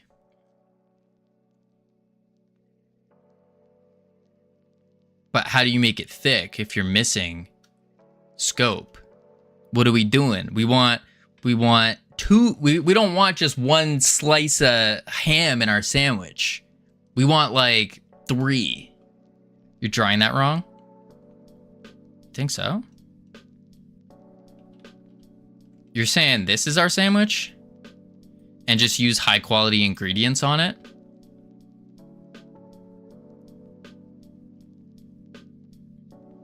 And at the end of the day, if you make a high quality peanut butter and jelly sandwich, it's still a peanut butter and jelly sandwich.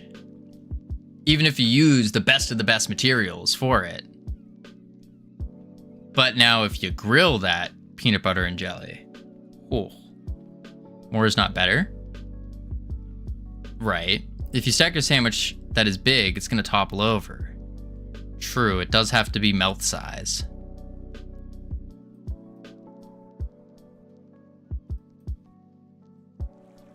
Does have to be mouth size.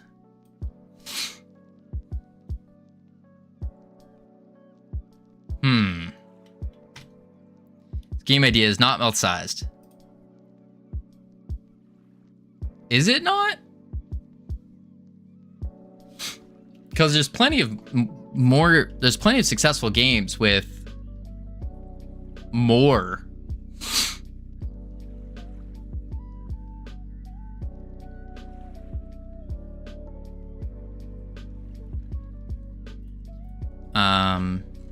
Let's do this. Let's do elemental. Let's do 1. Elemental synergies. Successful games with more, not made by one person in a year time frame. True. Problem is, all my ideas that I would be excited about making are pretty large. They're pretty large in scope.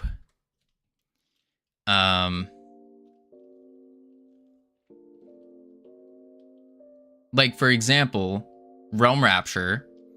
Had I had more experience going into it, I think it would have been more fun.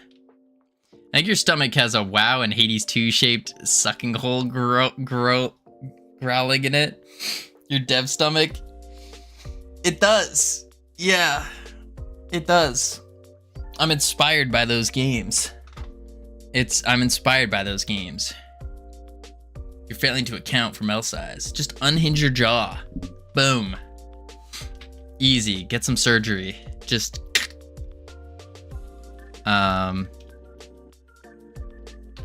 fire plus water. Fire plus wind. Fire plus lightning. Fire plus earth. I want to do cosmic as well. I think cosmic just sounds cool. I don't know yet. And then fire plus cosmic. Haha. What are you ha-haing about?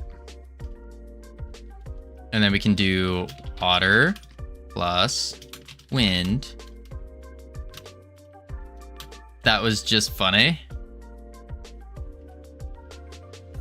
I don't know what was very funny about it, but okay. Lightning. Water plus... You were 4 out of 128 combinations in and added another element.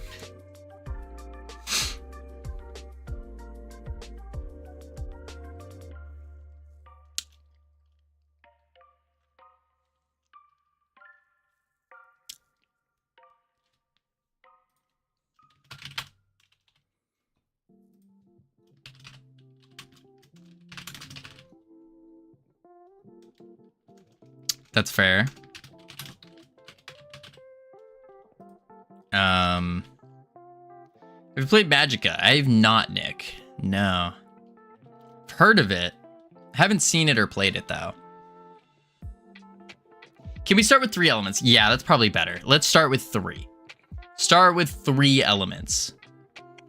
I also think you even need to... I also think you don't even need to do elemental synergies. I mean, no, but what you're trying to do, combination of 8 elements in all possible ways? Oh, that's dope. Okay, if we start with just 3, let's delete all this. And then we'll just go like this. And we'll do what? Fire, water, base elements.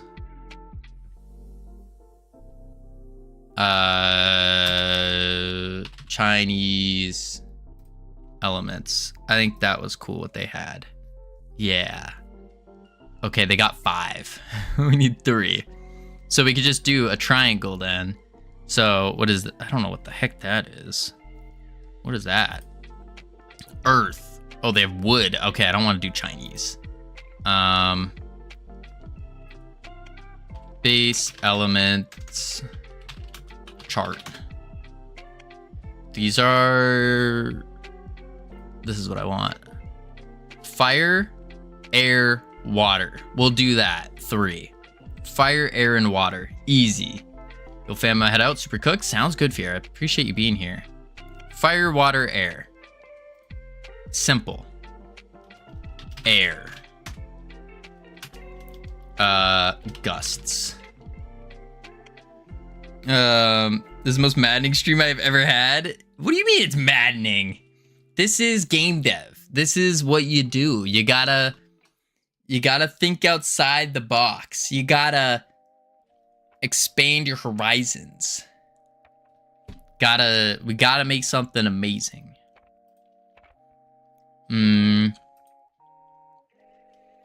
Gusts. We can add lightning to this in air. There we go. Think outside the box. You're doing the thing you criticized all other roguelites of doing. Yeah, that's true. That's true. All right, we got ads coming. We're gonna chuck on the words. Heading to level 7. I need to get more water. And then when I return, we're gonna talk about the synergies. And then we're gonna implement them. That's the goal. I'll be right back. Boop, boop.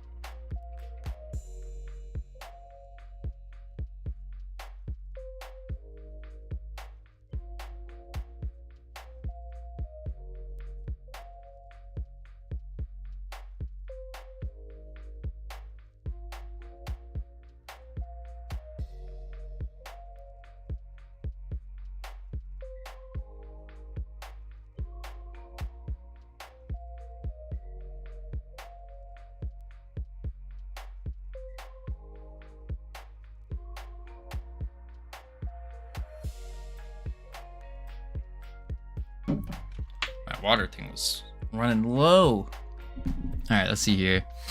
Boom, boom. Words off. There we go.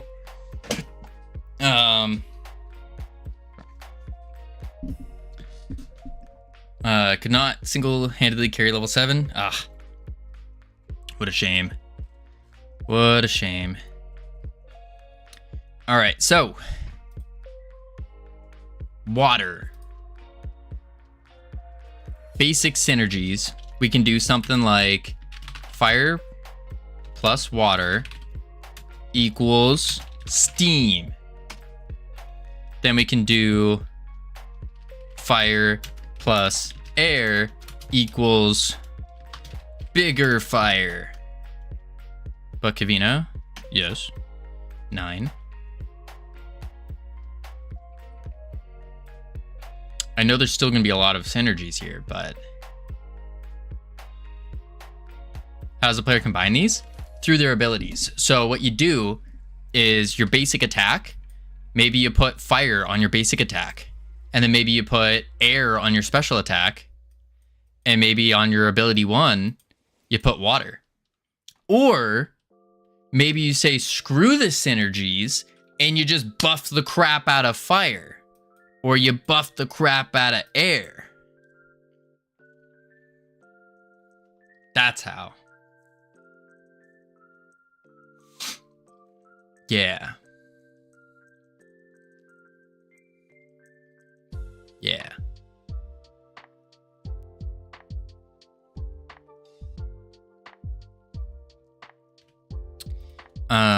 Fire plus air, water. Okay. Water plus air, ice. And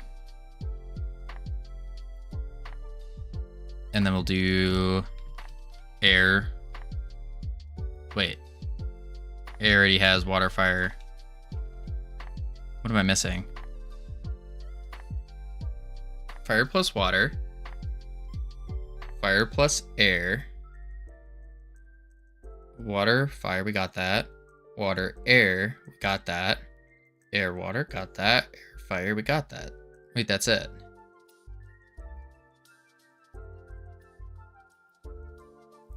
Are these elements are damage?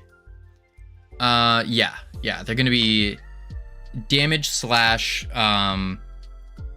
like a buff thing, I guess. So for example, I guess we could also do, because air is also lightning.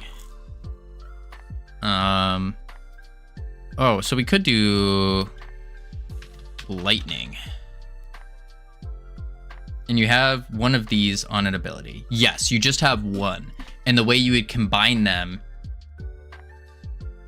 what if my attack has 3 fire?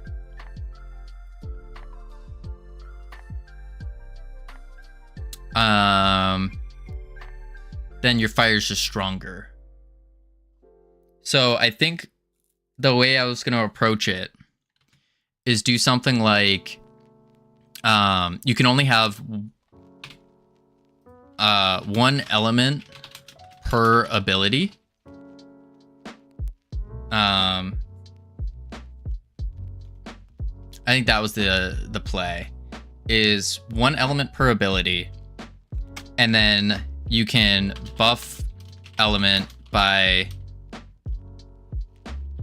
choosing buff element or replace the element. Instead of water, can we have goo? Goo wizard was a cool idea. What? No. We're still sticking with the goo wizard. We still have the goo wizard. Like, that's still the class. We're not undoing that. Goo wizard is still a thing. But now we'll go with the goo ball, the special attack. If you put fire on it, then it's going to do some fire damage. So the goo ball is still going to be a goo ball, but it will do fire damage.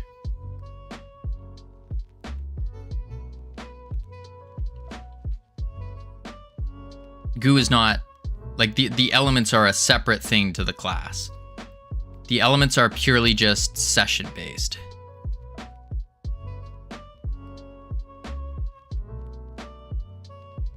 So what you can do is you can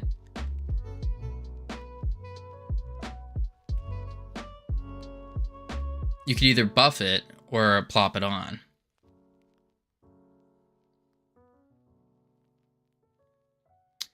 A level 1 character can only get a tiny buff in a run. Yes. There's virtually no progression in a run. Well, a level 1 character still has its base abilities. Like, as a level 1, you can still have you still have your basic attack, your special attack, your ability 1, and your dash. You still have all of these abilities.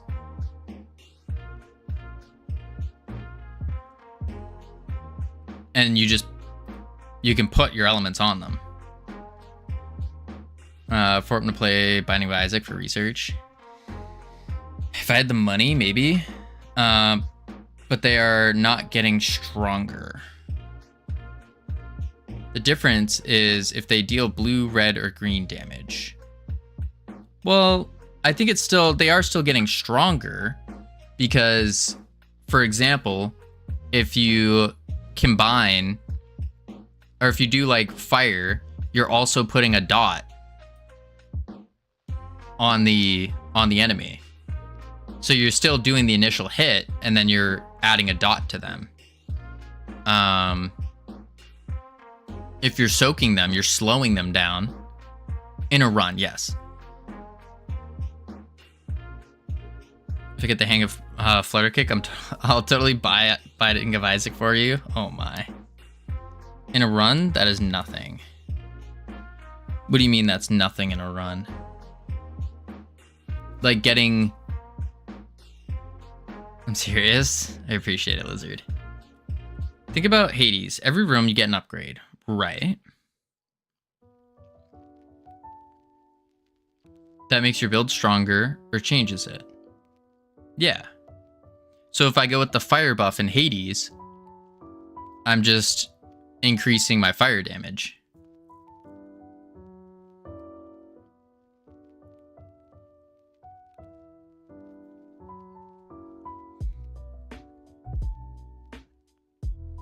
The point is the builds.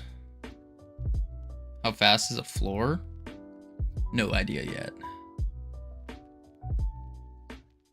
Right now it's at 3 waves, which isn't much. The point is the builds. Yeah. So you can do like... You could put a fire buff on your dash. And what that does is it leaves a trail of fire behind you or whatever.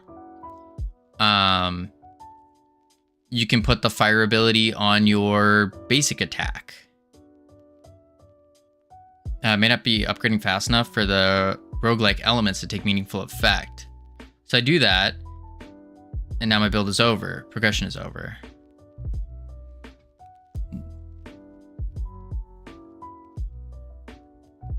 I'm confused.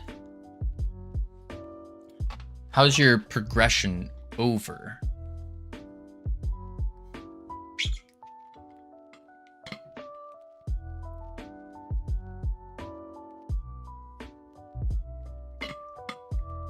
That was my single roguelite choice. Select an element. Well, no, it's after every floor, you pick a new. You can choose another thing. I have to play until I beat the game, or I die, so I can permanently upgrade my ability. No. It's every dungeon floor. Every floor, you get a new choice to pick from. So, for example, the game might give you room or floor. I guess room would be the room. It would be room.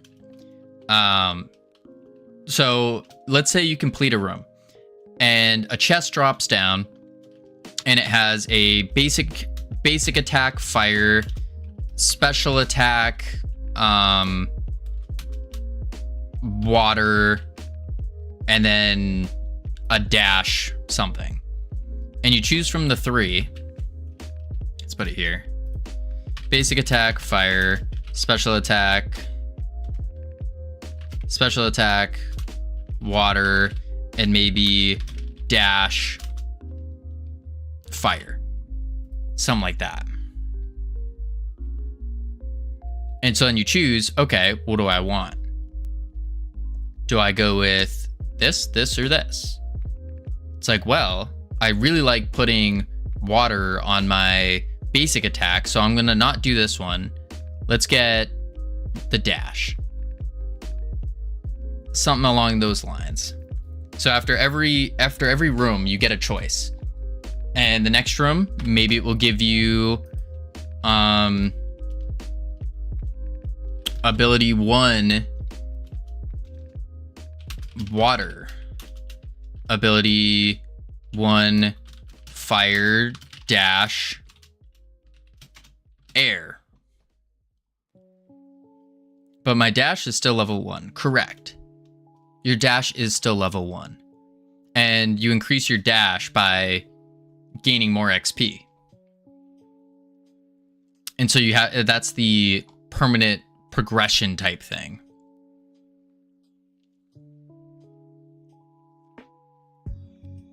Unless I get a dash of the same element in the next room, my dash is going to keep dealing the same damage for the rest of the run.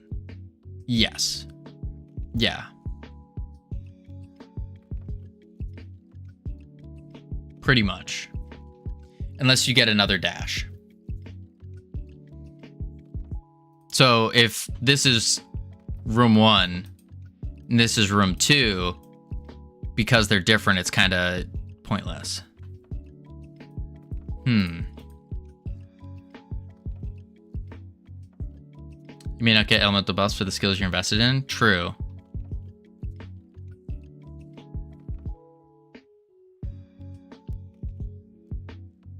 So I can end up at the last boss at level 0 with no upgrades.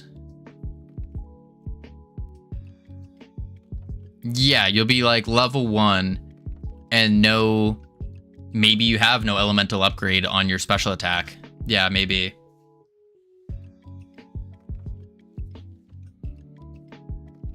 Because that's what I rolled in chests. True. But I guess the question is, we could make it ensure that you have something every time.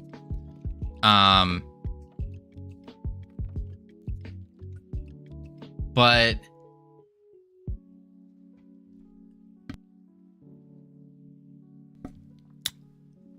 that's where the roguelite element comes in, where it is kind of a random chance type deal. So it's not like you're not guaranteed to be able to run the same elements each run. Each run is different in terms of what your possible builds could be. Yes, but I'm guaranteed to get stronger as long as I progress. Yeah. Yeah.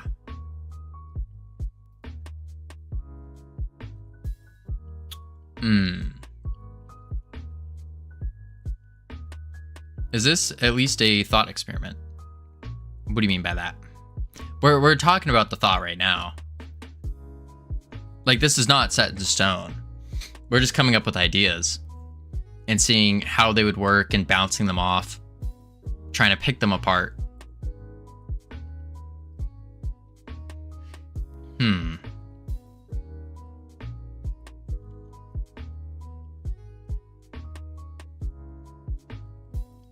How would we guarantee that you can always get an upgrade? Shoot tiers or lay bombs. Consider the most synergistic roguelike ever. I'll have to take a peek. How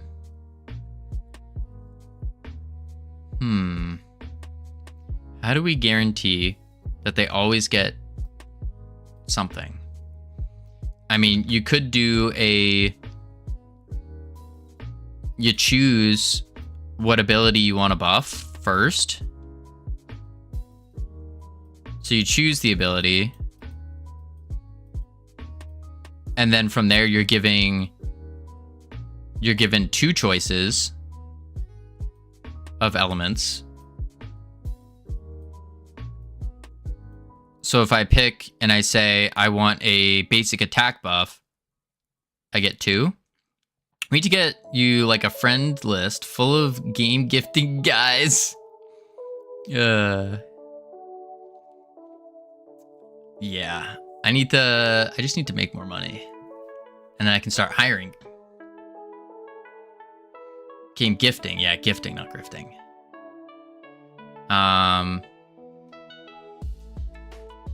But then I also need the time to actually play them.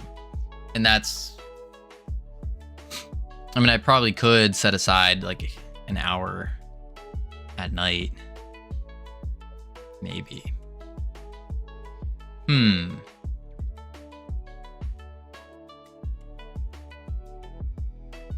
Research is part of game development. That's true.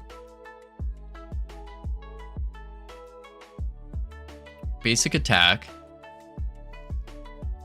So you choose basic attack and all that. And then it could be like fire, water, air, water, fire, air. And then we'll just say, I guess it doesn't matter. Water, fire.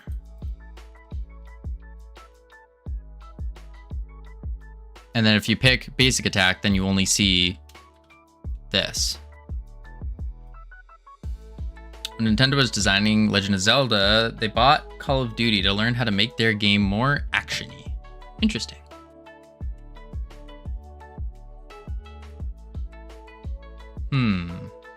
So we could do something like that. Breath of the Wild. And this would guarantee you at least have an upgrade. But I think that's just too easy. Doesn't feel good. Unless we do what Hades does, and you pick an element instead, and you go through that element's door. But if you're in multiplayer, you'd have to argue with your friend and be like, no, I want water, but I need fire. And that would probably be bad.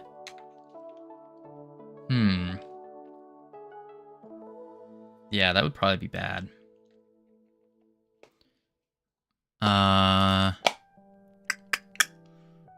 Yeah.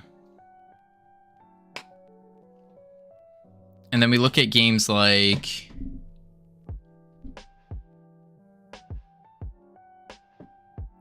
We look at games like Crab Champions, which has more broader scoped things.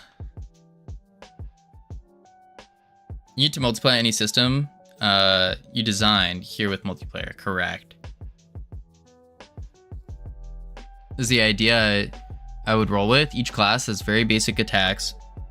But your upgrades are like attack explodes, leaves a poison pool, etc. You can apply it to any attack on any class.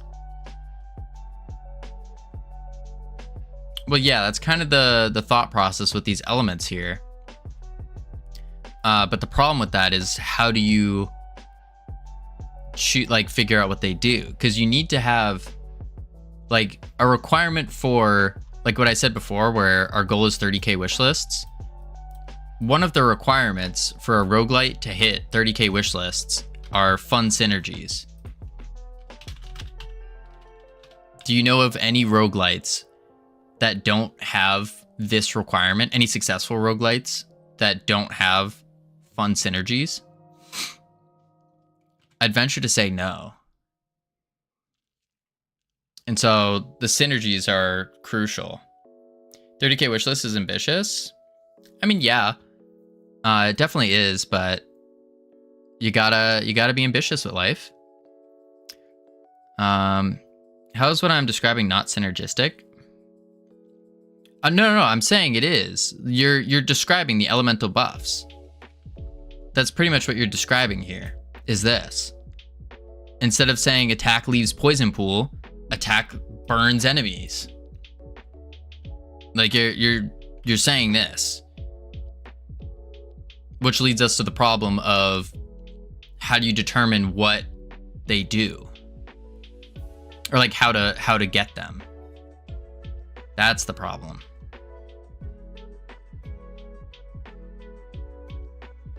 And that's all we're trying to figure out, is how do we get them?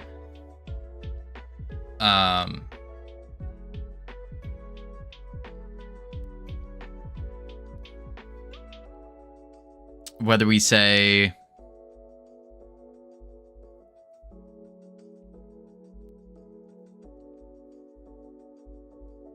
you're saying a fire upgrade with basic attack is different from fire upgrade with for a special attack? I'm saying fire attack does the same thing for both.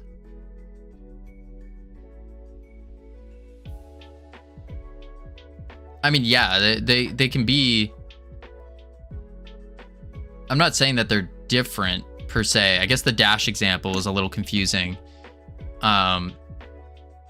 It imbues the attack with that element. So if your special attack bounces a ball, then that ball will bounce with fire damage. If your basic attack shoots a bolt, it will be a fire bolt.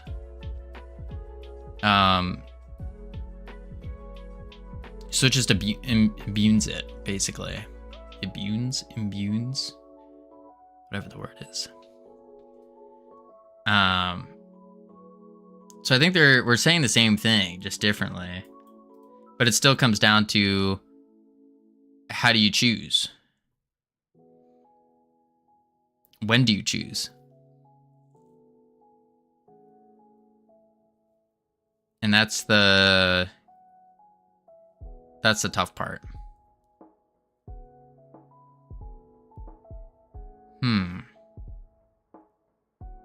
If you get a buff that causes an attack to explode, you'll want to give that player whose class lets them cast spells more often than the other player. Right. But how do we get the choice of getting that buff that explodes? That's the problem we're trying to solve. Because like Ironic said, we can run into the issue where one of your attacks doesn't have any kind of buffs on it, and you're at the end of the boss fight, and that feels bad.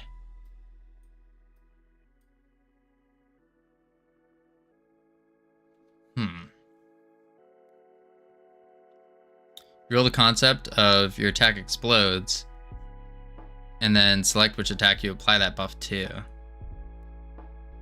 That might be a choice. Oh, so you're saying you get... Oh, so you get your attack now explodes on impact, and then you can choose, do I want to put that on my basic attack, special attack, ability, or dash? That's what you're saying.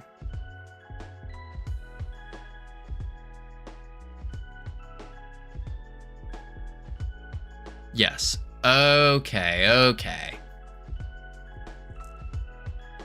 So it's kind of what we had with the gear, basically.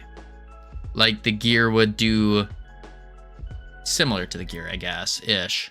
The gear just did a base buff. But I kind of get it. So you choose where to put it. Okay. Great Lizard, you should be able to choose what I put my upgrade on. Okay.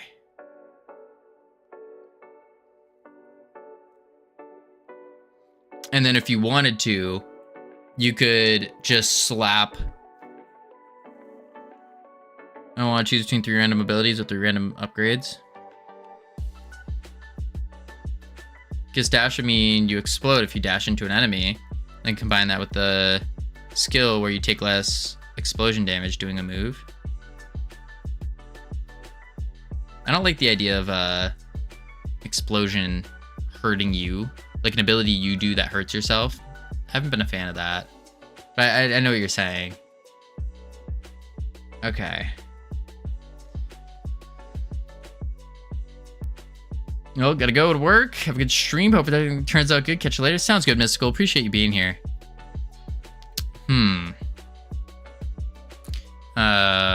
Got a haircut. Indeed, Hypnotic. Indeed. You got Git working? That's awesome, North Pole. How did you figure it out? What did you do? But now I go to sleepy sleep. Good night, North Pole. Sleep well. May you dream of many Linux things and code and all that by using my brain. Oh, that's good. That's good. Glad you found it.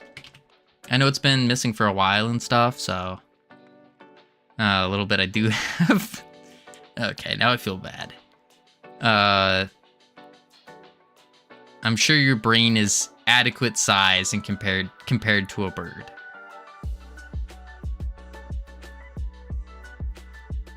Elemental synergies. Okay, so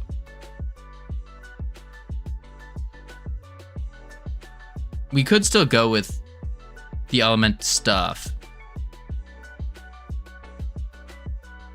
Unless it's a magpie.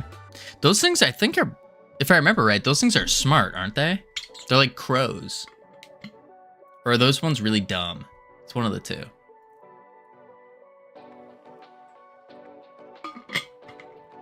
Yo. Dope. Very large brain to body weight ratio. Dang. System also means you make basic attack moves for each class. Then make basic modifiers. You don't need to make unique attack per attack applied. You don't need to make unique per attack applied. Yeah. Birds possess large, complex brains which process, integrate, and coordinate information received from environment and make decisions on how to respond with the rest of their body. Yeah. What, do you think I was insulting you, North Pole? I would never do that. I would never. I was trying to compliment you. Just important that you're letting the player get stronger in a run. Agreed. Agreed. Okay. The meta progression should be subtle and just help you slightly. They're not the main way of shaping your character and builds. I see. Okay. Okay. Let's do this. Boom. By the way, I find it lovely you are all helping Covino. Indeed, I do too.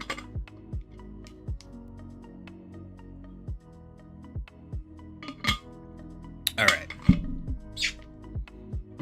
Maybe what we do is helping him with some very tough love. This is tough. Nah. You gotta remember, I grew up to where if I didn't call someone by sir or ma'am, I would have to do a bunch of push-ups in front of them and count them all out. If I get the end of the run, I have 20 upgrades in my basic attack. That should be a level 20 attack, not a level 1 attack with special effects. You think so? See, I was thinking that's exactly what it would be. So you grew up in the military? Yeah, military schools. If I get the end of the run, I have 20 upgrades in my basic. It should be a level 20 attack, not a level 1 with special effects. See, that's what I was thinking, is it would be a level 1 with special effects. And that's your in-game, like your persistent progression would be those kind of things where you're going. Imagine the difference between a level 7 20 times upgraded basic attack and a level 1. Well, the level 7 would be crazy stronger. That's not a persistent progression? You don't think so? A persistent upgrade is I have 50 more health.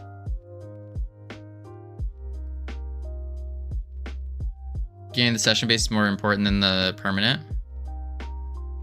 So I can last longer in runs. Right. But the big thing is we want to be able to, like, the thing that makes a roguelite really fun isn't just giving base number abilities. it's changing or base number stats. We were talking about that earlier. You don't want to give straight stats. We want to change the ability in some way, make it more exciting.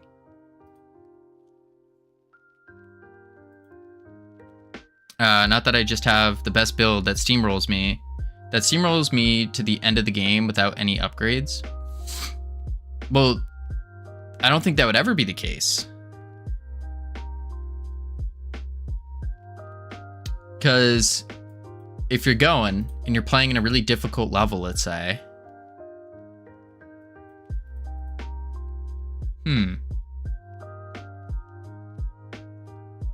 The session buffs provide the fun upgrades. Small stat buffs builds are the ones that change every run. The meta is small stat buffs. The builds are the ones that change every run. See, I would disagree with that.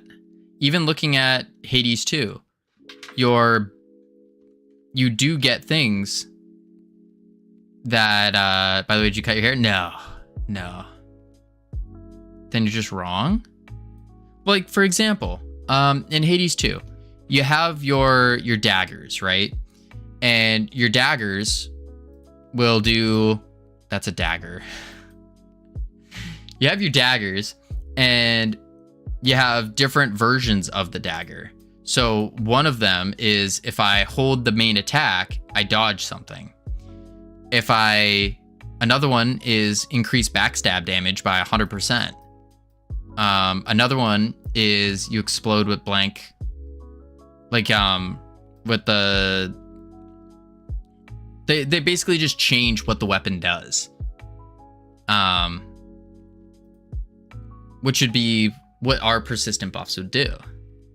Can't want to run only using permanent buffs? Right. That's kind of the intention.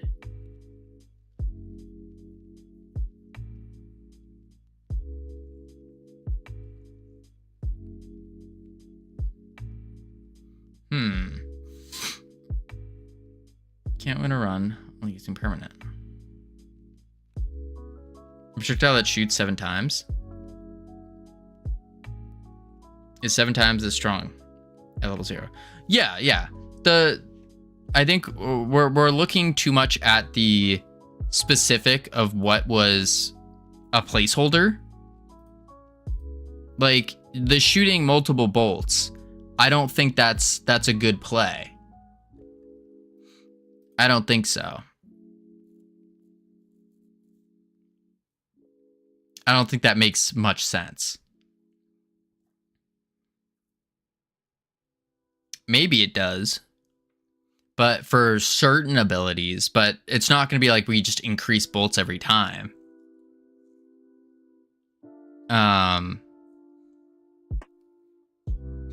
It would be something like, for example, the bouncy goo ball. It will bounce more. It will, on the final bounce, it explodes with AoE damage. Each bounce will leave a small puddle of goo. Something along those lines. It's not like everything is just increasing the number. It's slightly changing the mechanic of the ability. Adding on to it, making it a little bit better, a little bit more fun each time. That's kind of the thought there. Increases the bounces. Bounces more. I think that's fine for permanent upgrade. Pile of goo should be a session buff. Oh, the puddle of goo should be a session. Okay. My ears every time. Sorry, Phil.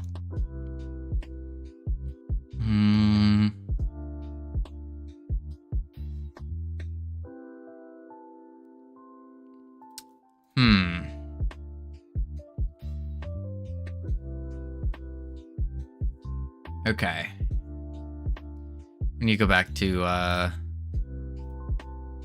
progression. Elemental buffs. With each dungeon, you should feel stronger than the last.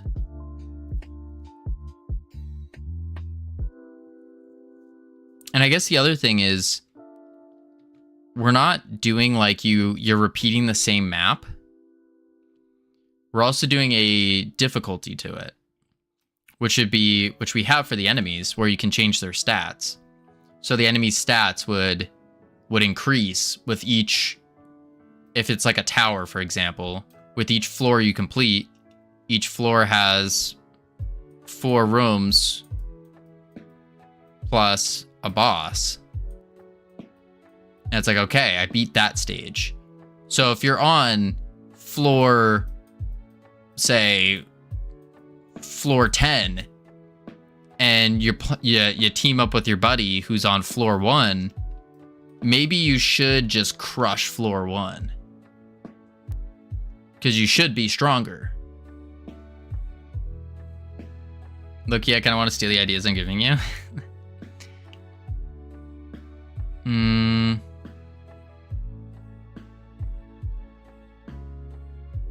Wait. Uh-oh.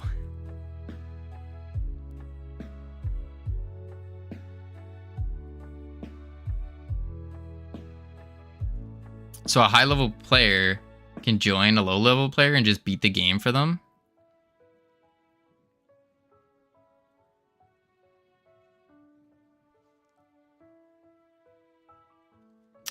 I mean, unless we introduce scaling, but yeah, unless I don't think introducing, like, the solution to that would be introduce player-based scaling, which I don't know if that's a good idea. And he points it out that the permanent upgrade system is at odds. Right. It definitely is. And that's part of the difficulty.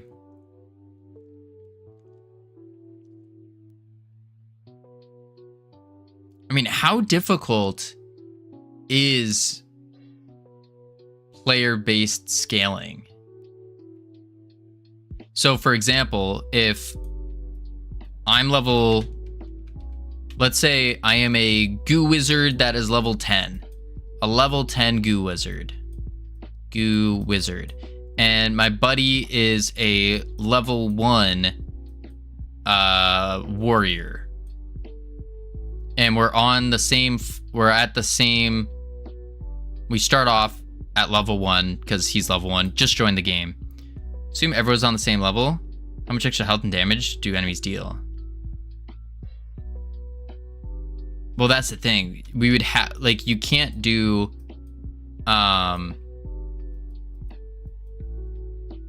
we can't just, if someone who's a higher level joins with you, we can't just scale every enemy, or else this poor guy is going to get one shot. And it would be easier just to progress on his own to catch up. But that's not conducive to fun. At the very least, constrain the meta progression to horizontal progression rather than vertical. Give them more options, not stronger options. Not on this. No, on the same level. Oh, if they're on the same level. 2 to 4, same level guys. Oh, okay. Then it just increases the overall stats of all the enemies by a percentage that we'd have to find. I think that's how most games end up doing it. It's finding that balance between it. It could even just... We could even just have it spawn more enemies, because we have a spawner now, and that's pretty easy to change up. So it just changed the number of enemies spawned plus maybe a small damage / health boost to them. I'm back. Dinner was delicious. Thank you for asking. What did you have for dinner, Sammy?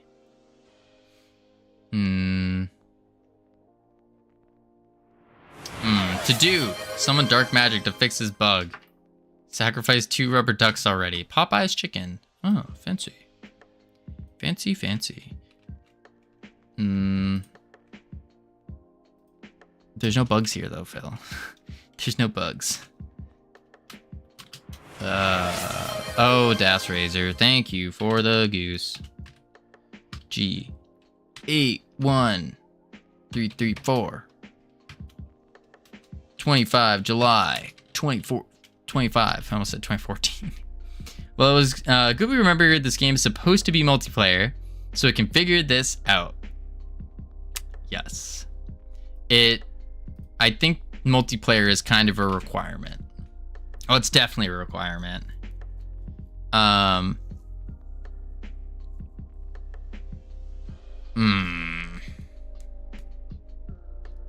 gonna have to do some like... I think the real issue that we've come across is the game design document is not done. I think that's kind of the big issue. You know, people make multiplayer games about climbing up rocks and picking up items in a haunted house. Yeah, that's called friend slop, ironic.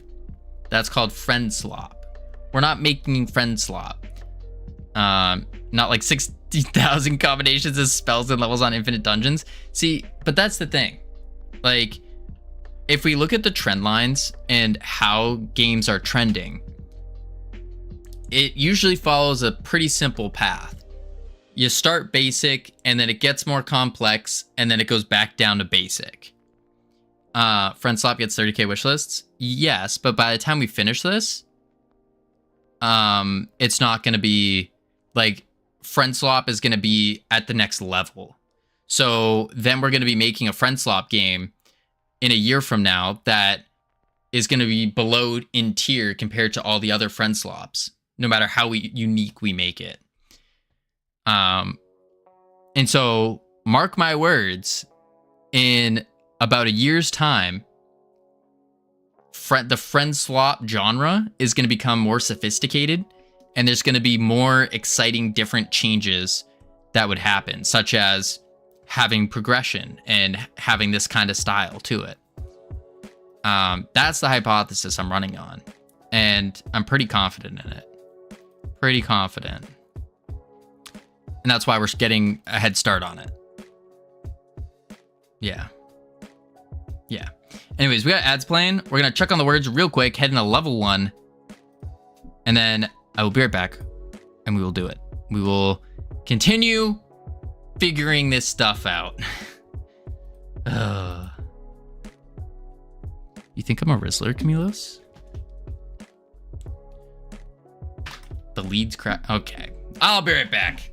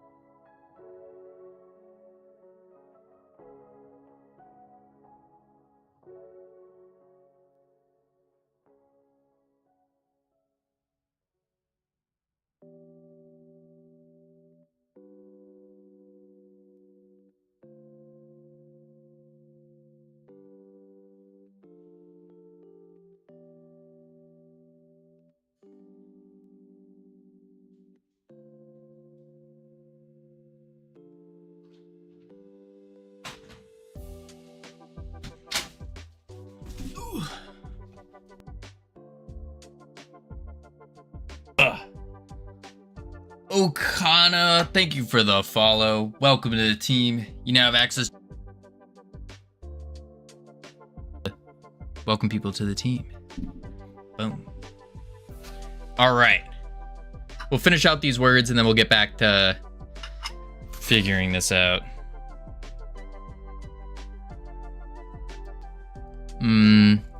What did I miss? Where is the line between fun co-op game and friend slop? Simple systems tend to be considered friend slop. I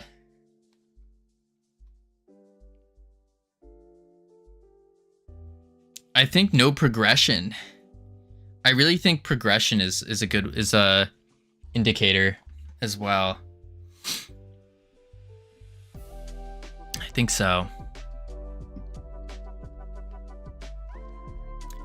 All right. Let's see here. Do I have autopilot on? I think I do. Check. There we go. Reload that. All right, there we go. All set. Oh, we got one viewer on Kick. Let's go. Let's go. But Covino, is that progression in the same save as your friends or personal? It would be personal. So if you and your friend are playing together, you would gain experience as your goo wizard. Do you actually have a co-op experience here? If some guy can single player the whole game and just show up to other games stronger? I would say yes, because if we scale the enemies, which is kind of what we were ending up at, which was, let's say a level 10 joint convinces their friend to buy the game, and now they want to play together. So I think that scaling is just an impossible task. Yeah, I have heard that it's quite difficult to do, and I don't know. I'm not sure how that would work. I would assume it would be within the RPCs, and we would have a check for the player's level in the RPC, and then just say, if it is, multiply. There's a reason why games put caps on things like that. I mean, the math, yeah. Figuring out what actually feels good for that increase. Because you can't just use a flat number increase like 5%. You can't do that. Well, actually, you probably could. I'm sure there's somewhere out there that has like level 1 equals a 10% increase, level 5 equals a 5% increase, and then it just scales until you're close. Maybe. Floor 1 to the last floor with all possible combinations for ability upgrades and session upgrades? No. It would just be based on the player itself. So if you are a level 10, if you're a level 10 goo wizard, and let's say your friend is a level 1 goo wizard, and you want to play together, what is a level 10? A level 10 is they have put 10 talent points into their abilities. So their basic attack might be level 2, their special attack might be level 5, and their ability 1 might be level 2 with a dash of level 1. Something like that. They've split 10 talent points among their thing. Okay, so you need to make a scaling equation that takes any possible combinations in there fairly. But that's my question. Do we need to? I don't know. Because wouldn't it just be you take this level and then we just say if the difference of this level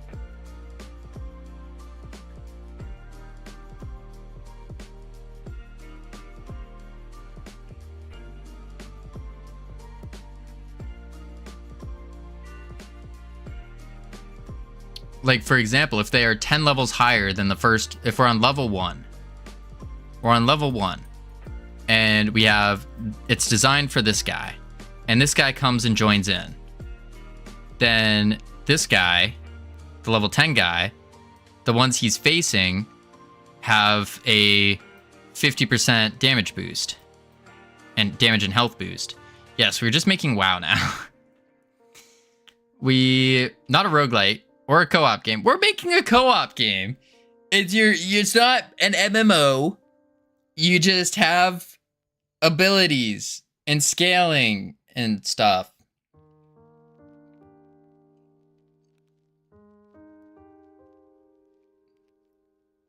Right? It sounds more RPG. It is kind of RPG like. Why would some guy that has beat the game go play with his friends at level 1 in this co-op game? So let's say this person has maxed out every single class.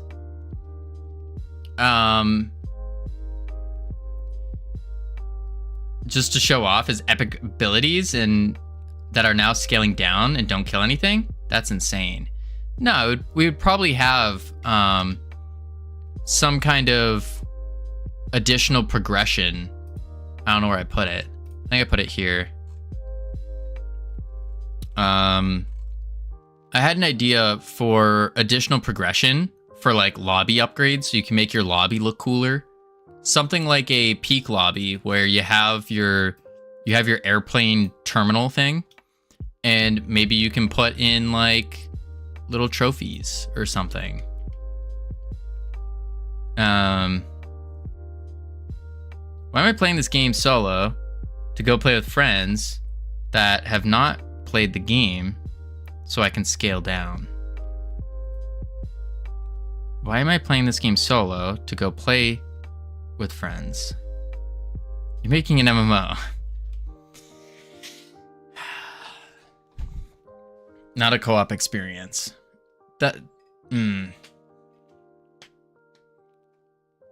It has to be...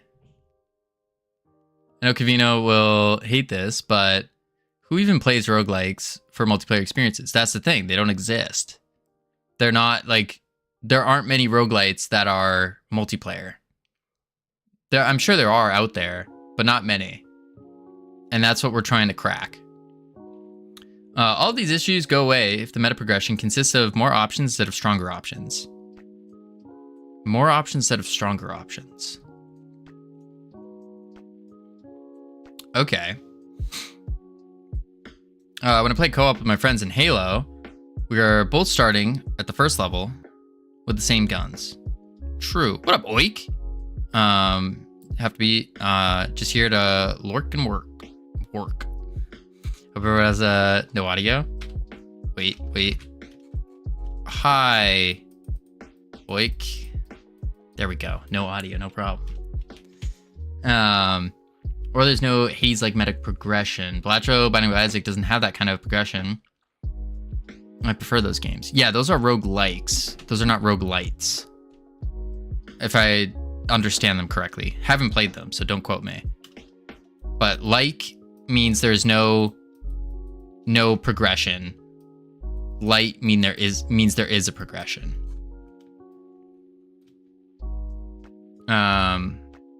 Yeah.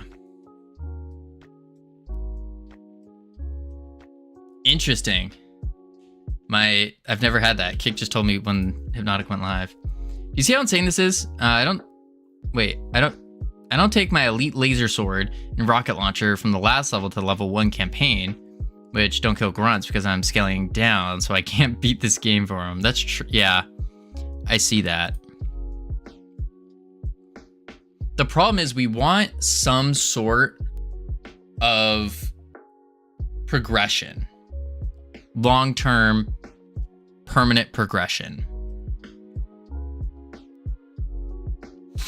Players won't care about if the meta progression makes it light or like. People care about the label cannot be satisfied.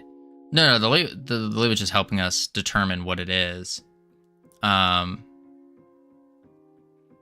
We don't care about it, but it's we want to still do some kind of permanent progression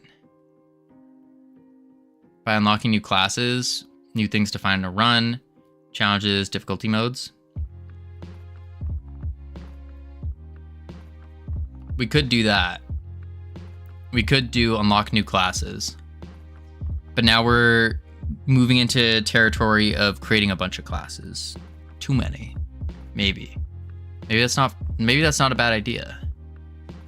And then we go back to the original plan. In Risk of Rain, you unlock different characters. Correct. I really wanted to get some kind of progression. Like, for example, if you really like the Goo Wizard,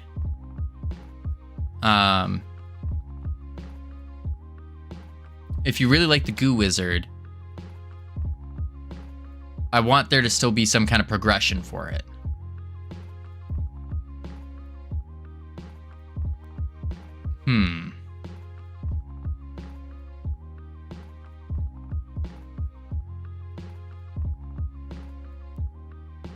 And if you really like some other class, there's some progression for it.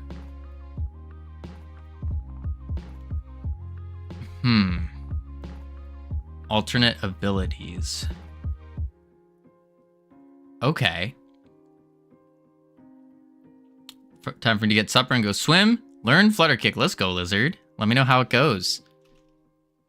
So I beat the game as the Goo Wizard. Now I can swap out the bouncy goo ball for a different ability. Okay. I see.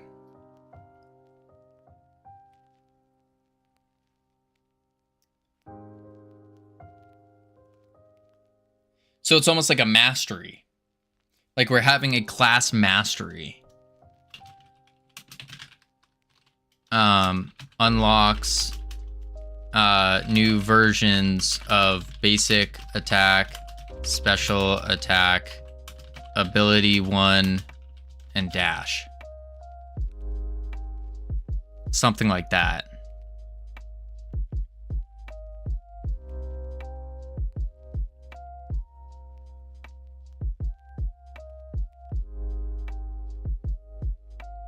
Yeah, that could make sense.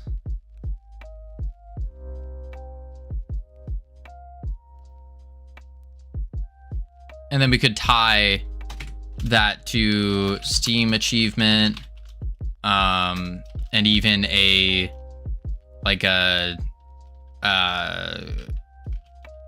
color change on abilities or or we'll just say cosmetic change.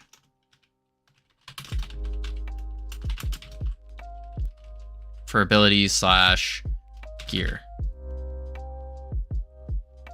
I think that could work. So in that way you still do have that progression built in. So if you do really like playing the Goo Wizard, and then you join up with your friend will be like, whoa, you have the purple goo? That's crazy. It's like, yeah, I've been grinding a lot lately. That would be pretty good. And that's just a color change. I think of, when I think of the color change, I think of the Warlock Green Fire quest in WoW. And it's like, you see a Warlock with green fire, you're like, whoa, that's sick. And it's like, you know how to get it, but you're still like, whoa, that's sick. So I think maybe that's the play, is we do something like that. So instead of permanent upgrades, we have rewards. Yeah. I mean, the permanent upgrades, we're still having the unlocks new version of the abilities.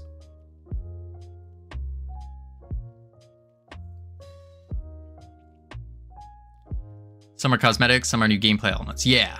Yeah.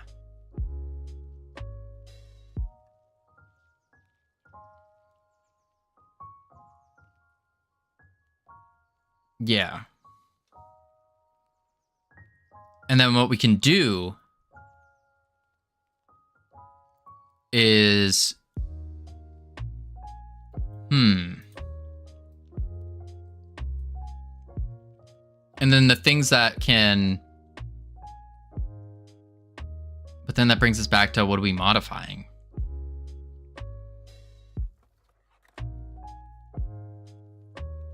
Are we modifying the... Are we modifying with elements still? Or are we modifying the ability itself and giving the goo wizard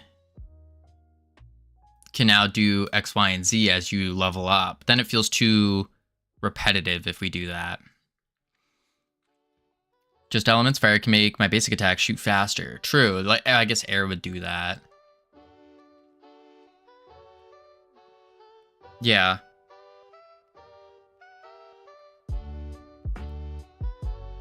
And we could slide in a couple, like, epic upgrades.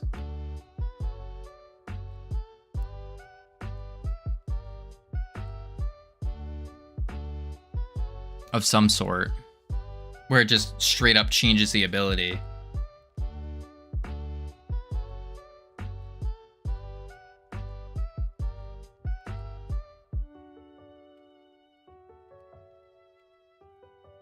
So like the...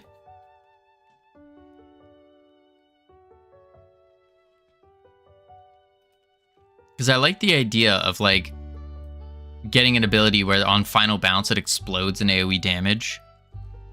Or increases the number of bounces. Each bounce leaves a puddle of goo. That could be tied to water, maybe.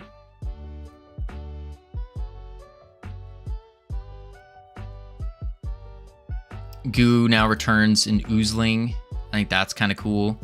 Which I do want to rework the basic attack.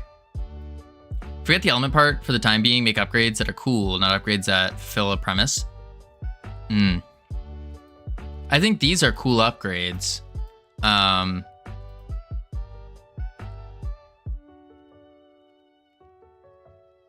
think those are cool. Just so we can get some game dev done today, instead of like game design thought stuff. Let's rework the basic attack. What I want to do for it is instead of it just getting you hit with the basic attack. Let's close all this for now. For the basic attack, what I wanted to do is just slightly modify it. Just to fulfill a deeper fantasy of being a goo wizard. And really jumping upon those like sticky versus bouncy goo. So we got the bouncy goo. I think this ability is great. But I want sticky goo. So this... how it brings back a goo ball. I think instead what we do is it's just a slight visual change where you shoot it out and it would put a little gooling thing on the enemy. It just attaches it to the enemy. And then this guy is the one that gives you back the goo. So it looks like it's like sucking goo out of you kind of thing. I think that would be kind of cool. Yeah.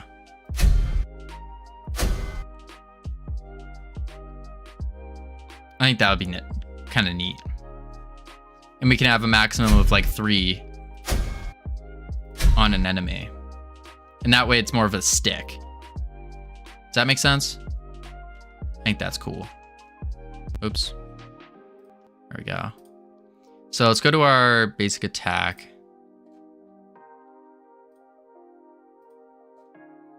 Okay, that's the ability manager, basic attack, and we need a ghouling.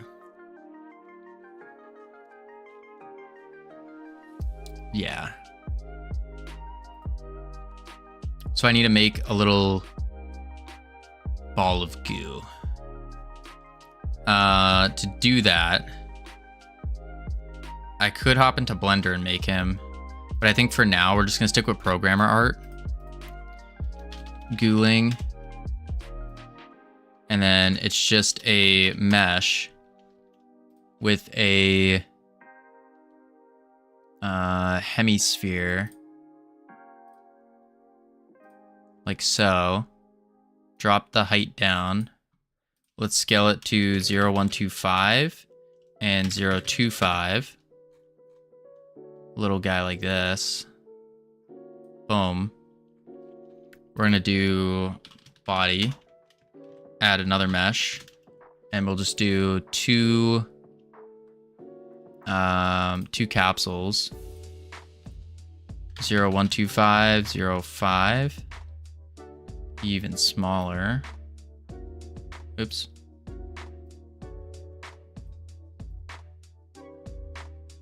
Let's do that. Height up just a touch. Radius down. Up. Height needs to go down just a touch. That should be good. Something like that. Maybe even smaller, actually. Yeah.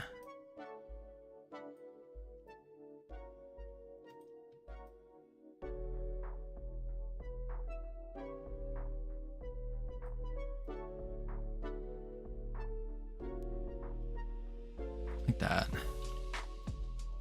Then plop them on. Do like a rotate. Push it in. Rotate it. Pull it out. Material. Shading. Double tune.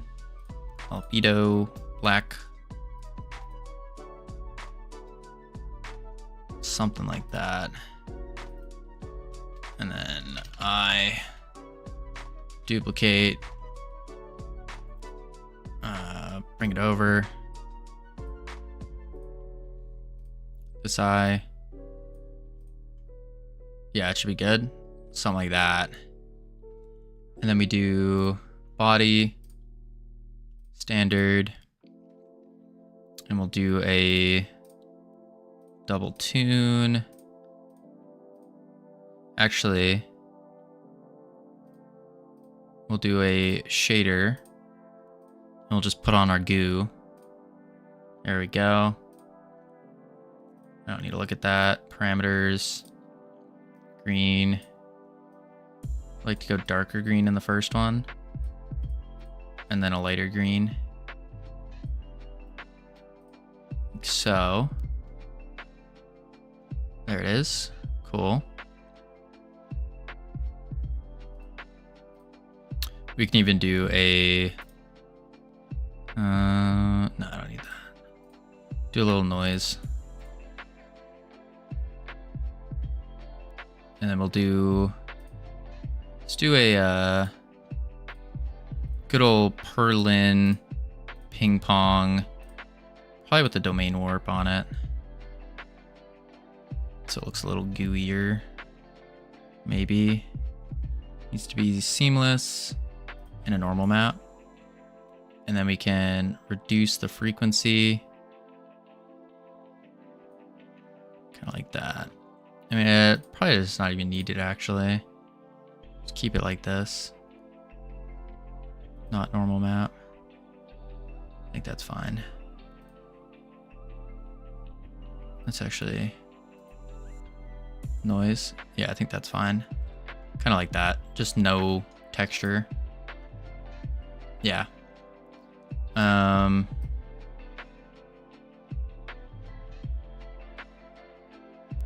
You can go. It's too blue. That's fine. Turn that up. There we go. Perfect. Little ghouling. And this will get attached to the enemies. I do want to stretch them a bit.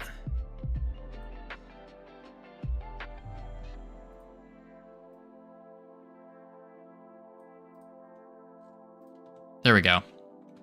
Ghouling. And then save this. Under, yeah, we can just do abilities, save. Then in our basic attack,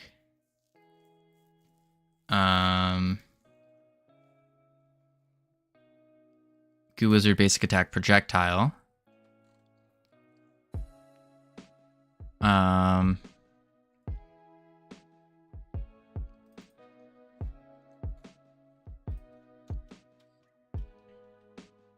Why is this under nodes?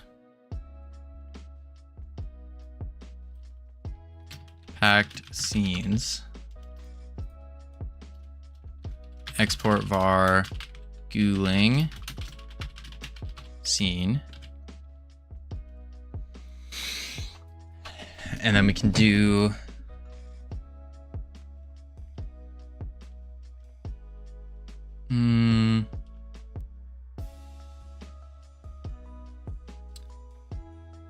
where is it?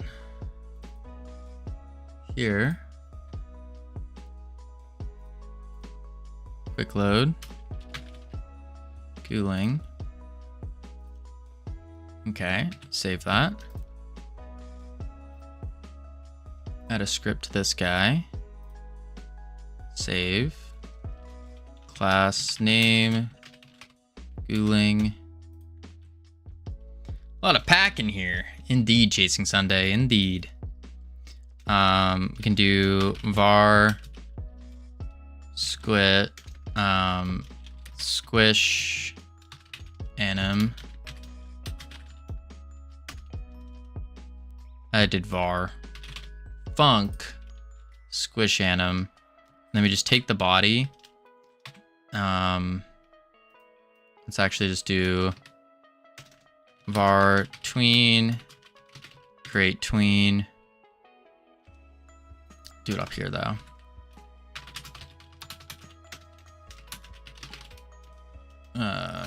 Tween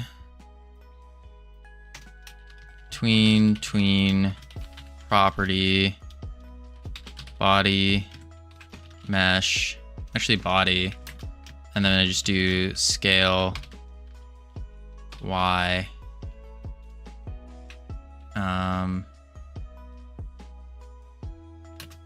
Then we go 0 vector scale vector 3, and we do squish var wait const squish vector 3 we go on the, let's do 0.5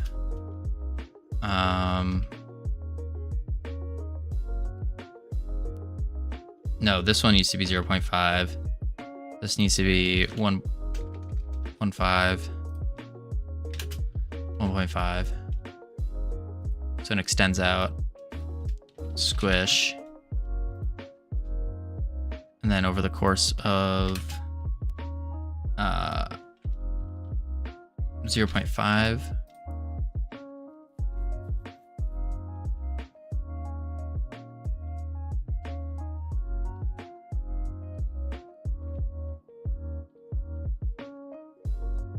Tween property body scale, is that correct?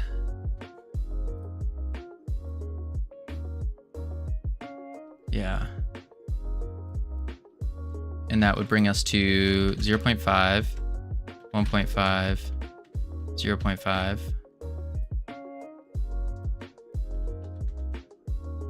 No, that's up.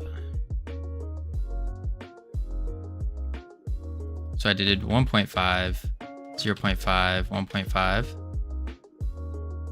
And then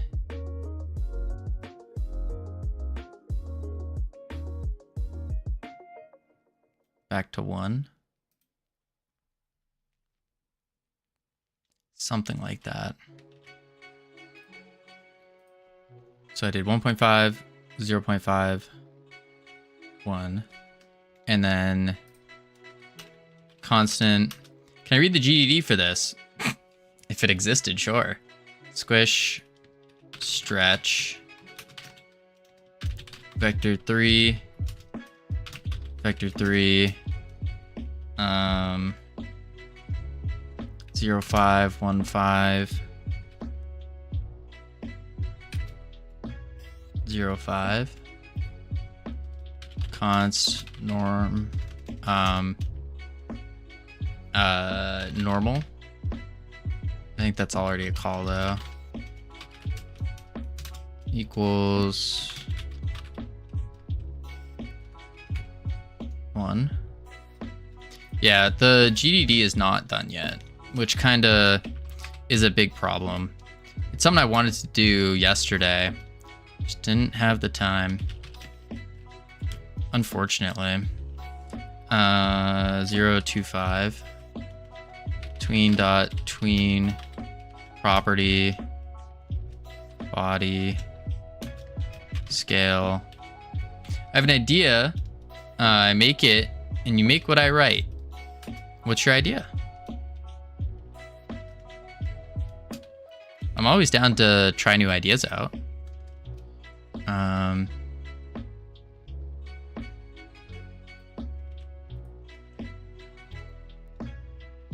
And then between normal squish. And then I need to do one more weight.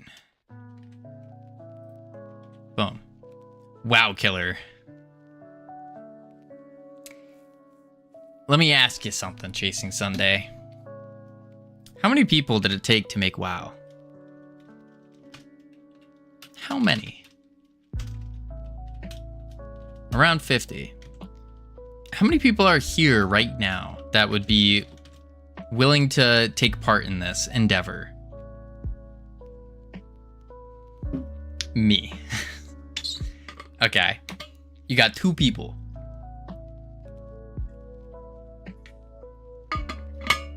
There's only 27 people here, yeah. So, how? We start by making Mythic Plus dungeon type game. Yes, Chasing Sunday. We just start with the Mythic Plus. That's it. Super simple. You just, boom, Mythic Plus. It's Ruby, howdy, how you doing? We don't have to make the world first.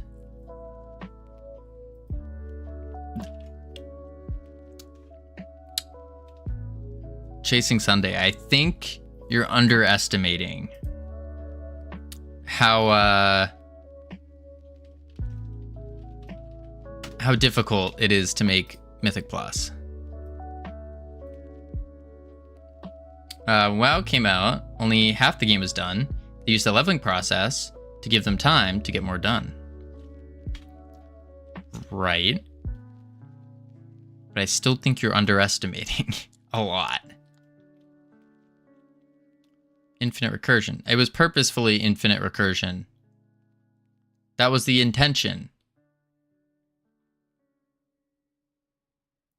What is WoW? World of Warcraft? It is, yeah.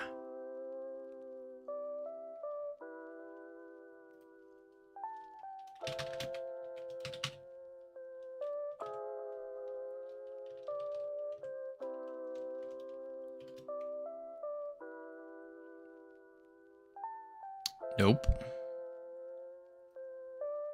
That's the most infinitely recursive thing you've done? Right. That's what I'm trying to do. I'm trying to have infinite recursion. Because I just wanted to use a tween for animation. 50 people make WoW insane. Yeah, it's quite a lot. Try waiting the tween. Await tween finished.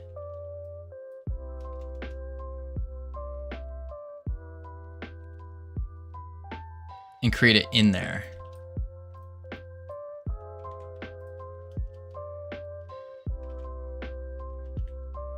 And then infinite recursion.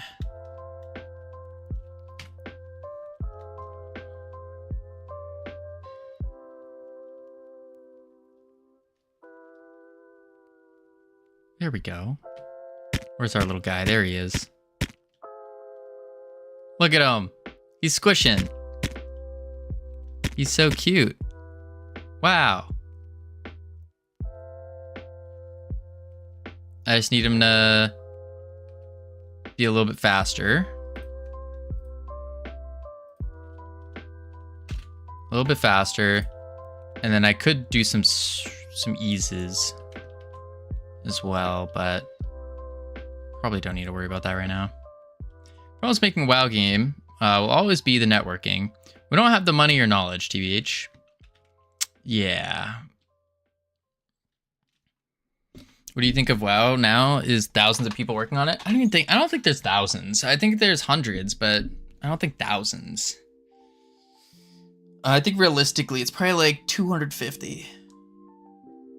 There was at its peak, really? I guess, yeah, because they had to make... Well, if you're not including the Chinese version. Because the Chinese version, I think, was something else. Yeah. Okay, so then... let's do the target dummy. And I think what I need to do here is I need to add a bone attachment.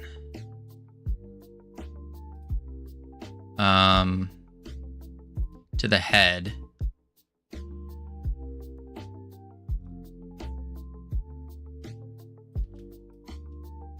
It'd be here. Not bound to bones. Wait, what? Head. Oh, because there's... no.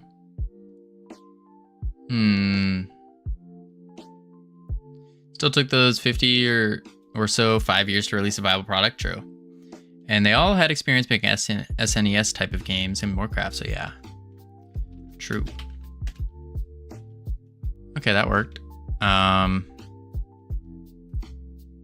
With the bone attachment. Rotate it. Put it down.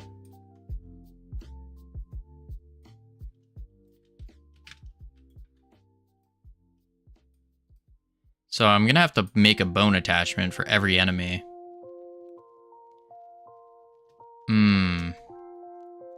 Yeah. That might not work as I want it to. I don't think that will. Because I want to have like 3 that get stuck on. I think that'd be really cool.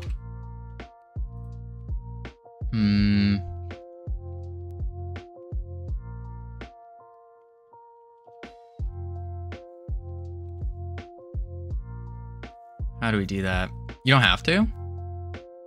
Oh? What's a different way of attaching them? You can just add it programmatically.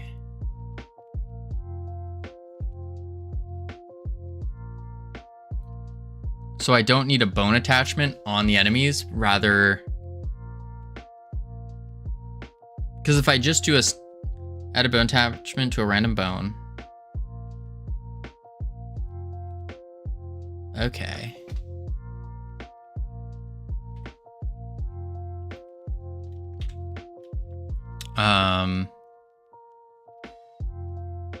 Basic projectile. It's gonna look bad. Oh, see, that's what I'm trying to avoid. Is it looking bad? That's why I was thinking the only way to do it would be through this bone attachment. Oh, don't tell me to reset. Don't tell me. It did. Bloop. Bloop. So if I make like 3 bone attachments per enemy.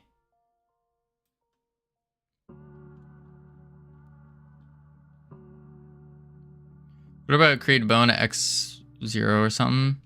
No, because it has to take into account rotation. So there's the bone attachment. Wait, did I just move the ghouling and not the bone attachment? Am I stupid? Can't just do that either. Flip.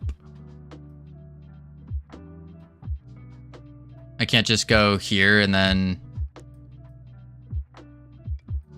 add a bone and then add it in.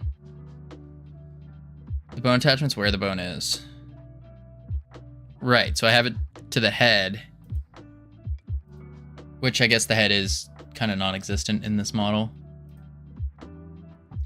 So it just resets. I see. Shoot.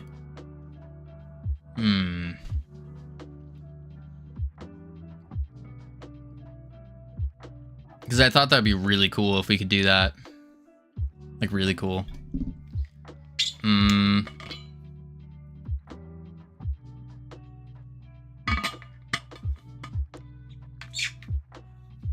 You can. Without it looking bad?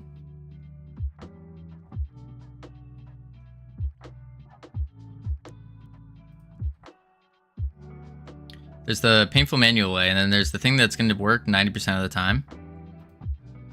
Well, let's do the one that works 90% of the time then.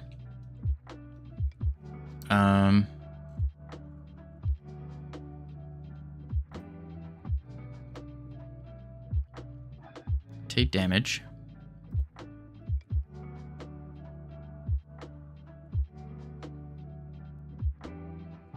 Okay, so you just add a bone attachment and the ghouling. Okay. I see. So before I do that though, I need to go into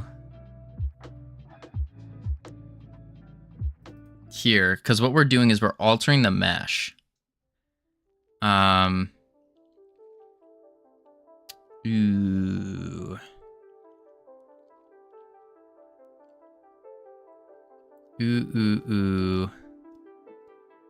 Instead of having a separate mesh that the ghouling shoots out. What's wrong here? So the idea here is instead of the projectile shooting out and then morphing into a ball of goo and coming back, the idea is it shoots out, it sticks a ghouling on them, and then the little ghouling will shoot out a ball of goo back.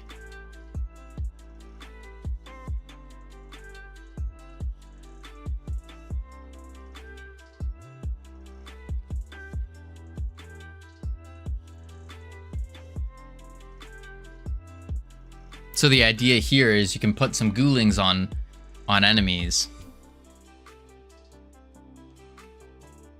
and they'll be the ones that produce the goo for you.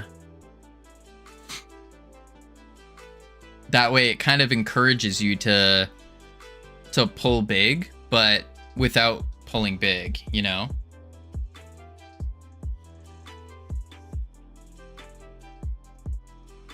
Like, you have to plan accordingly of how big you want to pull and how much goo you want to start getting. Because if you throw a ghouling on every enemy's going to get aggroed to you. But then again, they're all aggroed to you anyways. So I guess it doesn't matter. Think of the projectile script then? Yeah. Okay. So let's see here. If it has take damage, takes damage. All of this, except for these, need to go. So this needs to go. And then this needs to go. Oops. There we go. That needs to go. And then instead, we do func attach ghouling. Var ghouling equals ghouling dot instantiate. Ghouling dot target equals body. Body. We'll just say body as a node 3D. And that's it.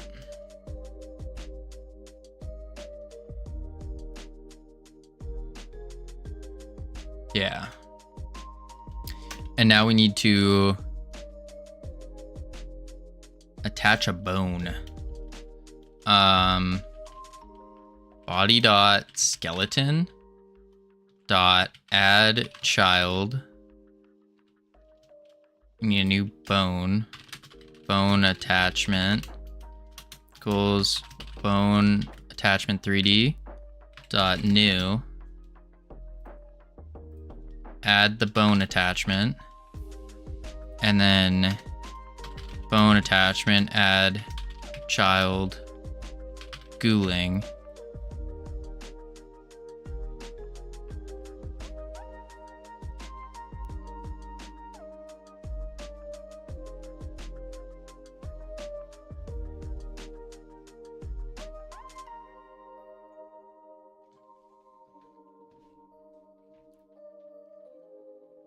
Bone attachment needs a bone.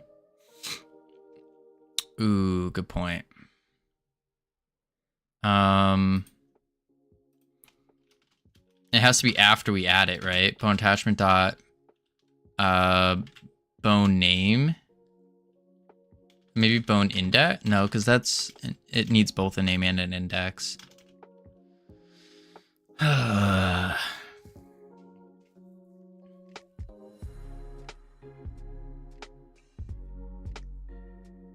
Look it up in the docs. It's gonna tell you.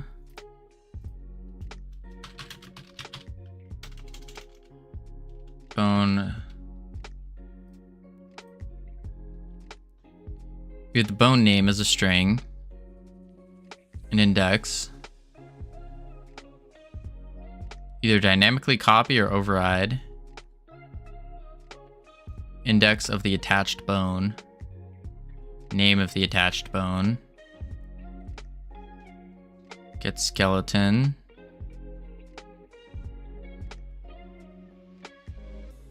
Use the bone index.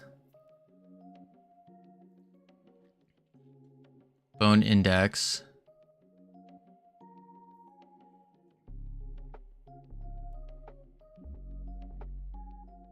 Okay.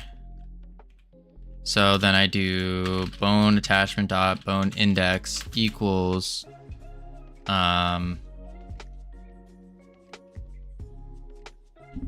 body skeleton get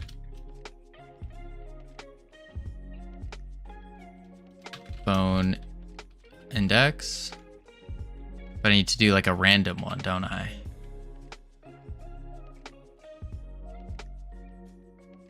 I don't think I can do that. Skeleton update, use external. How do you want to, wait, now, do you want to do a random bone or maybe a bone the body is defined and ghoulingable? A defined bone would make sense. I don't know how we would define a bone.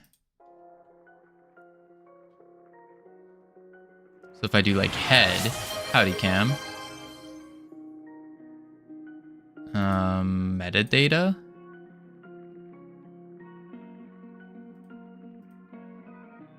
That was a shift. Oof. It's just an index. What if it's add a bone attachment here? Oh, you're saying like literally we have to place like a manual bone attachment and then add that index in there.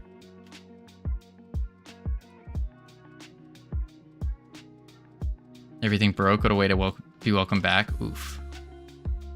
But the problem with isn't that the same thing as what we were doing before? If we just manually put bone indexes everywhere. See the index of the bone we want. No. Oh, is it just bone index to, or it's just to see what index number? So like head is 0, upper arm left is 1.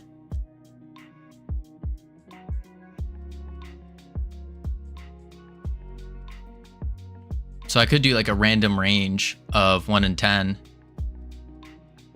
And then we just get random. And then we do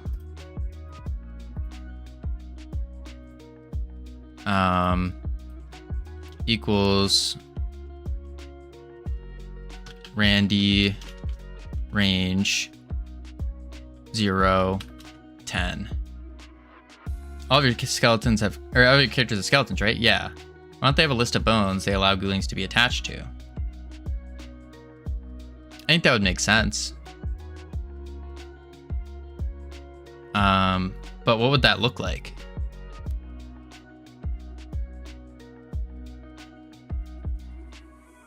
Covino, did you get a buzz? No, it wasn't meant to be. Just an array.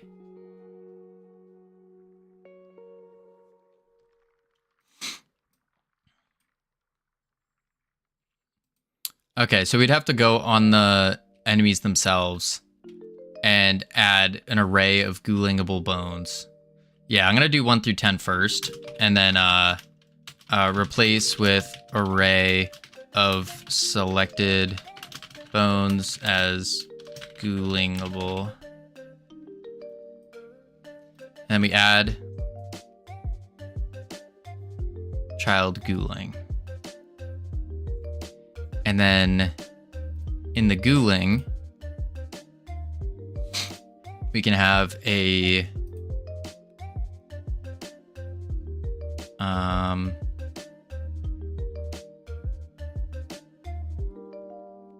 well, let's see it attach first. I think that's step 1. So attach ghouling. And we'll just say attach ghouling body.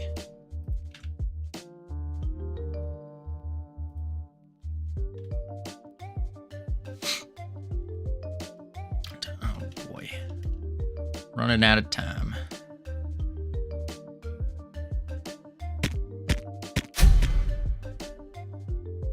Oh, I didn't do a... I don't need this right now.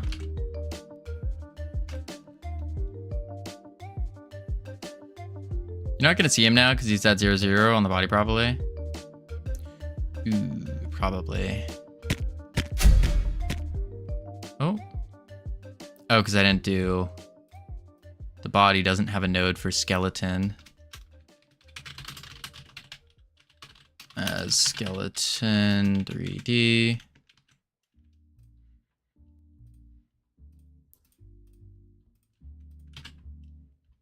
And then we already know it's going to be messed up.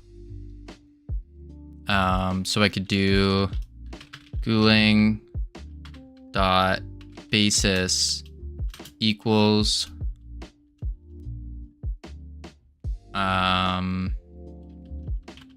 bone attachment basis.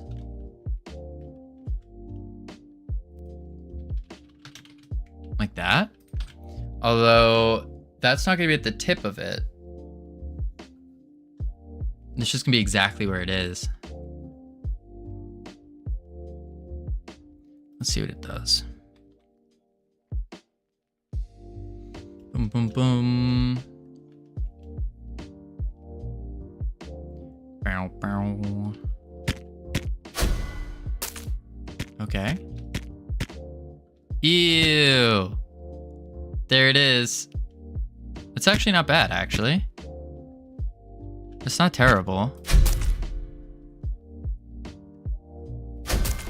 It's going on the arms.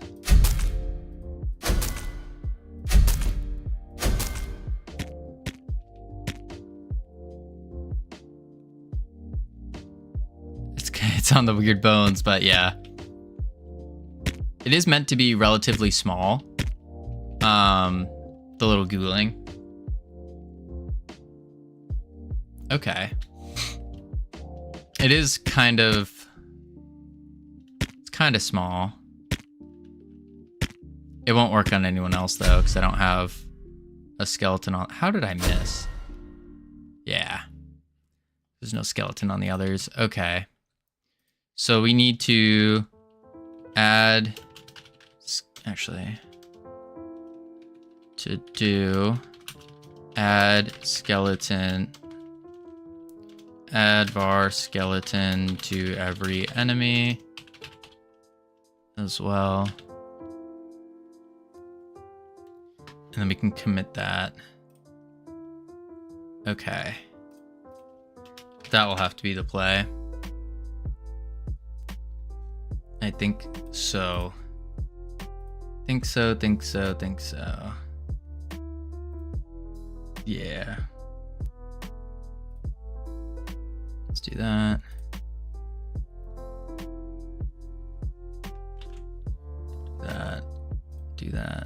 Do that. Okay. Well, unfortunately, I gotta go. I am starving. I am dizzy. So, alrighty, folks. We are calling it here today. We didn't get much done. It's a little disheartening, but I think that's due to me not having the game design document fully laid out. So I'm gonna work on that tonight, hopefully. I hope. And do that. We got some done. That's fine. Nah. We really didn't get much done. Kind of just pittered around. But appreciate all of you being here. For those who don't know, we stream every single day except for Wednesday and Thursday. Spam the emotes if you got them. I will catch you all tomorrow. Adios. Boop. Hang on, YouTube. One moment. Uh-oh, I closed the stream down. That was dumb of me. Yeah, we're still... Hold on. Hold your horses. Don't you worry. We're still here. Uh-oh. Where'd he go? Boom, boom, boom, boom. Boom. There we go. Click this. Click that. There we go. Bye, YouTube.